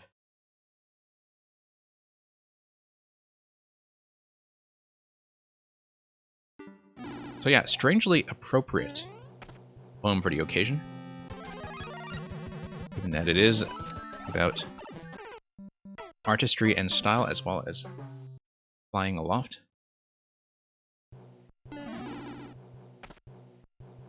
Very much the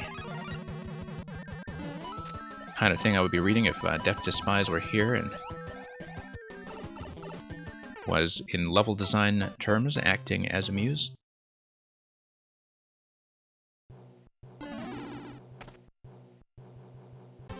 Yeah, if I can actually get the sound to consistently synchronize on the stream, I did wanted to. I did want to put in the Rickroll level as a point reward. That Rickroll level that some of you may have seen in one of the previous streams.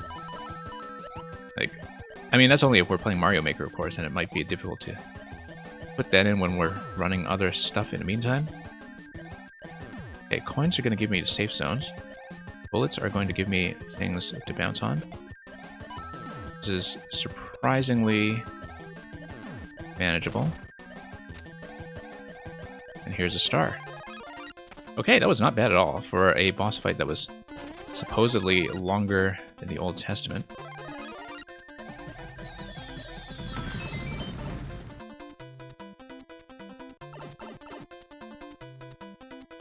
Hey, we're taking this side. Because of course we are.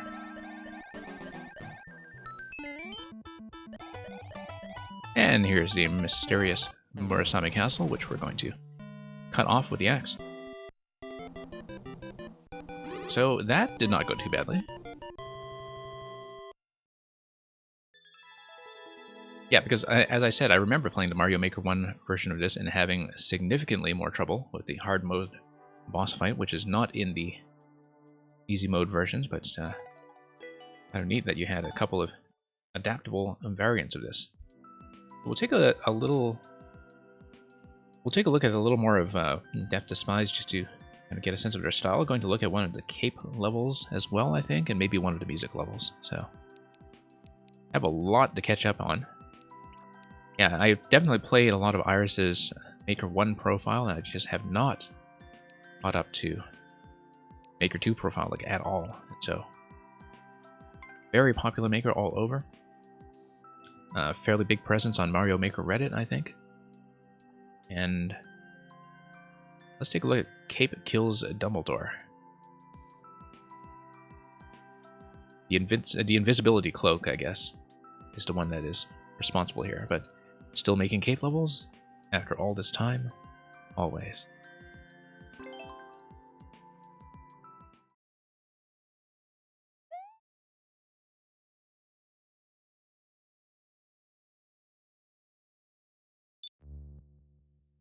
Okay, I don't have a cape. I just needed to bounce off that, and take this as a bit of a speedrun segment. Oh, I see. Harry Potter music level. Okay. There was a really interesting profile of John Williams that was published in the New Yorker a couple weeks ago, like earlier in July. It was by Alex Ross, who is one of the foremost writers in classical music journalism. And so it was an interview with John Williams from a classical music perspective, rather than a more film score-oriented perspective. And I highly recommend it if you are into film music, as just a very illuminating look into what he has to say nowadays about his style and process, and about, you know, finishing his Star Wars scores over the process of 40 years. Anyway, missed the spin jump marker there.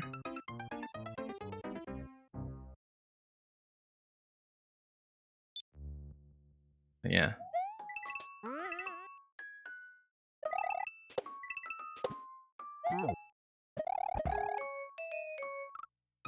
I remember hearing the debut of the John Williams themed Harry Potter for the first time before the actual release of the film. I was already a Potter reader at that point, and also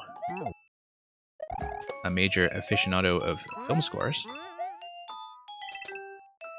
Nope, needed to drop the POW. So yeah, no sign of the cape yet. I guess we'll save the cape for later when we... Spoiler alert, kill Dumbledore.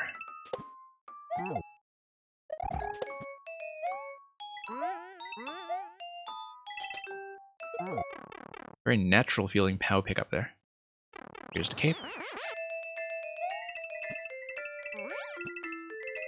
No, that's a pound. It's a pound as well as the B section of the theme. Somewhat different tempo. Picking it up a bit, but appropriately so, I think.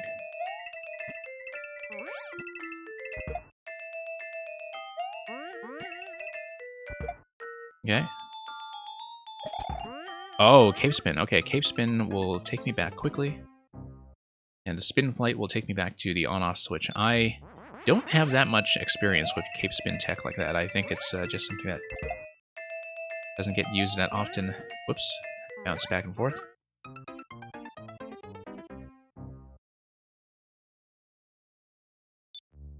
I know that in much more advanced levels that the cape spin is maybe a bit more frequently seen. It's not an interaction that I have had much practice with. More into Max Richter, okay.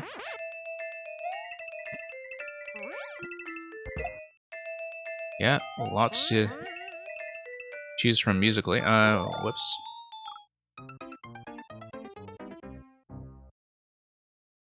Actually very much into Max Steiner, who is, of course, the major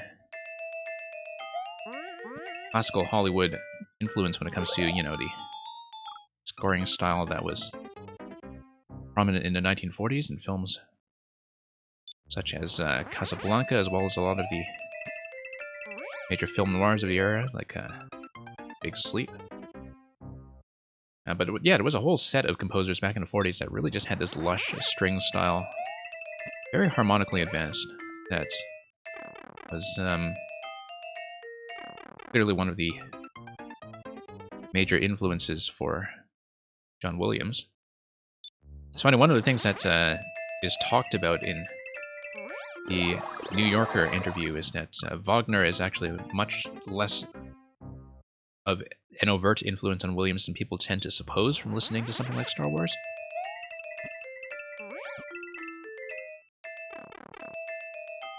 I think a lot of stuff in Star Wars, particularly if you listen to things like, you know, the Empire Strikes Back score and the asteroid chase sequence and so on, is actually much closer to Stravinsky. But, you know, I think most people's sort of exposure to the idea of having a lot of these grand musical motifs in terms of having, like, very clear themes that signal particular characters in a large-scale operatic setting. Like, a lot of that language for talking about that stuff comes from people engaging with Wagner. So, You just naturally have this. Whoops. Gotta fly a lot higher than that in order to get to ground pound. Yeah. Or the double bounce, don't turn around. Okay. Nope, miss.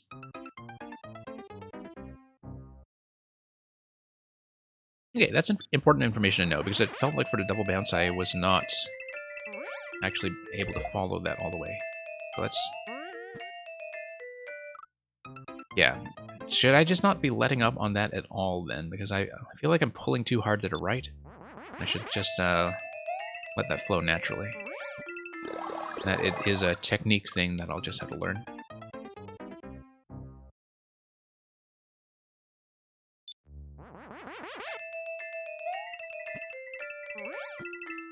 Nope.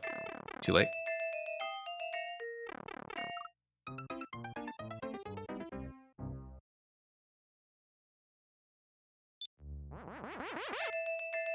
And yeah. I'm trying to think of like a really good minimalist film composer. A lot of great minimalist composers out there, but in a film context, it's sort of interesting to see what dominant styles have taken over with time.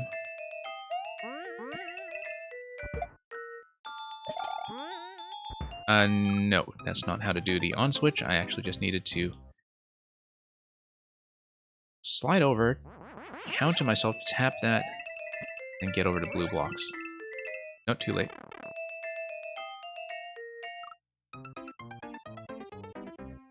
Jan Cherson? Yeah. Try to remember what scores I associate them with, but I mean, obviously, like, you have a lot of filmmakers who are just very sparse about using music at all. And so it really pops out when they do. I think it's something that was much more common in a lot of older cinema, but certainly in a lot of international cinema as well, in terms of having scores that are barely there or just kind of there in the end credits.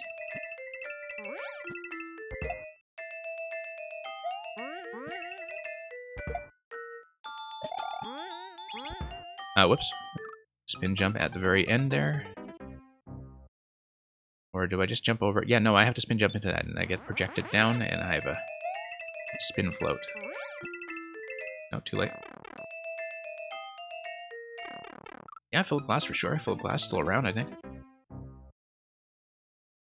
Still around and performing from time to time.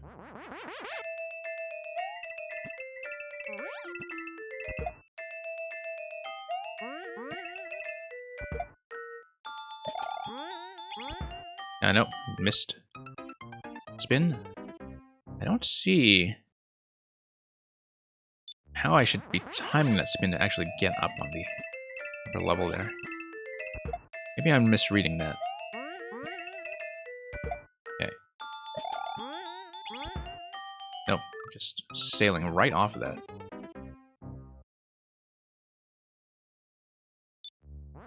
Yeah, I'm just mistiming how I'm getting off the blue blocks. Very satisfying to pull that off every time. Nope, just missing a spin. Completely missing it. But as regulars on the stream know, I'm not good at following instructions. That's not really my skill set when it comes to video games. Whoops. Yeah, just missed it every time.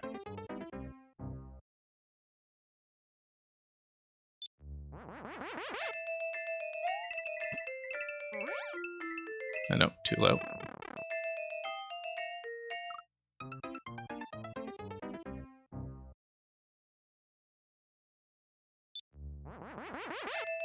Okay, there we go.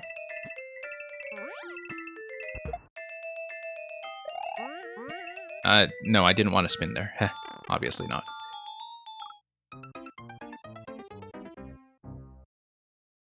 I think I was still thinking too far ahead to later in the level when I am supposed to spin and have been consistently missing it. Okay, the flight window there is actually more generous than it looks when it comes to where I can safely pound the muncher.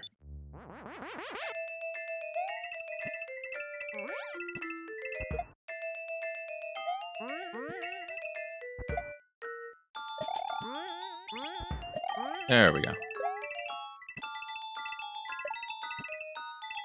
Whoops. I don't know why I was expecting a second wiggler bounce there. That was clearly not going to be the case. Very satisfying to pull off that sequence, though. Nope.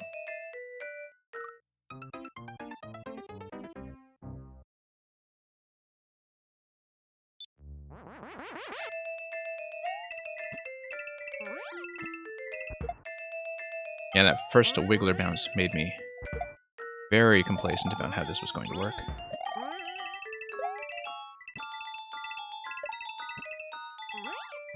There we go. There's Dumbledore. Presumably. Okay, that was satisfying.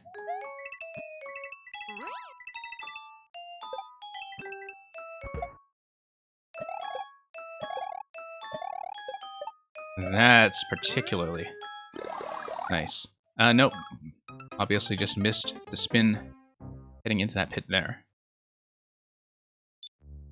Yes, Jan Tersen. Yeah, I actually really love his score to Le Fabuleux Destin d'Amélie Poulain, which is a film that I have not seen in a while, but I did see it when it originally had its cinematic run in about 20 years ago, I guess. And also the follow-up film to that, which was A Very Long Engagement, which was the First World War film with Audrey Tautou, which I think Tiersen also scored, but I'm trying to remember. But I remember like really loving some of the accordion pieces that were in the score to Amélie.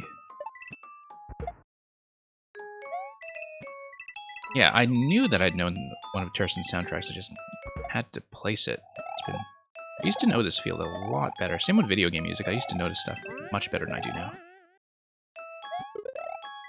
No, that was wrong. I think... Did I need a standard flight or a spin? It looked like a spin, but may have been completely off on that score.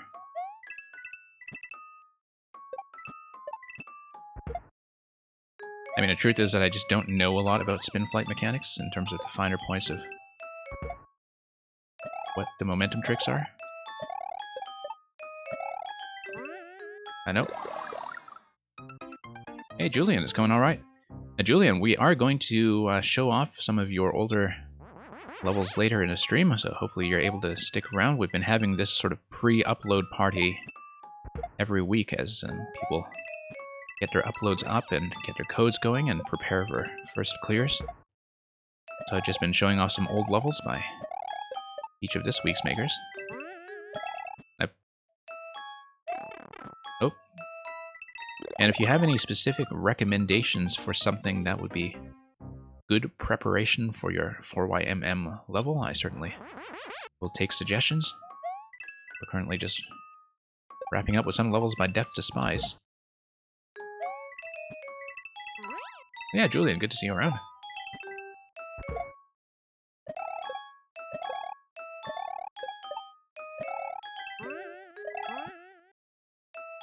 Nope, off there.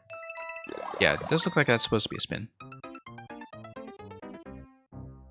Because standard flight's just not going to give me the angle I need. I think it's fairly obvious what I'm doing wrong there. Just don't really have the intuition to read that accurately.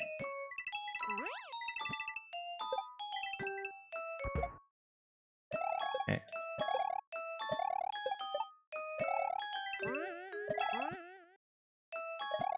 Yeah. Nope. Okay, what is going on there then?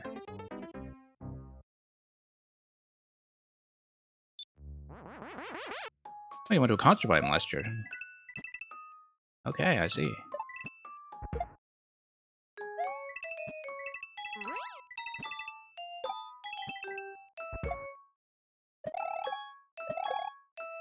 Yeah.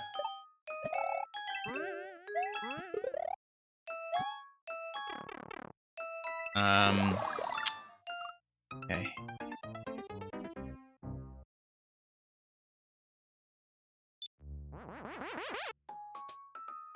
Yeah, I saw that the uploads were beginning to come up. I didn't know if all of them were up yet. But those of you who are racing for the early first clears in record times, well, for the first clear people, good luck putting up a fight against Tino. For the world record people, good luck putting up a fight against the Call, who's been grabbing almost every single one. I think the Call actually got 7 out of 8 speed records last week. The only one he was missing was the Yoshi puzzle.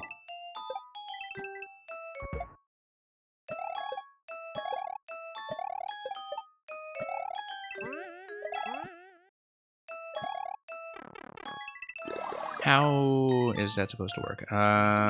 Don't feel like I understand it.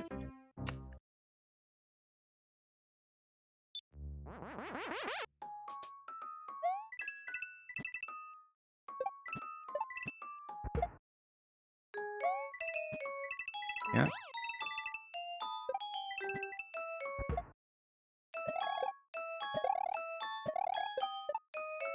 And here we go. Ah, there we go. Wow, look at the momentum gain there. Amazing momentum gain. Didn't really expect that. I don't know enough about these flight mechanics, and I just need to play more Death Despised levels, I think, to really learn the spin flight. But yeah, there we go. Cape kills Dumbledore. We'll show off one more by Death Despised. We'll show off one of the music levels. I mean, we did just show off a music level, but I'll show you one more. This is Star Trek The Next Generation, very popular. You have, of course, the final lines from All Good Things, the series finale. 5-card stud, nothing wild, and the sky's the limit. Now, speaking of which, if you like the Shakespeare Sonnet program you see here, turns out there is a much better one that you can find in that since a lot of places went into lockdown, Patrick Stewart had actually been uploading Shakespeare Sonnet read-throughs on his Twitter account. And he is an actual Shakespearean, not a fake Mario Maker Shakespearean like what you see on this program here. And so, if you really want to get your money's worth, check out Patrick Stewart. In the meantime, though, we will see what this rendition of the theme is like. We see the Starfleet emblem on the title image. And, of course, the space theme.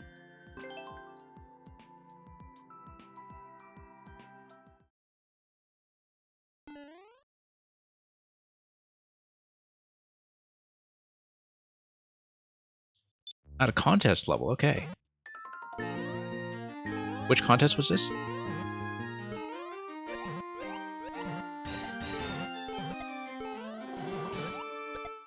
Oh wow, it actually lands on the beat. That's nice.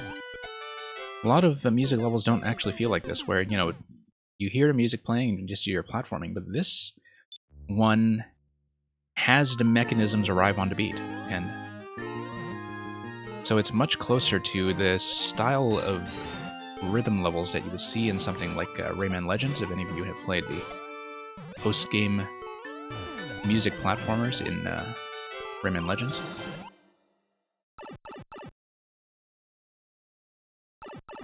Technological terror, okay.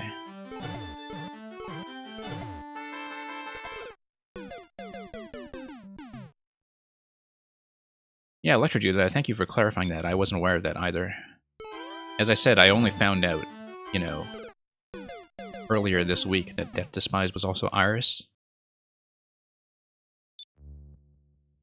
But that's what happens when, I mean, I kind of got to the community side of Maker 1 very late, as I said before. So.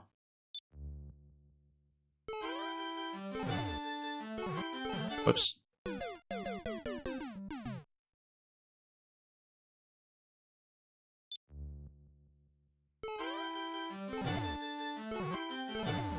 Hey. Let's actually take heed of the advice I just gave myself, which is that the rhythm platforming is largely on the beat.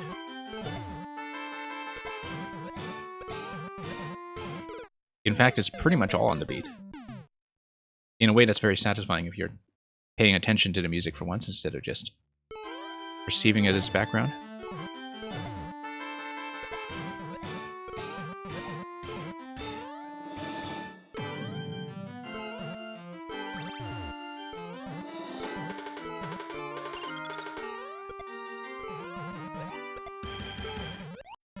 Very nice. Big finish there, and here's the Starfleet emblem. The peaceful music track is extremely appropriate here. Well, let's try to hit the top of the flag.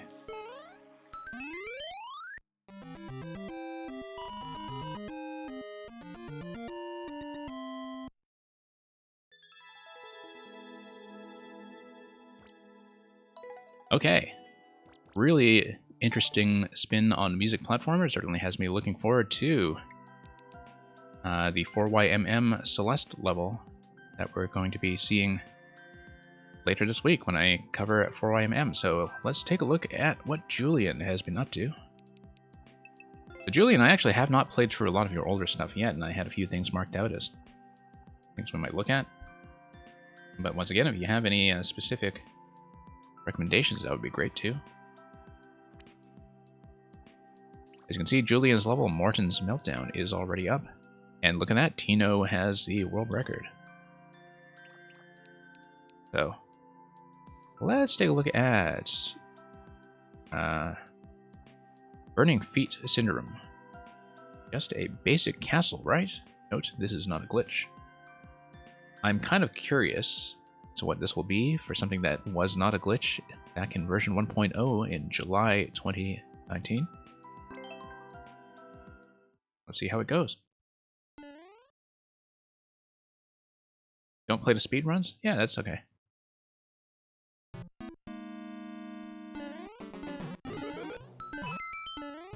I was hoping to look at some of the things that are more conceptually unique anyway. So, I'm sure most of the people who come here also are aware of Julian as a maker as well as a streamer. If you're not, definitely give his stream a follow. It is one very pleasant design feedback stream. Very much in keeping with the style that a lot of people expect here as well. So this is just a little tutorial segment to explain to you that you are allowed to run on the surface of the lava because of whatever has been loaded there. So there's just one thing we can do, which is... No, there are two things we can do. First thing is we'll just check to see what's going on back here. When we reload it, yeah, we can see the cannons being dropped onto the lower level. And yeah, jump scare for people who didn't know this. Yeah, I know it's old now, but it's kind of interesting that you would have people try to report it as a glitch. I mean, I've seen this at this point in so many Trolls and Puzzles, and you have as well. But I think it was kind of nice that back in July 2019, people were already sort of having a clear sense of what you could do. Notice a track overlap there. Totally out of range, that one up. I'll have to think about that. Like if we have a shell that spawns a vine or something to climb up, who knows? This looks interesting. We'll see what that's about. Seesaw, okay, so we get the thwomp to activate over here. Be able to raise that.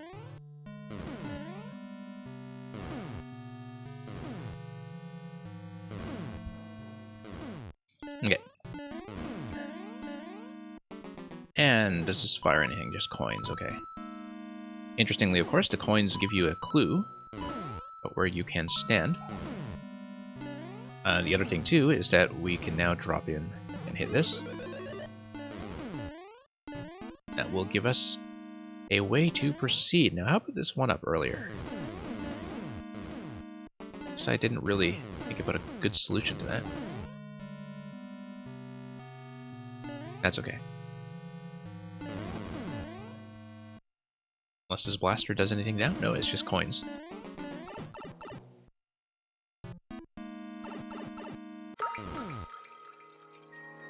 Yeah, Mr. Electrodude, I also see what you did there with a very nice Laval. This is indeed what Laval feels like as a place in Quebec, probably.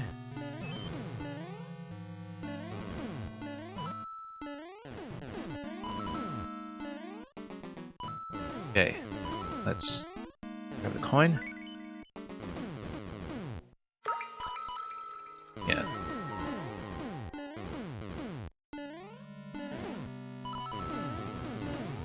Always very nice of levels like this one to actually give, you know, kind of good and thoughtfully designed tech demonstrations that still function as decent levels for people who are playing on the easier difficulties. Because I find it's actually kind of hard to make a good content at that level, unless you're very well practiced at thinking about how to make safe design also interesting. And in such a way that it's very clear to people who are new to these mechanics what it is they should be doing, even if it is something unfamiliar. I think it is kind of an underrated design skill. Okay, Pow's going to do something. I mean, sometimes you just kind of follow the mystery and do the only thing you're allowed to do, which in this case is that.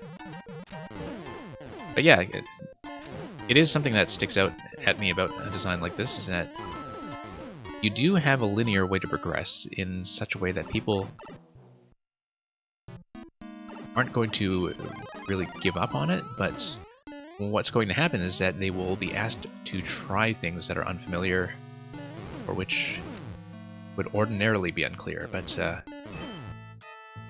given their lack of other options, you kind of funnel them towards doing what to a lot of players would feel like the crazy thing to do. Hey, I'm going to see if I can beat this. A lot of people thought they could beat that. A lot of people thought they could do it, but, you know, I think this level kind of encourages you to try in some ways. But fine, we'll do it the safe way. We'll take the boat. We'll take the boat. Interestingly, too, it seems like I actually do have enough room to... Oh, you don't actually build P speed at all. Probably because of the drag from the lava. Notice how the P meter does not go up whatsoever. Like, you don't build any speed. Of course, that was just something I was thinking about because we had just been playing Death Despised levels, and yeah, because you're not only using the cannons that are spaced out by blocks, but dealing with cannonballs and such as well, and yeah, between that and a drag under the lava, no running speed whatsoever. It just does not build up at all. Yeah, it's kind of interesting that you don't die to the lava, but it does exert drag. That it is acting like water would be acting.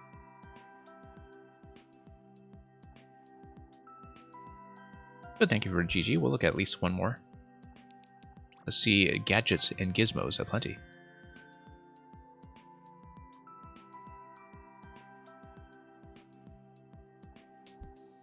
Okay, so puzzle your way through this mechanical madness. Have fun.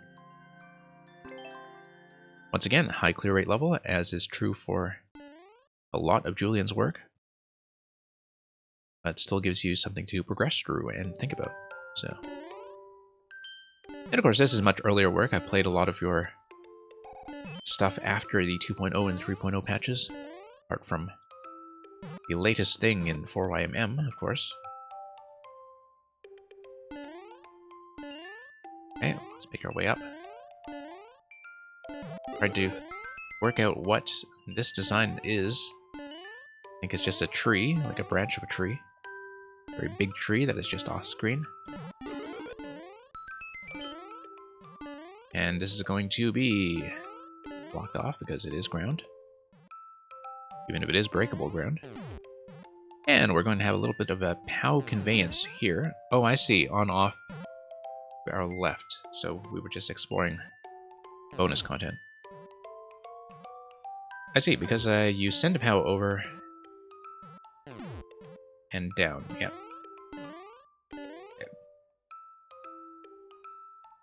Be paying attention to this sort of thing. And then a delivery mechanism. Oh, okay, because then you want to send a POW down. And ultimately you do want the thwomp to thwomp it, right?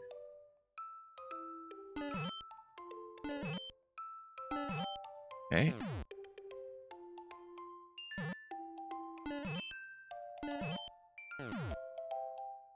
Let me think about this.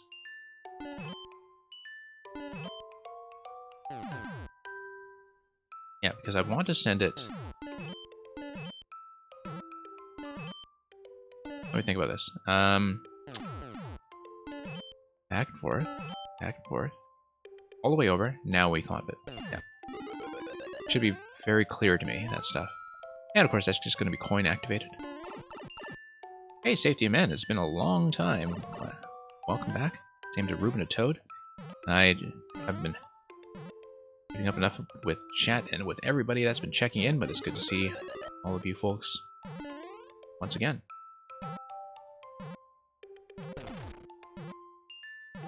And Julian says, you made this one as a last tribute because you always made stuff like this in Maker 1. I wanted to end that in Maker 2, yeah. Yeah, it certainly seems like you've been stretching out with a lot of designs since then.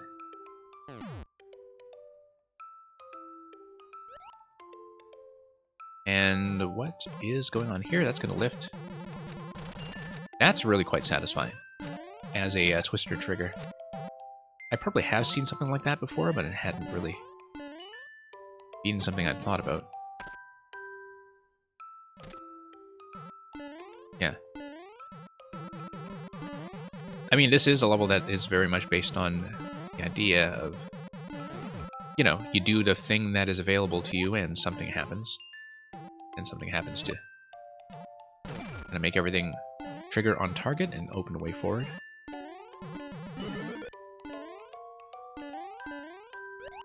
But yeah, it's kind of interesting that, you know, as people get their hands on the toolkit of a new game or a new patch, like you see a lot of levels that try to act as variety showcases, you know, in the same way that people saw the 3.0 patch and immediately you had a lot of all Koopaling levels or all 3D World Hat levels that tried to just do a whole bunch of things at once. And some of them were reasonably good, but you can tell that, like, as the game matures and as you spend longer with it as a maker, that concepts start to become a little more concentrated. So let's get this to zap the ice on the right side. And yeah, to answer your question, Safety of Men, Electrodune has gave the answer that was provided from the bot, which is that we have been featuring a maker project that has been going on for several weeks now, and which features a good number of the people here. We needed to set off the bomb in order to grab the key. In order to set off the bomb, I needed to crush it, didn't I? And in order to crush it... Did I... Oh, okay, let's go through the door. Yeah. Had to keep track of which doors I was actually using. Okay, not a bonus road up there. It's just going to maintain a key in place. And our yogurt house. Welcome back. We have actually not shown off yours yet today, but I hope your second contribution to 4YMM for this week is going to go well if it's already been uploaded.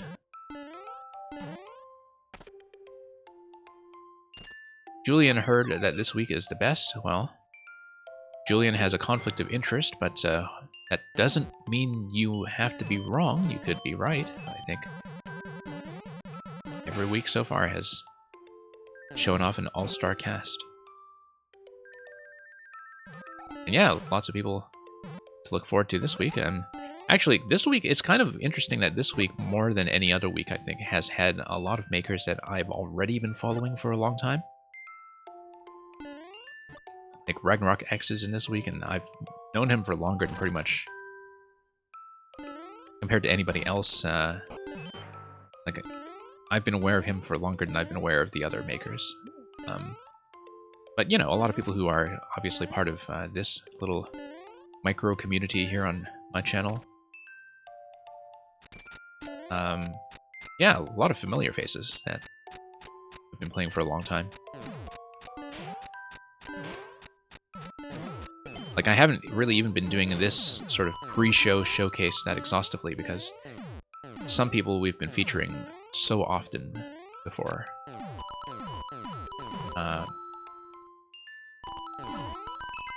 Okay, that's going to let me through. That's going to not be the thing, but okay, one-way panel. I guess we'll take that and deal with it. Fire that over. Definitely think about how I could have claimed that, but I don't think the shell is going to be that cooperative. Yeah, tap this. And is that going to give me access to fire? Yes, it is. Is that going to give me access to getting out of the car?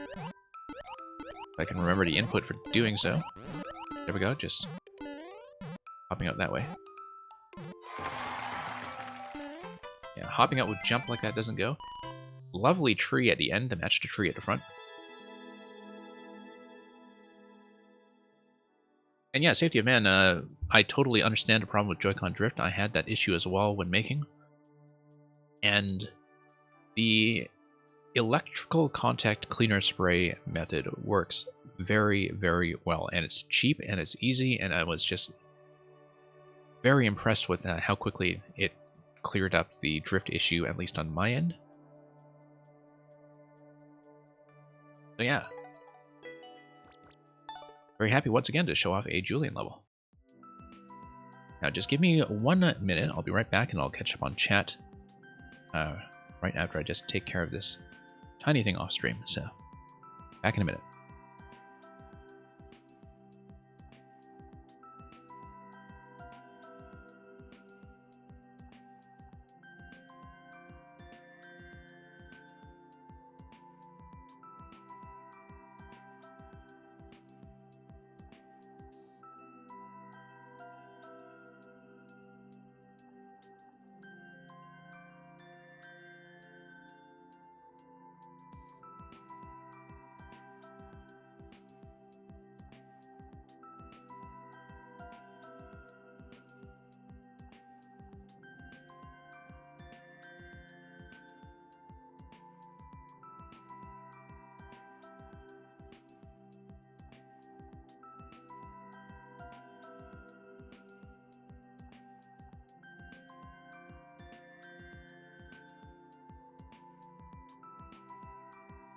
Okay, we are back in business.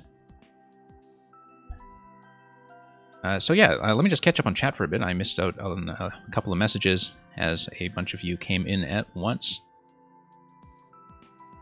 So yeah, welcome to those of you who are coming in a bit late. We have been sort of working on a mix of some backlog levels today, and the thing that we have been doing for the past few weeks, which is looking at older levels by the makers of 4YMM in the hours when they are uploaded prior to the official launch. So, for example, if I take a look at my followed list, you can see probably which ones have already been coming up. And hey, Safety Man, you got something new too. So welcome back to the game. So we've seen a couple come up already. This one was the re-upload, of course. This one was also the re-upload from earlier, but we have... What do we got? 1, 2, 3, 4, 5, 6. Seems like Death to Spies has done a bunch of re-uploads in the meantime just to kind of freshen up the list. And we have 2.0 to Redux level. Yeah, but 1, 2, 3, 4, 5, 6 out of 8 levels uploaded so far. Looks like first clears are available on some of them. Looks like Mangs just went up. I heard this was going to be harder than the Mang level from earlier in the week, but I'll let you folks test that for yourselves. And yeah, so that's what we're kind of looking at right now. As a bit of a preview of the people who had come up, we had looked at some Zelda dungeons by Builder M earlier.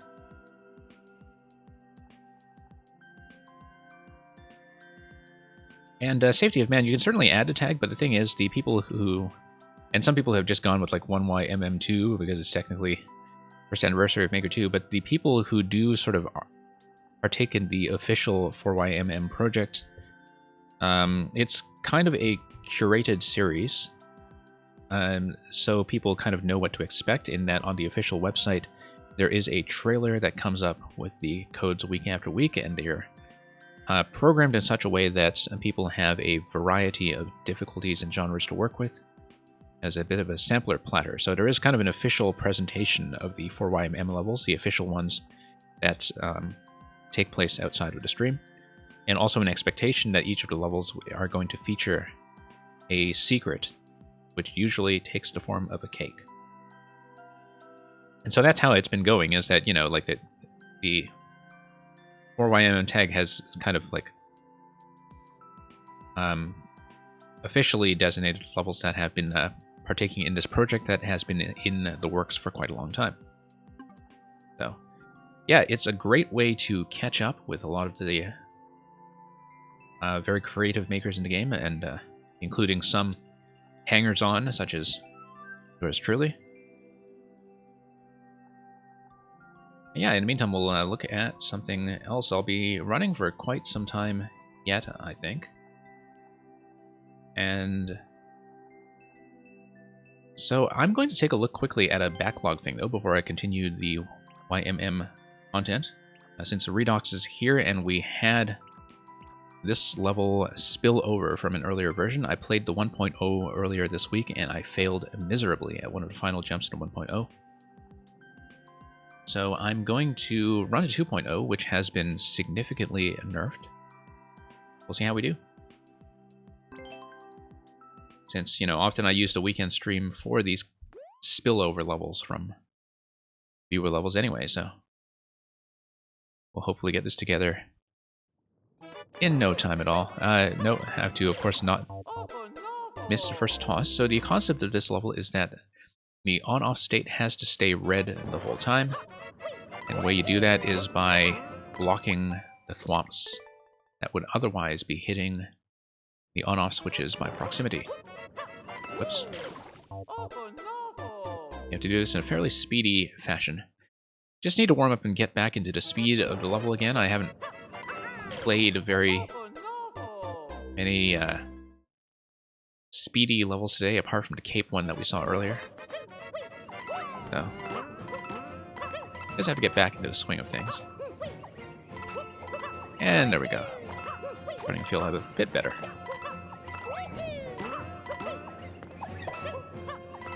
And of course, some of this will be new to me due to some design changes later in the level. Where did that go? Oh, yes. Wall jump off the left side and then grab. Okay, I see. This is the part that has changed, I think.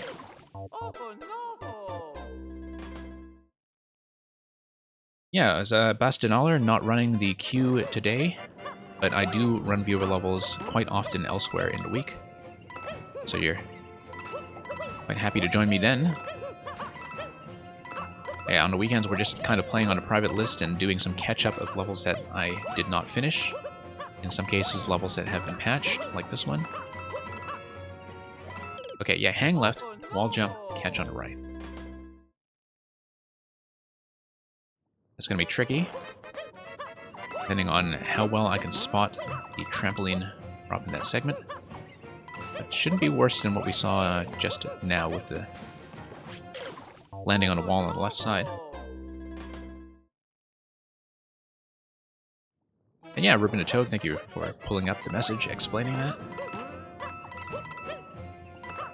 It's usually what I do on a weekend stream. I mean, you know, we do configure our schedule differently every now and then and move things accordingly, but lately that's been the pattern, is that the weekend streams we do. This weekday streams, it's a mix of doing the actual 4YMM levels as they launch and continuing viewer levels as always. We had been doing fewer viewer levels this month simply because I had also been running Paper Mario on the side. And we did finish the main quest of Paper Mario a couple nights ago, but I might still be doing a little bit of post-game content. But lately, that's been happening, and yeah, I guess it is a weekend again, which is, you know, that's how it goes. And yeah, those of you who do need to say goodnight, do have a good night and safety of men. Of course, I did see you have that new level up, so if you do want it tested on my stream, do drop by. Be very happy to see you back.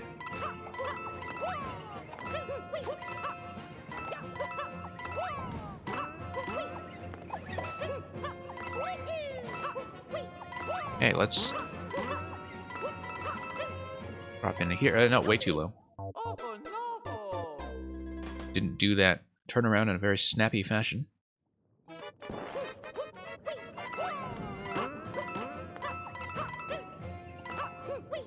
And yeah, let's just get this back in order.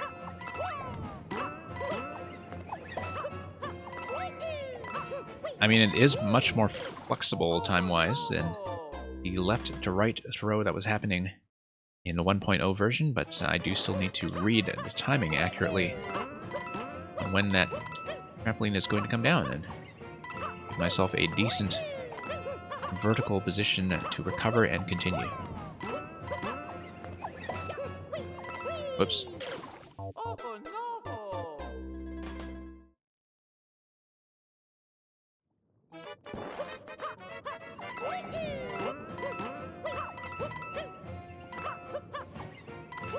Okay, once again.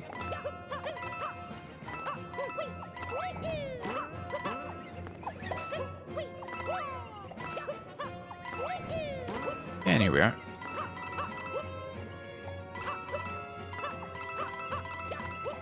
Nope. I mean, there's the flag right there. The reason I missed the catch at the very end was because I had kind of released the dash button temporarily to try to do those wall jumps quickly, which is, I think, just kind of a technical habit of mine. And we were not prepared for the catch of the trampoline at the very end. And I was a little bit slow on the wall jumps regardless, which is a pretty frequent problem. But we have read the whole thing up to the flag at this point. I do see everything that is coming. Of course, the throw is something that you can always do just slightly low because the object will go up anyway towards the pipe. Oh.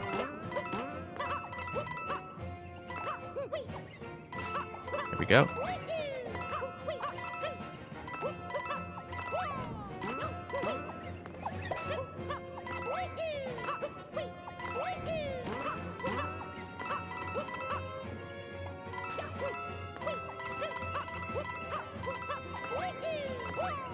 There we are. GG. So yeah, significantly nerfed in that one spot, as we could see. Still enough of a challenge that I did have to retune a couple of technical errors here and there. And we are about a second behind the record, which is understandable. I think I can see where a few of those imprecisions were coming from in terms of turning the corners. Yeah, thank you for the GGs. So we had Meng come in just now after the upload of Meng 4YMM Part 2, 4YM Meng Part 2. So why don't we take a look Yeah, it's not the latest in course, but I was actually planning to take a look at the world, which has 10 levels in it. Might take me a little bit of time because I think some of them are down in the 1 to 2% zone, which sometimes I can get quickly and sometimes I can't. But why don't we see how well we can progress in it. And congrats on first clear on that, by the way.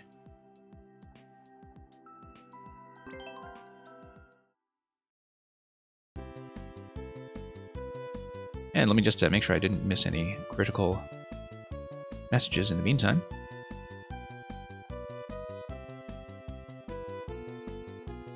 And I think I didn't miss anybody. Okay, let's continue.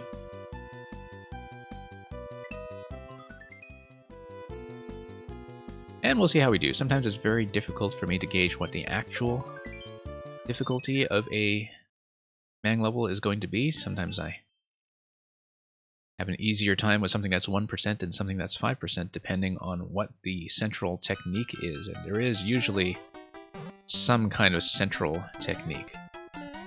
But here in Strawberry Fields Forever, we're going to grab 11 coins. Looks like this is just partly based on understanding what's going on here. Oh, I see. Just probably over the one-way panel on the left side up top. Did look off screen. Oh, also, I guess we might have to outrun the cloud. Something tells me we have to outrun the cloud. Yeah. Ah, yes. No, we need to hug this thing and get a huge push off of it. And I need to collect the coin as well, don't I? By going like that. Obviously, the cloud is long gone. Don't know how much that's going to matter, but it's like, once again, that's going to be something that's momentum-based. If I had to bounce off this guy, maximize speed, there we go.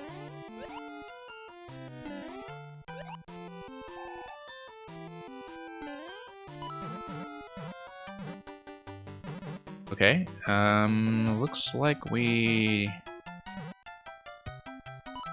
will eventually have to beat the cloud, but we might as well practice everything first.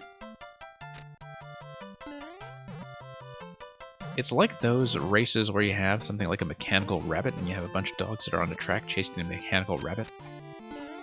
It's like that, but with a cloud. Okay, we need to get a much higher position. And a much better rebound, I think. Much higher on that stack. Gives me the height, but didn't need to lean forward into that. There we go.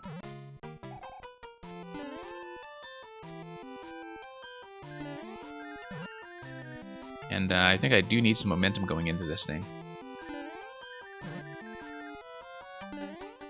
Momentum and coming off the edge. I might need to come up from the upper level in order to have the right trajectory. So, gotta hit everything accurately.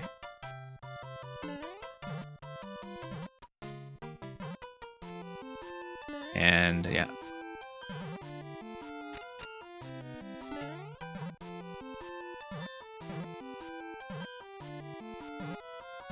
No, just need to hit the high bounce there, and I think that would have actually given me enough forward motion to complete that.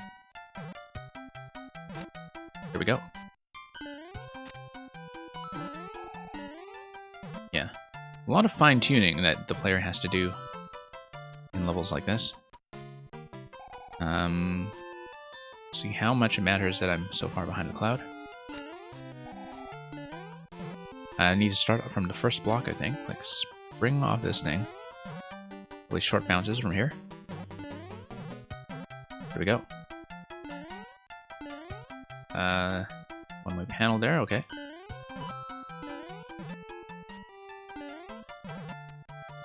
And that gets you over. And what is up with the cloud then? Ah, yes, because you need a cloud in order to get up there. Unless, I mean, there's the blue pipe that spits you back out.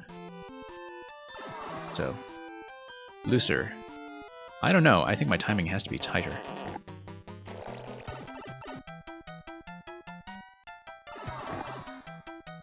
And yeah, we did that on easy mode. The problem, of course, with doing this in a super world is that you don't get to repeat it for hard mode unless you get out and redo it from the main page, which I think is unfortunate. I really do wish the super world system would let you repeat things.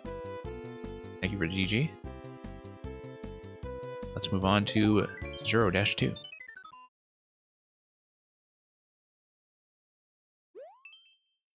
The Wind Rises, which is a very fine film by Miyazaki, 2013 or so, about aviation.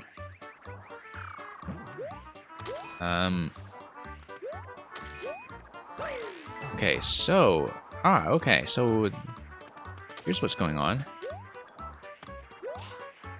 Do I have a way of basically clinging to that and then continuing? Let's see. I feel like I need to ride that partly and then pull back out to the left. It could be that landing on a twister refreshes this as well. I don't remember. I thought it was the case with a squirrel. I don't remember if it was the case with the propeller. Yes, it is the case with the propeller. That's what that zone teaches.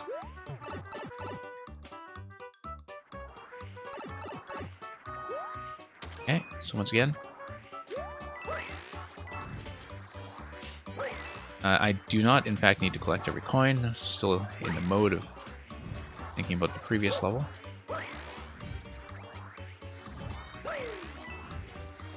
Coins are useful as guidance, though.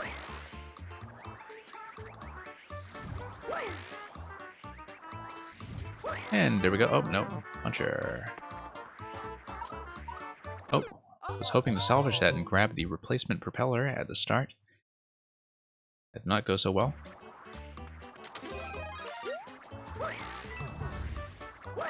This is something I rarely see, though, like an actual functioning propeller level. I think the power-up has a lot of limitations when it comes to trying to design around it, because in some ways it actually does make Mario a little bit weaker and less capable in any circumstances, such as not being able to do a spin jump attack on enemies that are vulnerable to that. Let's head back down, there we go. Nice that you can recover.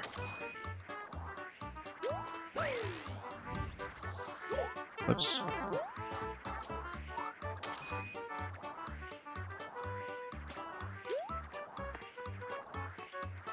Had to let that float away first before it gives me a replacement. And let's continue. Oops.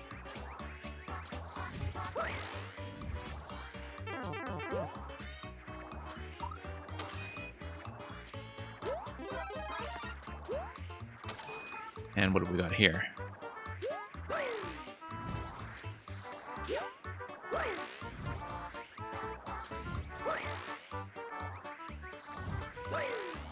Okay, here we go. And now we float. And float.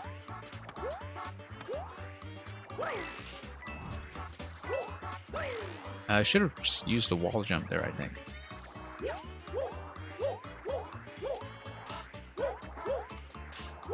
Nope, should not have just used a wall jump there. However, we should get a refresh here. Very gentle level when it comes to letting you retry things. Whoops. But yeah, you can see how much the propeller suit disempowers you in some ways, by cutting off your access to things like the wall jump, as well as the ability to land safely on certain enemies, and so You need to gain a certain height in order to be caught by the twister.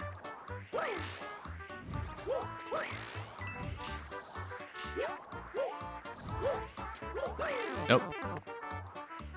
That did not work at all. I'll have to take death. Oh no! While you were building the level, you completely forgot that a wall jump even existed? Well, I mean, you're using the propeller suit, so... Of course you would forget about wall jump. I think the wall jump in places like the part of the level that I died at just now, like the fact that you can wall jump doesn't actually help you very much. You still need to gain quite a bit of height. Oh. Oh no! That's what happens when you try to cling against the wall in the propeller suit. I mean, I guess it makes sense. Like, usually I find it difficult to climb a wall in real life when I have a helicopter on my head. I can't think of very many circumstances where I had a helicopter on my head and was still able to climb. But, so I guess in that sense, it's, you know, you have some very leading edge realistic physics here.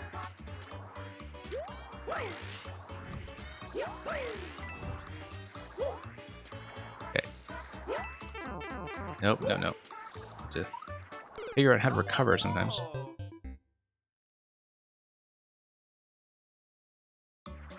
But we should have it.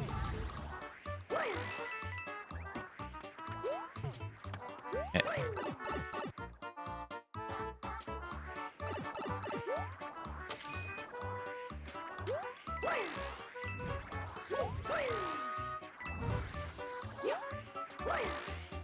Okay, nope, no.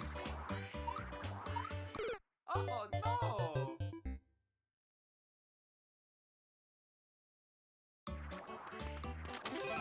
And let's see, do any better?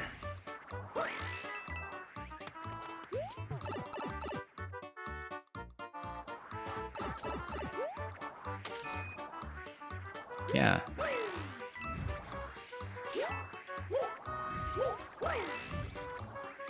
Okay. There we go. Nope. Let's not hang left there. Oh no! You need to make that mistake very often with munchers as well as spike blocks.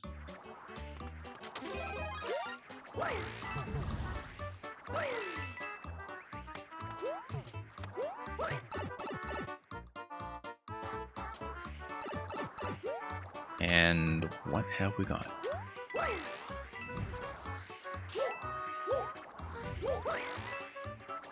Okay, let's try to do that a bit more accurately. Oh no!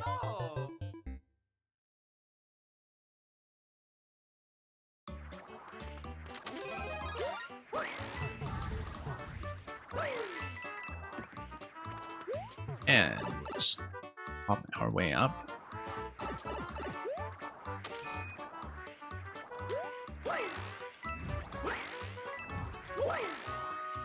Okay, that works. Just need to follow the momentum sometimes and... Oh, I could have gotten a propeller over there. Okay. Oh no! That was in fact recoverable once I got up to the top. At least the way it looked.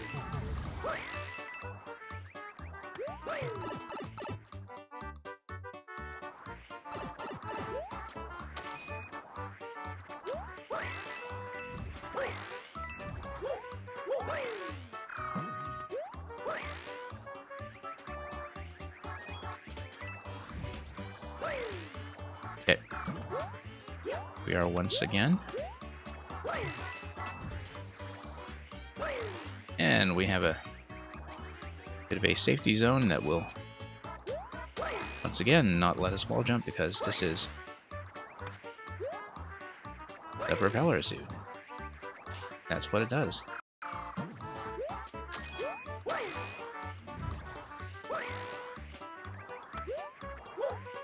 Okay.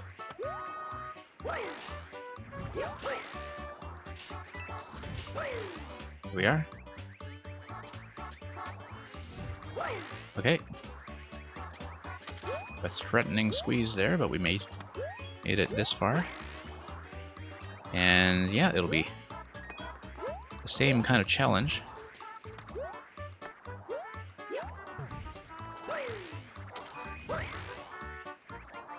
Need to hit the block.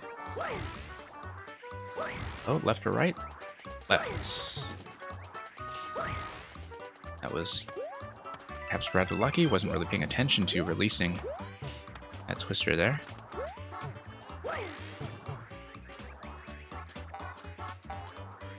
Okay. Nope. Nope. So not much I can do to salvage that, except to come back. See where we can get something safely. Oh, I completely missed that checkpoint, actually. Okay. Good thing we saw it. We'll just let the other propeller float gently away. And wait for one more. And back we go.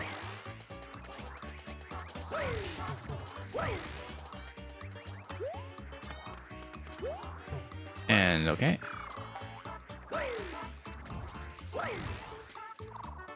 Nope. Back to checkpoint. Oh no!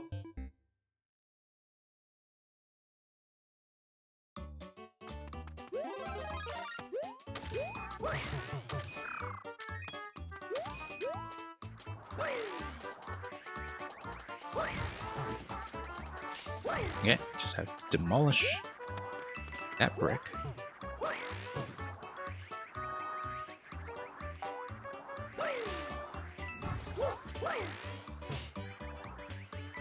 Okay. And we have to get that drop. Up we go. Oh, there we go. Guess we'll have to redo that segment. Oh no!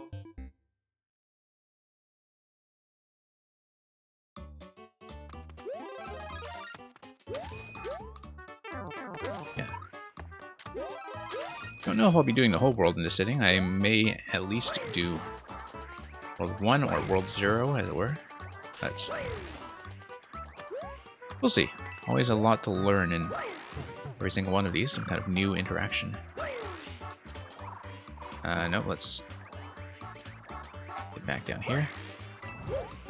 Nope.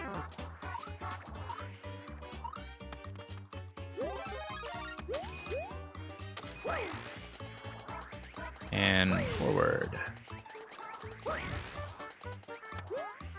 Okay, let's get back down here. Nope. Really do have to be careful about that.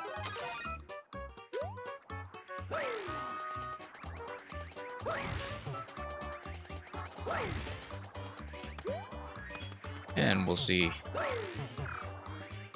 else we can do here.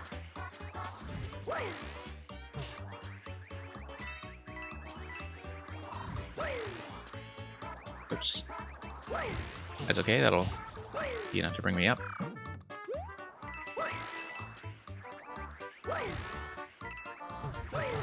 Oh, gotta watch out for this boo.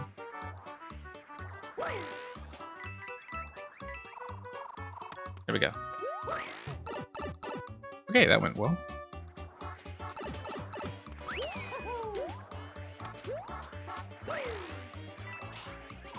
Nope, nope, that did not go well. Oh no! But we have the checkpoint, so not overly concerned about that.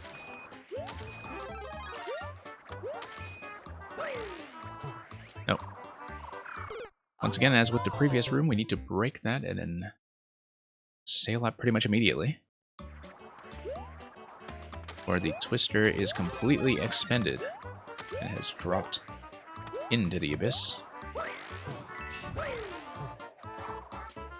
Yeah, not quite what I needed.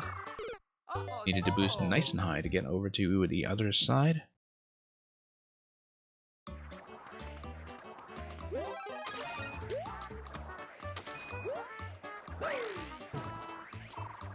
Complete miss. Oh no!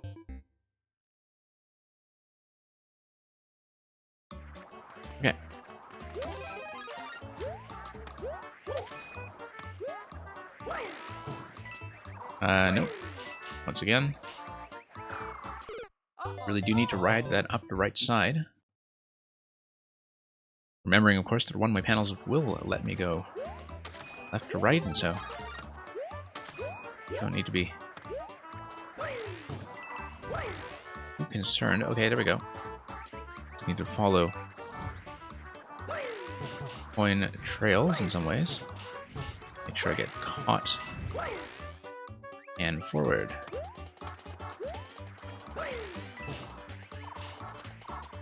Okay. Let's get caught in this. Once again, arrows. Oh no! Took me a moment to realize what that was all about. P-switch. Okay, so where did I see a P activation? Let's take a look at this once again. Yes.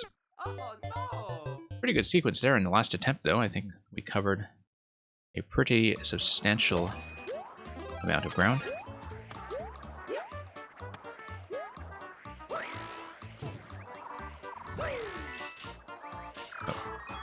Oh no!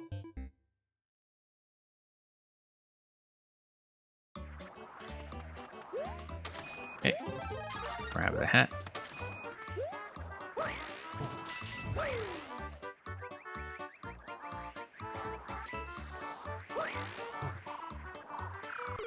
Oh no! And yeah, that should come together quickly if I have a better attempt at it. I mean, we did manage to do all of that segment flying without too much trouble. Really just a first jump here, being able to Oh no! read accurately when I do need the boost in order to gain as much height as I would like.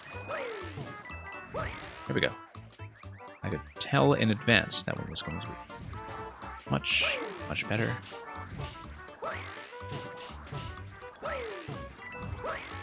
And same with that one right there. Okay, let's see about that P-switch. Now let's reposition.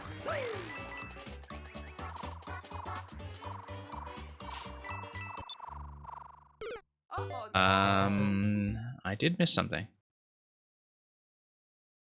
However, no, we bumped the bumper. Everything else is just yellow. The bumper is actually the key. Oh no! So what I want to do is hug that wall as closely as I can.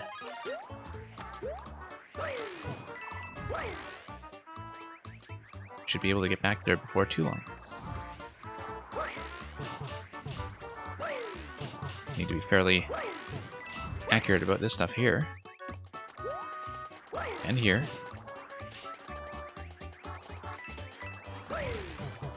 And good thing I have a redoable recovery point there. Oh, okay. Oh. Yes. I was hoping that the bumper there... The bumper there, I thought... Maybe if it cancels me out. Like, it allows me to do a wall jump, but then that wouldn't really be enough for the burst. I feel like the P-switch might, in fact, be necessary. I don't see one. Oh. So let me just think about that obstacle and what we can do to correct that.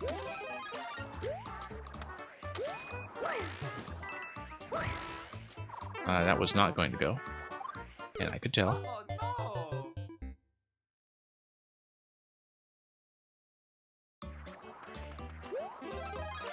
Okay.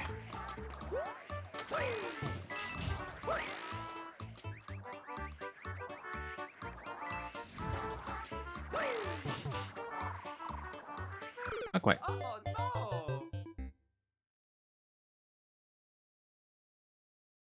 Well, hopefully we can beat this ahead of game over. Certainly like to.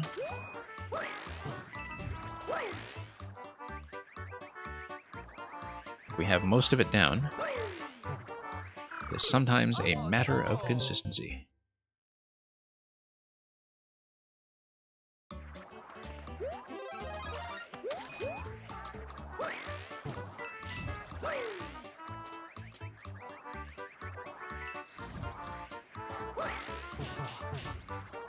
And yeah. Got these controlled drops from the one-way panels. Okay, really have to think about what to do here. Whoops. Well, that's a moot point now that we lost that. But yeah, it seems like it is supposed to be letting the bumper give me the ability to get back into a normal wall sliding state that would allow me to do a wall jump off the lower level. Whoops. Oh no! It's the one thing I can think of.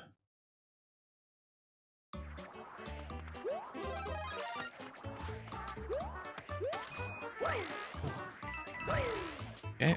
Nope, not quite. Oh no!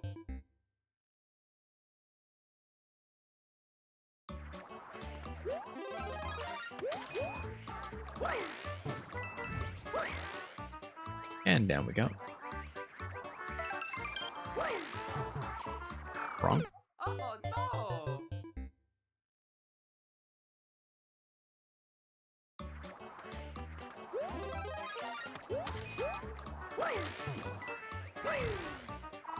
Yeah, sometimes I can just tell in advance that's not going to happen. Oh no!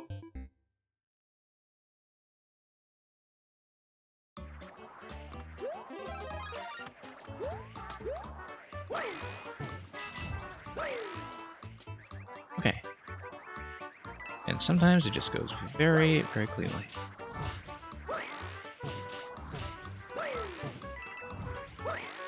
Yeah, nice generous landing margin over there.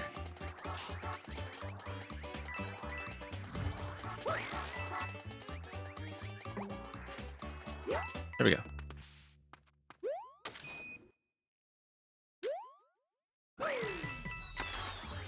Okay.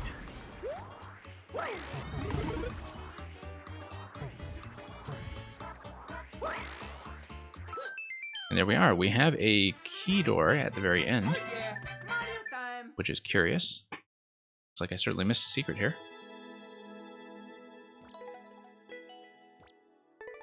And as the description says, the wind rises. Thank you for the GG. We had better stock up on some lives. I think the mushroom hosers feel quite necessary at this point. But yeah, let's pump it up. See where this takes us.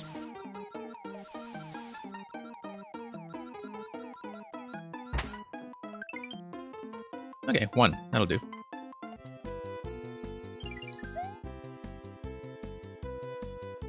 And yeah, you can see a fairly sharp drop-off past the first 2, but that's fairly typical for worlds that have a big popular start.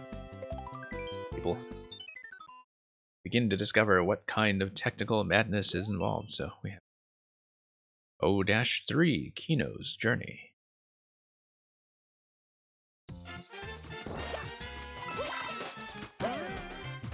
Okay. Oh, very springy. Classic Mang jump right there with the use of the sideways trampolines. I do see the wall jump point. That's marked by the hard blocks. Okay.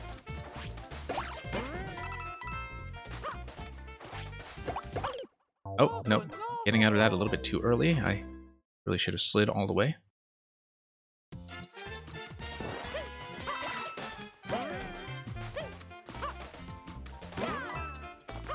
And there we go.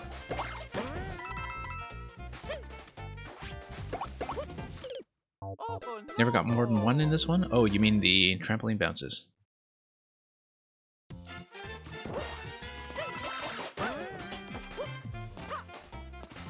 Oh, whoops.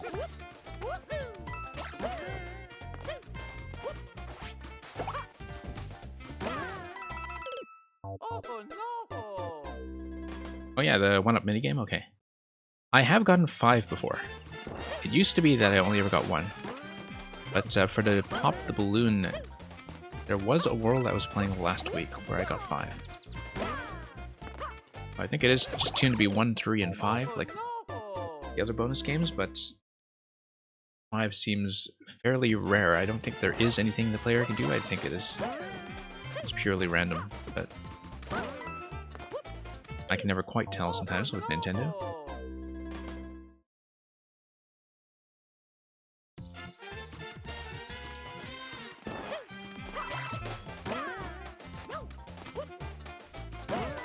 And there we go. Nope.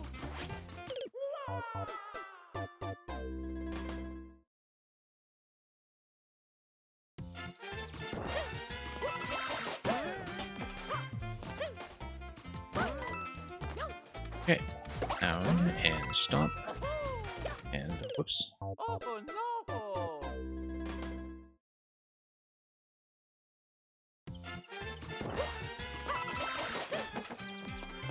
Okay, let's see what we can do here.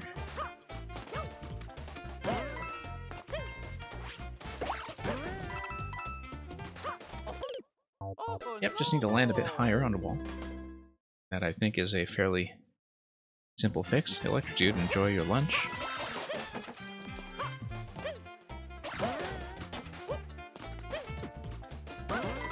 Maybe running for some time yet, so. Or some codes may be coming up in the meantime for the remaining 2 levels if they are not up already.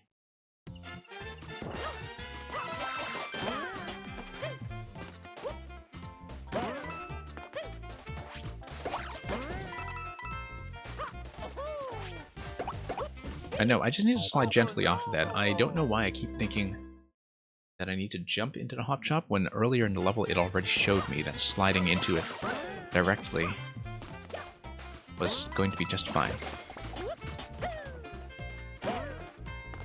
Right here, same kind of sliding distance. Need a bit of a twirl to reposition after that wall jump if I'm going to come in that low. The answer, I think, is just to jump higher, but from a higher position. Whoops.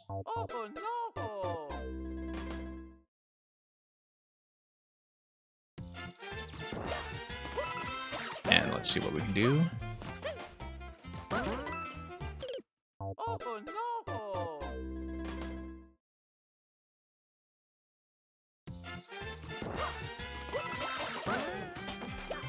And whoops.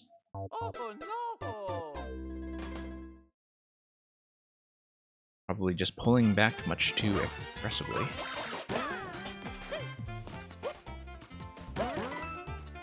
Yeah, I need to really hug that on the left side. Myself get launched. Oops. That would have been a bad idea. That would have been fine, actually, if I didn't pull back. I just needed to trust that that jump was going to make it.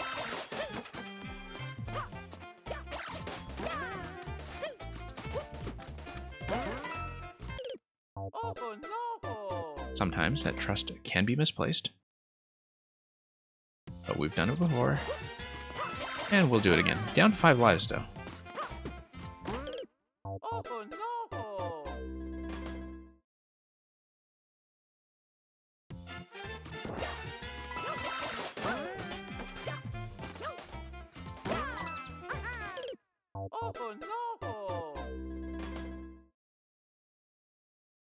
And down to 3.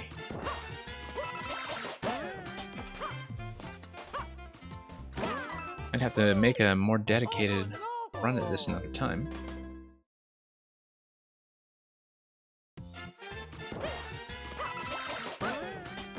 Yeah, I was originally hoping to run a couple of different worlds tonight, but... a day, rather. But, plans change and some things take a while. Okay, so that's what happens. It's swamp-based. That's the first time I've seen that activate. So as long as I drop safely down to the hop chop, that should work well. I'm gonna remember to slap that on. In case of disaster. Like that.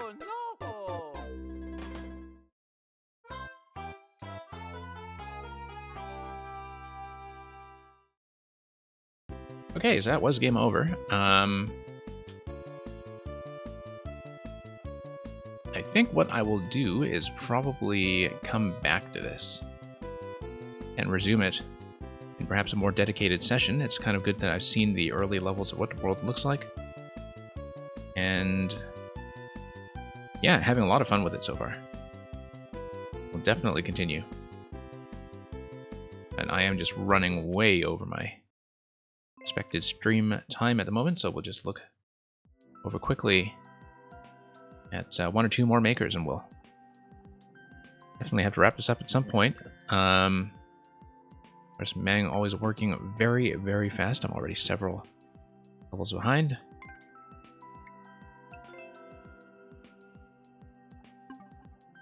Yeah.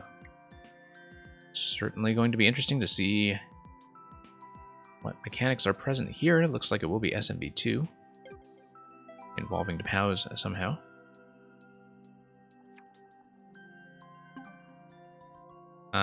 Wait, let's see who else is up.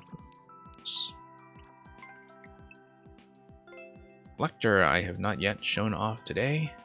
Oh, he's got a 15-course world.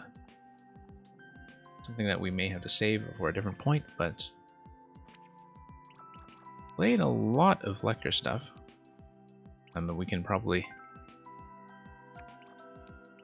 just fill in one or two of these. That will probably be all I have time left for today. Let's take a look at The Boys Are Thirsty in Atlanta. Loaded up and truckin', we're gonna do what they say can't be done.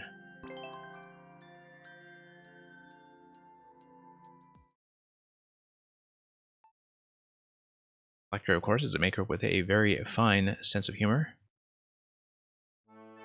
There's a bit of wackiness to these levels that I find quite satisfying, as long as I don't get stomped by the stumps.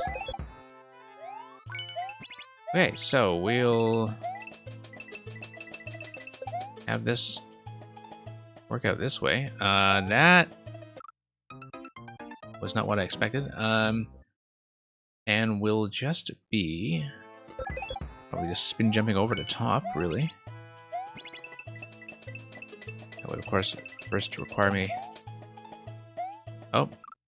No, I needed to load the stumps before I do anything. I did not give the thwomp a chance to properly thwomp me over. There we go.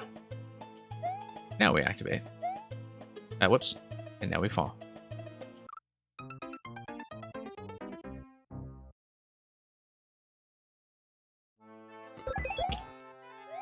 I think this is definitely the part of the Mario day when I start to get a little bit too tired to play very sharply. Oh, well, let's load first. Load first, jump over.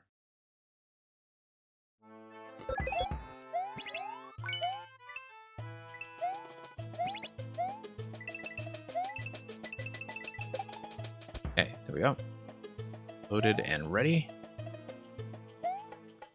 No, did not expect the Pokey to be pushed. I should have known that it would be pushed by the stump. I just did not react to that very accurately.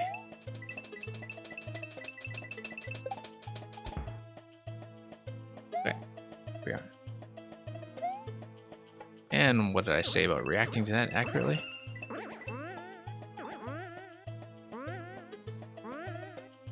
Looks like we need to activate the on switch and just load onto track once again.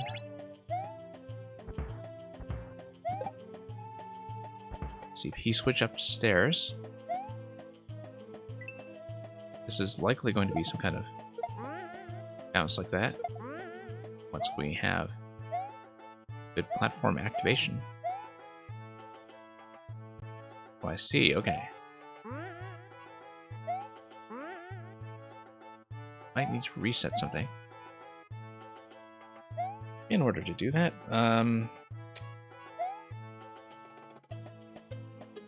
might have to. Not sure if it's actually an SD. No, it's not. Of course not.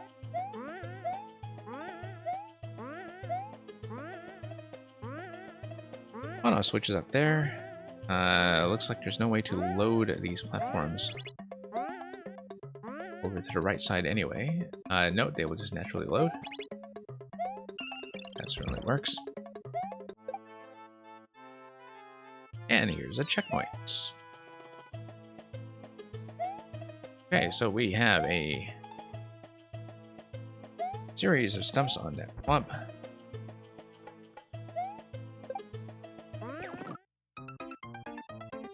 And we're just going to miss the bounce. So now that is going to swap from the on to the off to the on state rather, but coming in here the first time in the off state simplified a few things since we were loading in the stumps that were from earlier in the level rather than taking the new ones here, and so that's what the state control is doing, I'm pretty sure. To make sure you get a functional checkpoint that continues where we left off. I should get rid of the bonsai first. That would have been a smart play.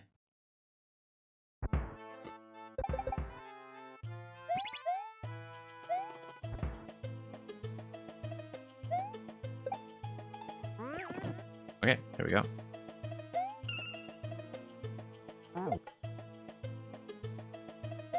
Okay, that all went pretty well.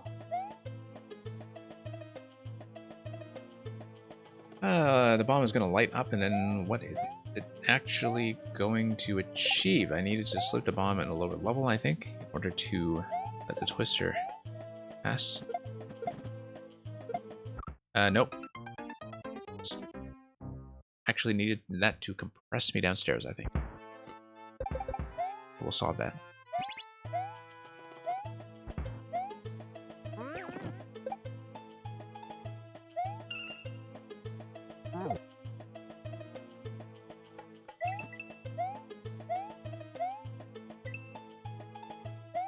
Okay.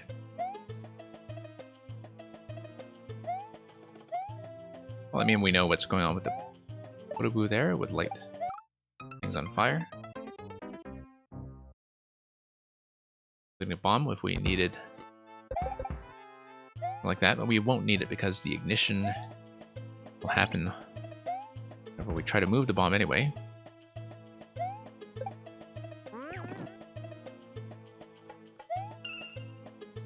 Let's see what's going on here.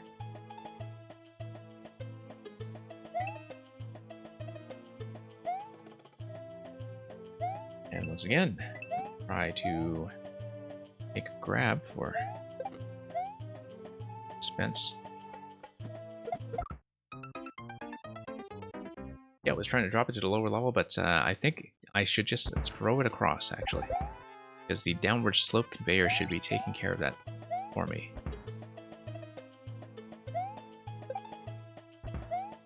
See where we're going? Yeah.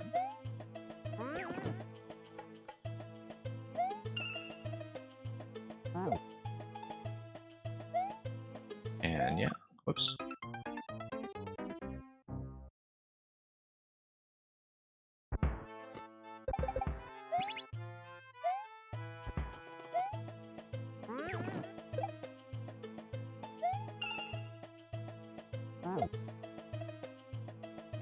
Okay, what do we got here? We bomb. Let's try to bomb throw just straight to the right side and hope the conveyor does the work for me.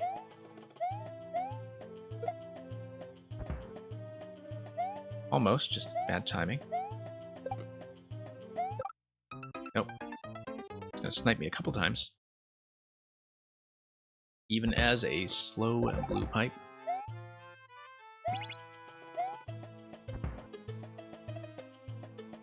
Okay, what have we got here? Bounce, bounce.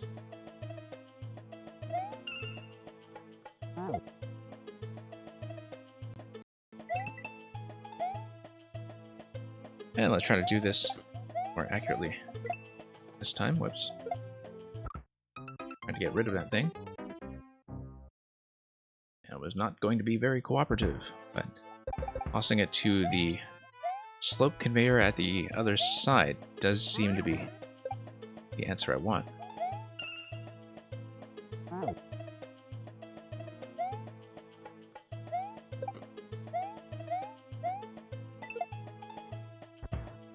Way too late. Nope, I know that's coming every time, and yet I try to beat it. And trying to beat it is not working out.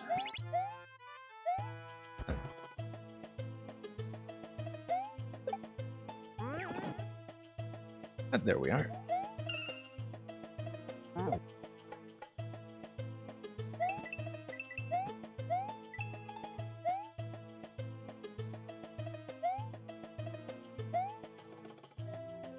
Nope, not it coming.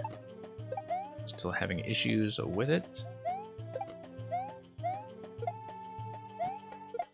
Nope. Every time, think I can avoid it, and instead, I just detonate it myself.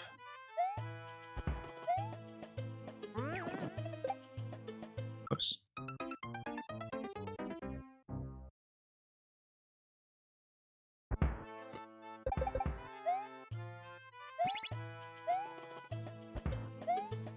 Okay. This can be done fairly accurately and quickly.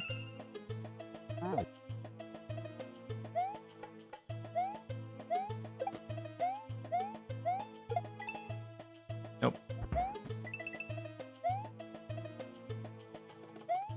Wait for a second one. There we go. Now we're in business. Assuming we hit an on-off switch, that would then allow me to release a whole bunch of things going on.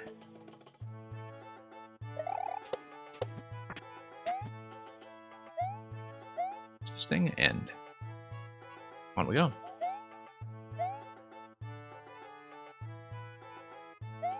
Nope.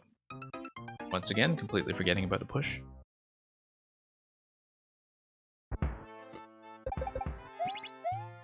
I was reacting a bit prematurely to stuff like that.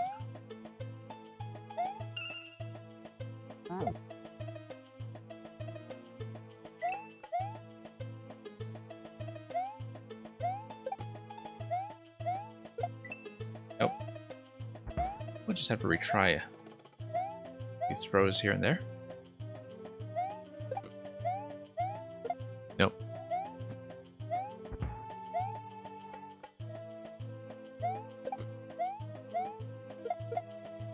Nope.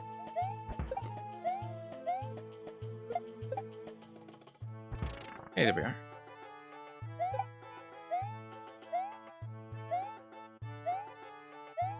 And take it over. Oh, that was close. Frightening. Okay.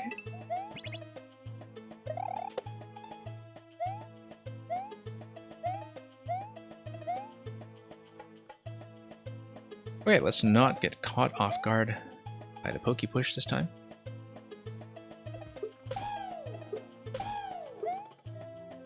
And here's the gate, and a key.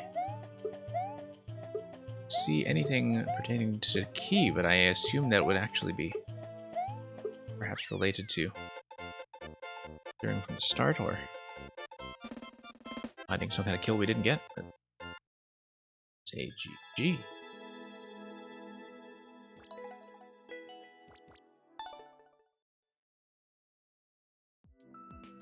So yeah, a lot of conveyor movement and a lot of things sort of being assembled together over time. Thank you for the GG. I think it is something that is an idea we have seen in lectures levels before in terms of, platforms being assembled and continued. And that could be something that we may expect more of in the level that has just come up for YMM this week. So here's the cat bounced back. This is likely to be the last thing I run on this stream.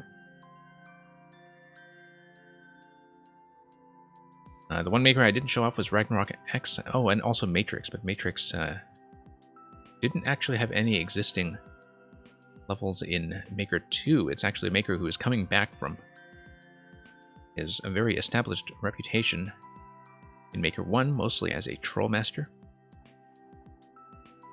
Ragnarok X is somebody I've been playing for a very long time. I played everything of his, but At some point, we'll go back and feature some of his creations on video as well. For now, though, we are likely going to finish with the cat bounced back.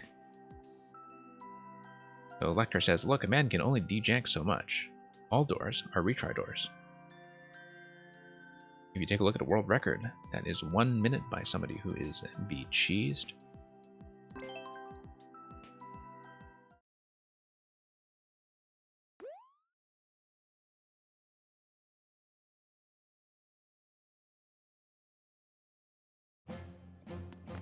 Yeah, once again, it's going to be kind of a bouncy level. I think we just have to...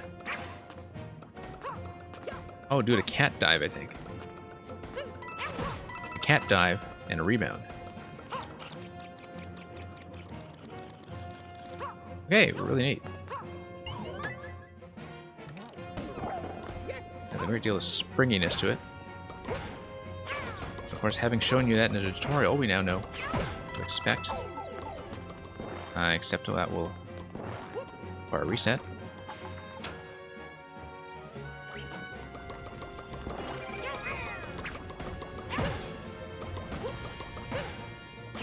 Bounce, and we'll try to strike it with a nice clean diagonal.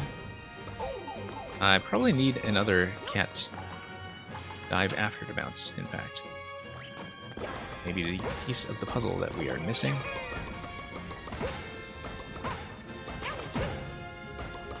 Also might just be hitting this guy too low. There we go. That's going to give me a wall climb. Oh, whoops. Mistake. Oh no!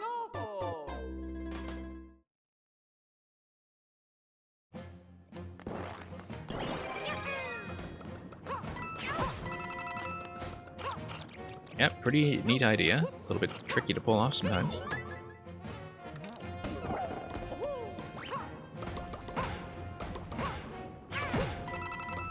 But got that fairly quickly. We have a cat refresh, that's important. Exclamation block. Guess that gives you a timed element. And we're going to land quite safely onto the checkpoint flag.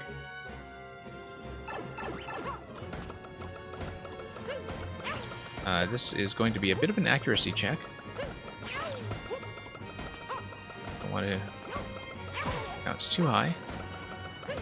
If we bounce at the intended angle, that should be fine. Same here.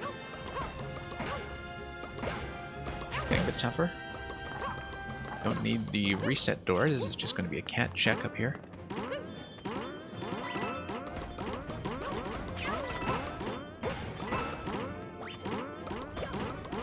Might need to be something timed.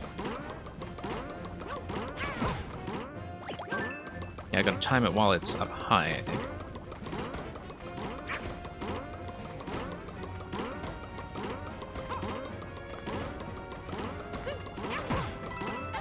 Nope. Oh no!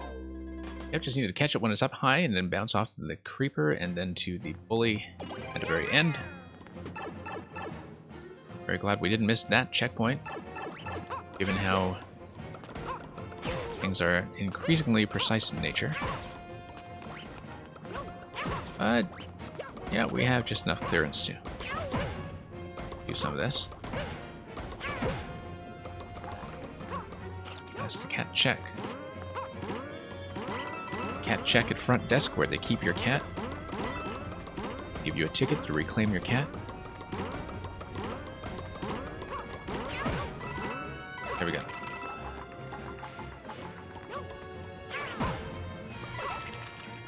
Oh, wow. Just a little bit low. Oh no! Tiny bit low.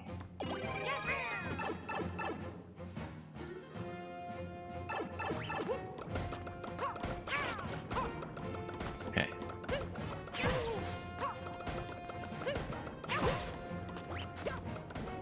And we'll just get some of these rebounds going again.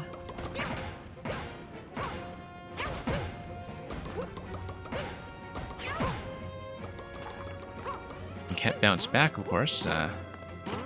the title that harkens back to the song and animated film from 1988. The Cat Came Back, which is certainly one of the greatest of animated shorts from the National Film Board of Canada's famous animation unit that was first established by Norm McLaren and is based in Montreal. There's a little piece of film history for you. The film should be available online if you want to look for it, but if you were somehow unaware, The Cat Came Back. Yeah. Certainly a landmark in animation. And just a very fun film.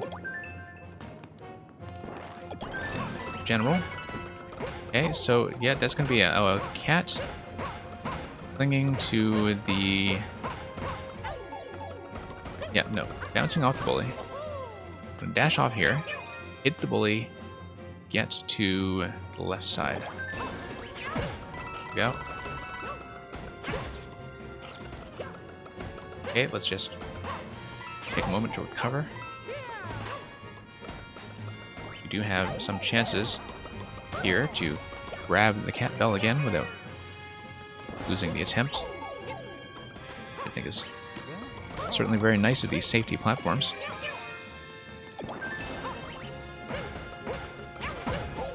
No, we do want the dash panel to maximize momentum here.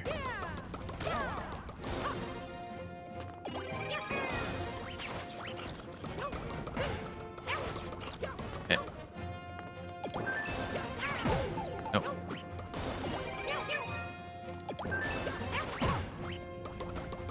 Not quite.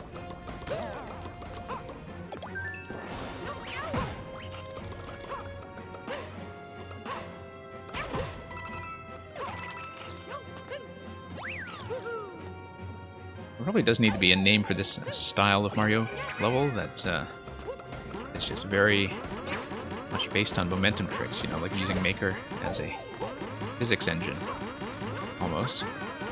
Not just a Maker game. This is, I think, a very familiar style of level for people who watched the stream, and it was certainly characterized by the bits that we saw at the beginning of Super Mario World earlier on.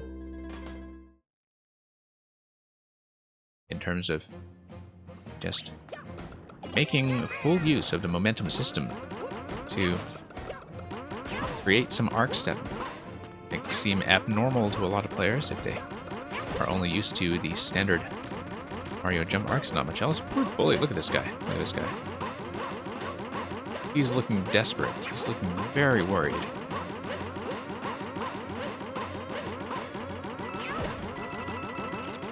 Okay, so we have a creeper over here.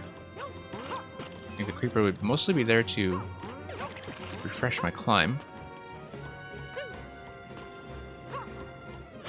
Okay. I know, already expended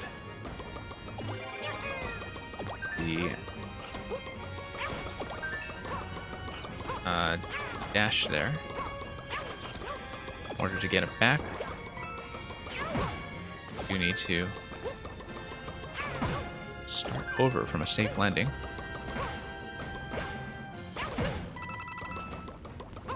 Okay, that seems to be an exclamation mark block. It is going to give me a bit of a timed challenge. Have a good number of times to make it over here, but then that's why you have the reset door, so you get this guy back in position.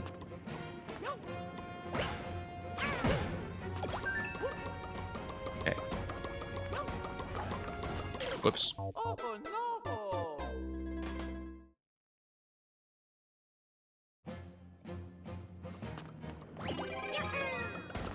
Alright, what do we got here? Let's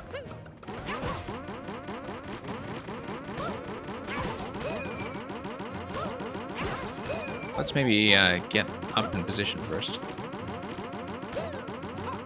Back here, recover the bell. Start this segment over. Very precise corner that you have to hit. That's kind of true. This guy's wild.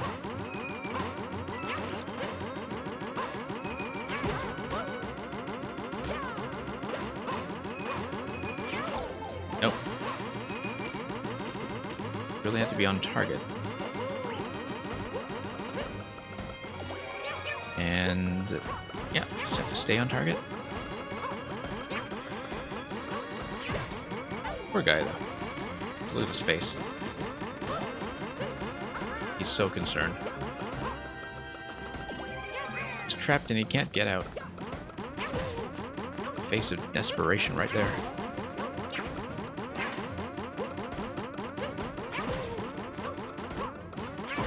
Okay.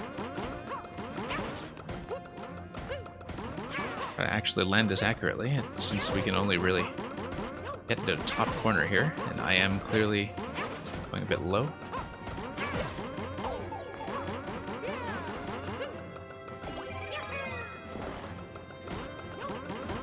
There we go. That one gap here, that's a very interesting kind of check.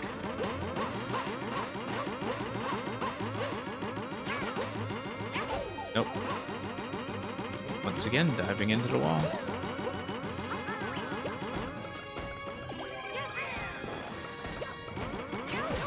Okay. Endurance is tight, but we can make it. Nope. Very tempting to pull back sometimes. And it is a habit that should be avoided. Oops.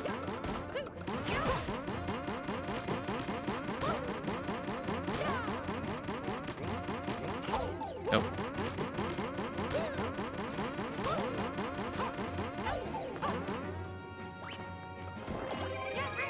Okay, let's bounce back.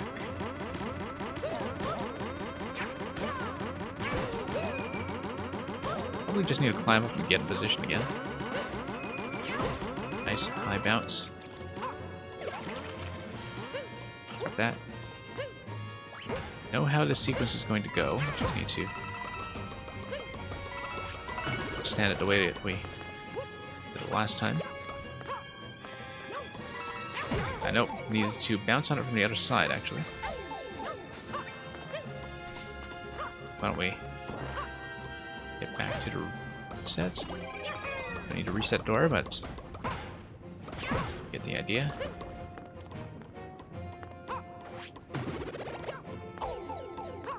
Nope. Need to retrieve the cat once more.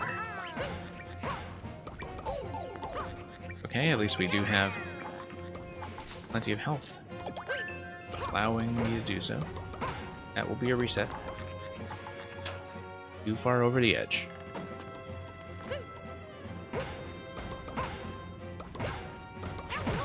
Anywhere.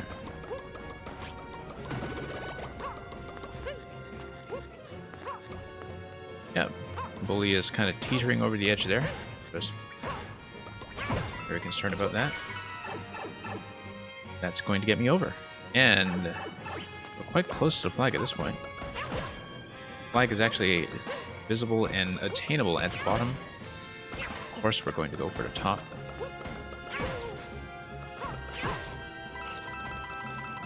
And yeah. Down here, that's the flag.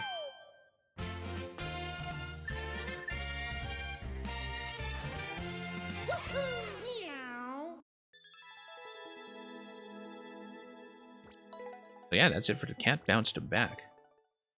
So thank you for the GGs.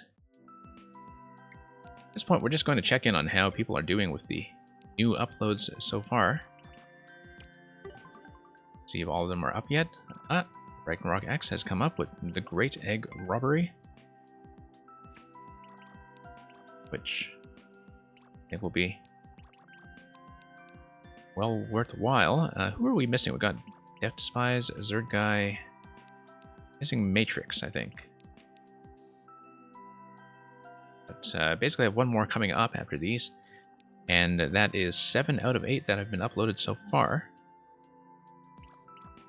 So yeah, thank you once again for the GGs on your side. I just want to see, when we actually play these for real, I'll be trying to remind myself to look at some of the comment art as well, because sometimes people really get some of these pieces up right away. See that Morton salt right there?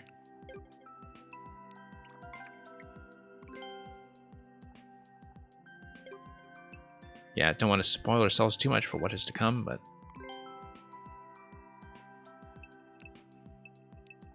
there'll be quite a lot to look forward to, I think. And yeah, we'll be running these in a separate session, not this one. And that is usually Tuesdays during the daytime stream, but as I said earlier, we're going to move that this week. Probably going to do it on one of the night streams. Possibly, you know, Sunday night to Monday morning or Monday night to Tuesday morning. We'll figure that out because, you know, usually the big streamers get some of these out of the way first and expose, I'm sure, all of the locks and other bugs that have to be fixed, although we haven't actually had, I think, any of them need to be fixed in an emergency since week 1 or 2. And yeah, Electrodude, thank you, welcome back. I think we are pretty much done for today, but I was just kind of seeing how we're doing so far. Let's take a look at who got the first clears. Yeah, and Ragnarok X has posted his, so we're at 7 out of 8 right now.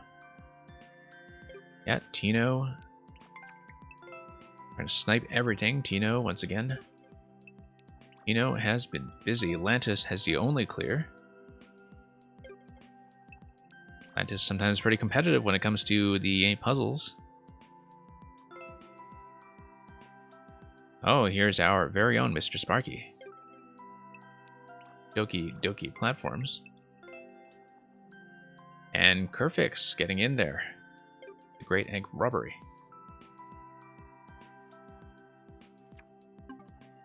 So yeah, we'll be featuring the 4YMM levels in a separate stream this week. I do like to play them completely with all of the cakes involved. For those of you who don't already have the link. Here's the link. Official launch time is going to be in a few short hours. Kalvik is not doing the premiere stream because he already did the preview stream for it yesterday since he is busy today.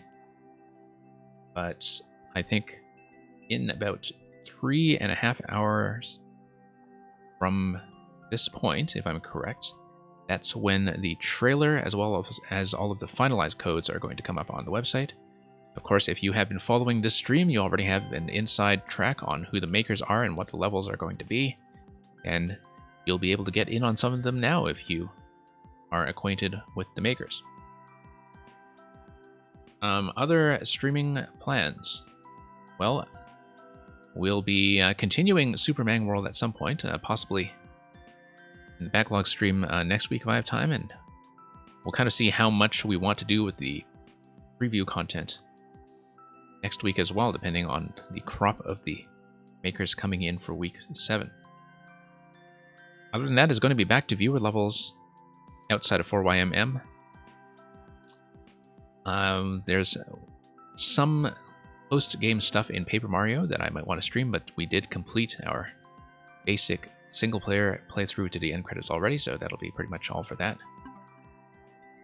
In the meantime, thanks for joining me, and thank you so much for watching. It's great to have so many people in attendance, including the makers that we feature in the stream, and you know, just to have a general pre-upload hangout going for the 4YMM makers in particular. So great to have you all here. We have finished on pretty decent attendance, actually, you know, by my standards for this time block, so I'll try to find somebody interesting to send you off to for some kind of raid. Usually it will be somebody who is doing Mario Maker viewer levels, and sometimes it won't be, depending on who I find. But for the time being, thanks for watching. We'll be having lots more Maker content to come. So, all of you, that's all from me. You have a good day and enjoy the new levels.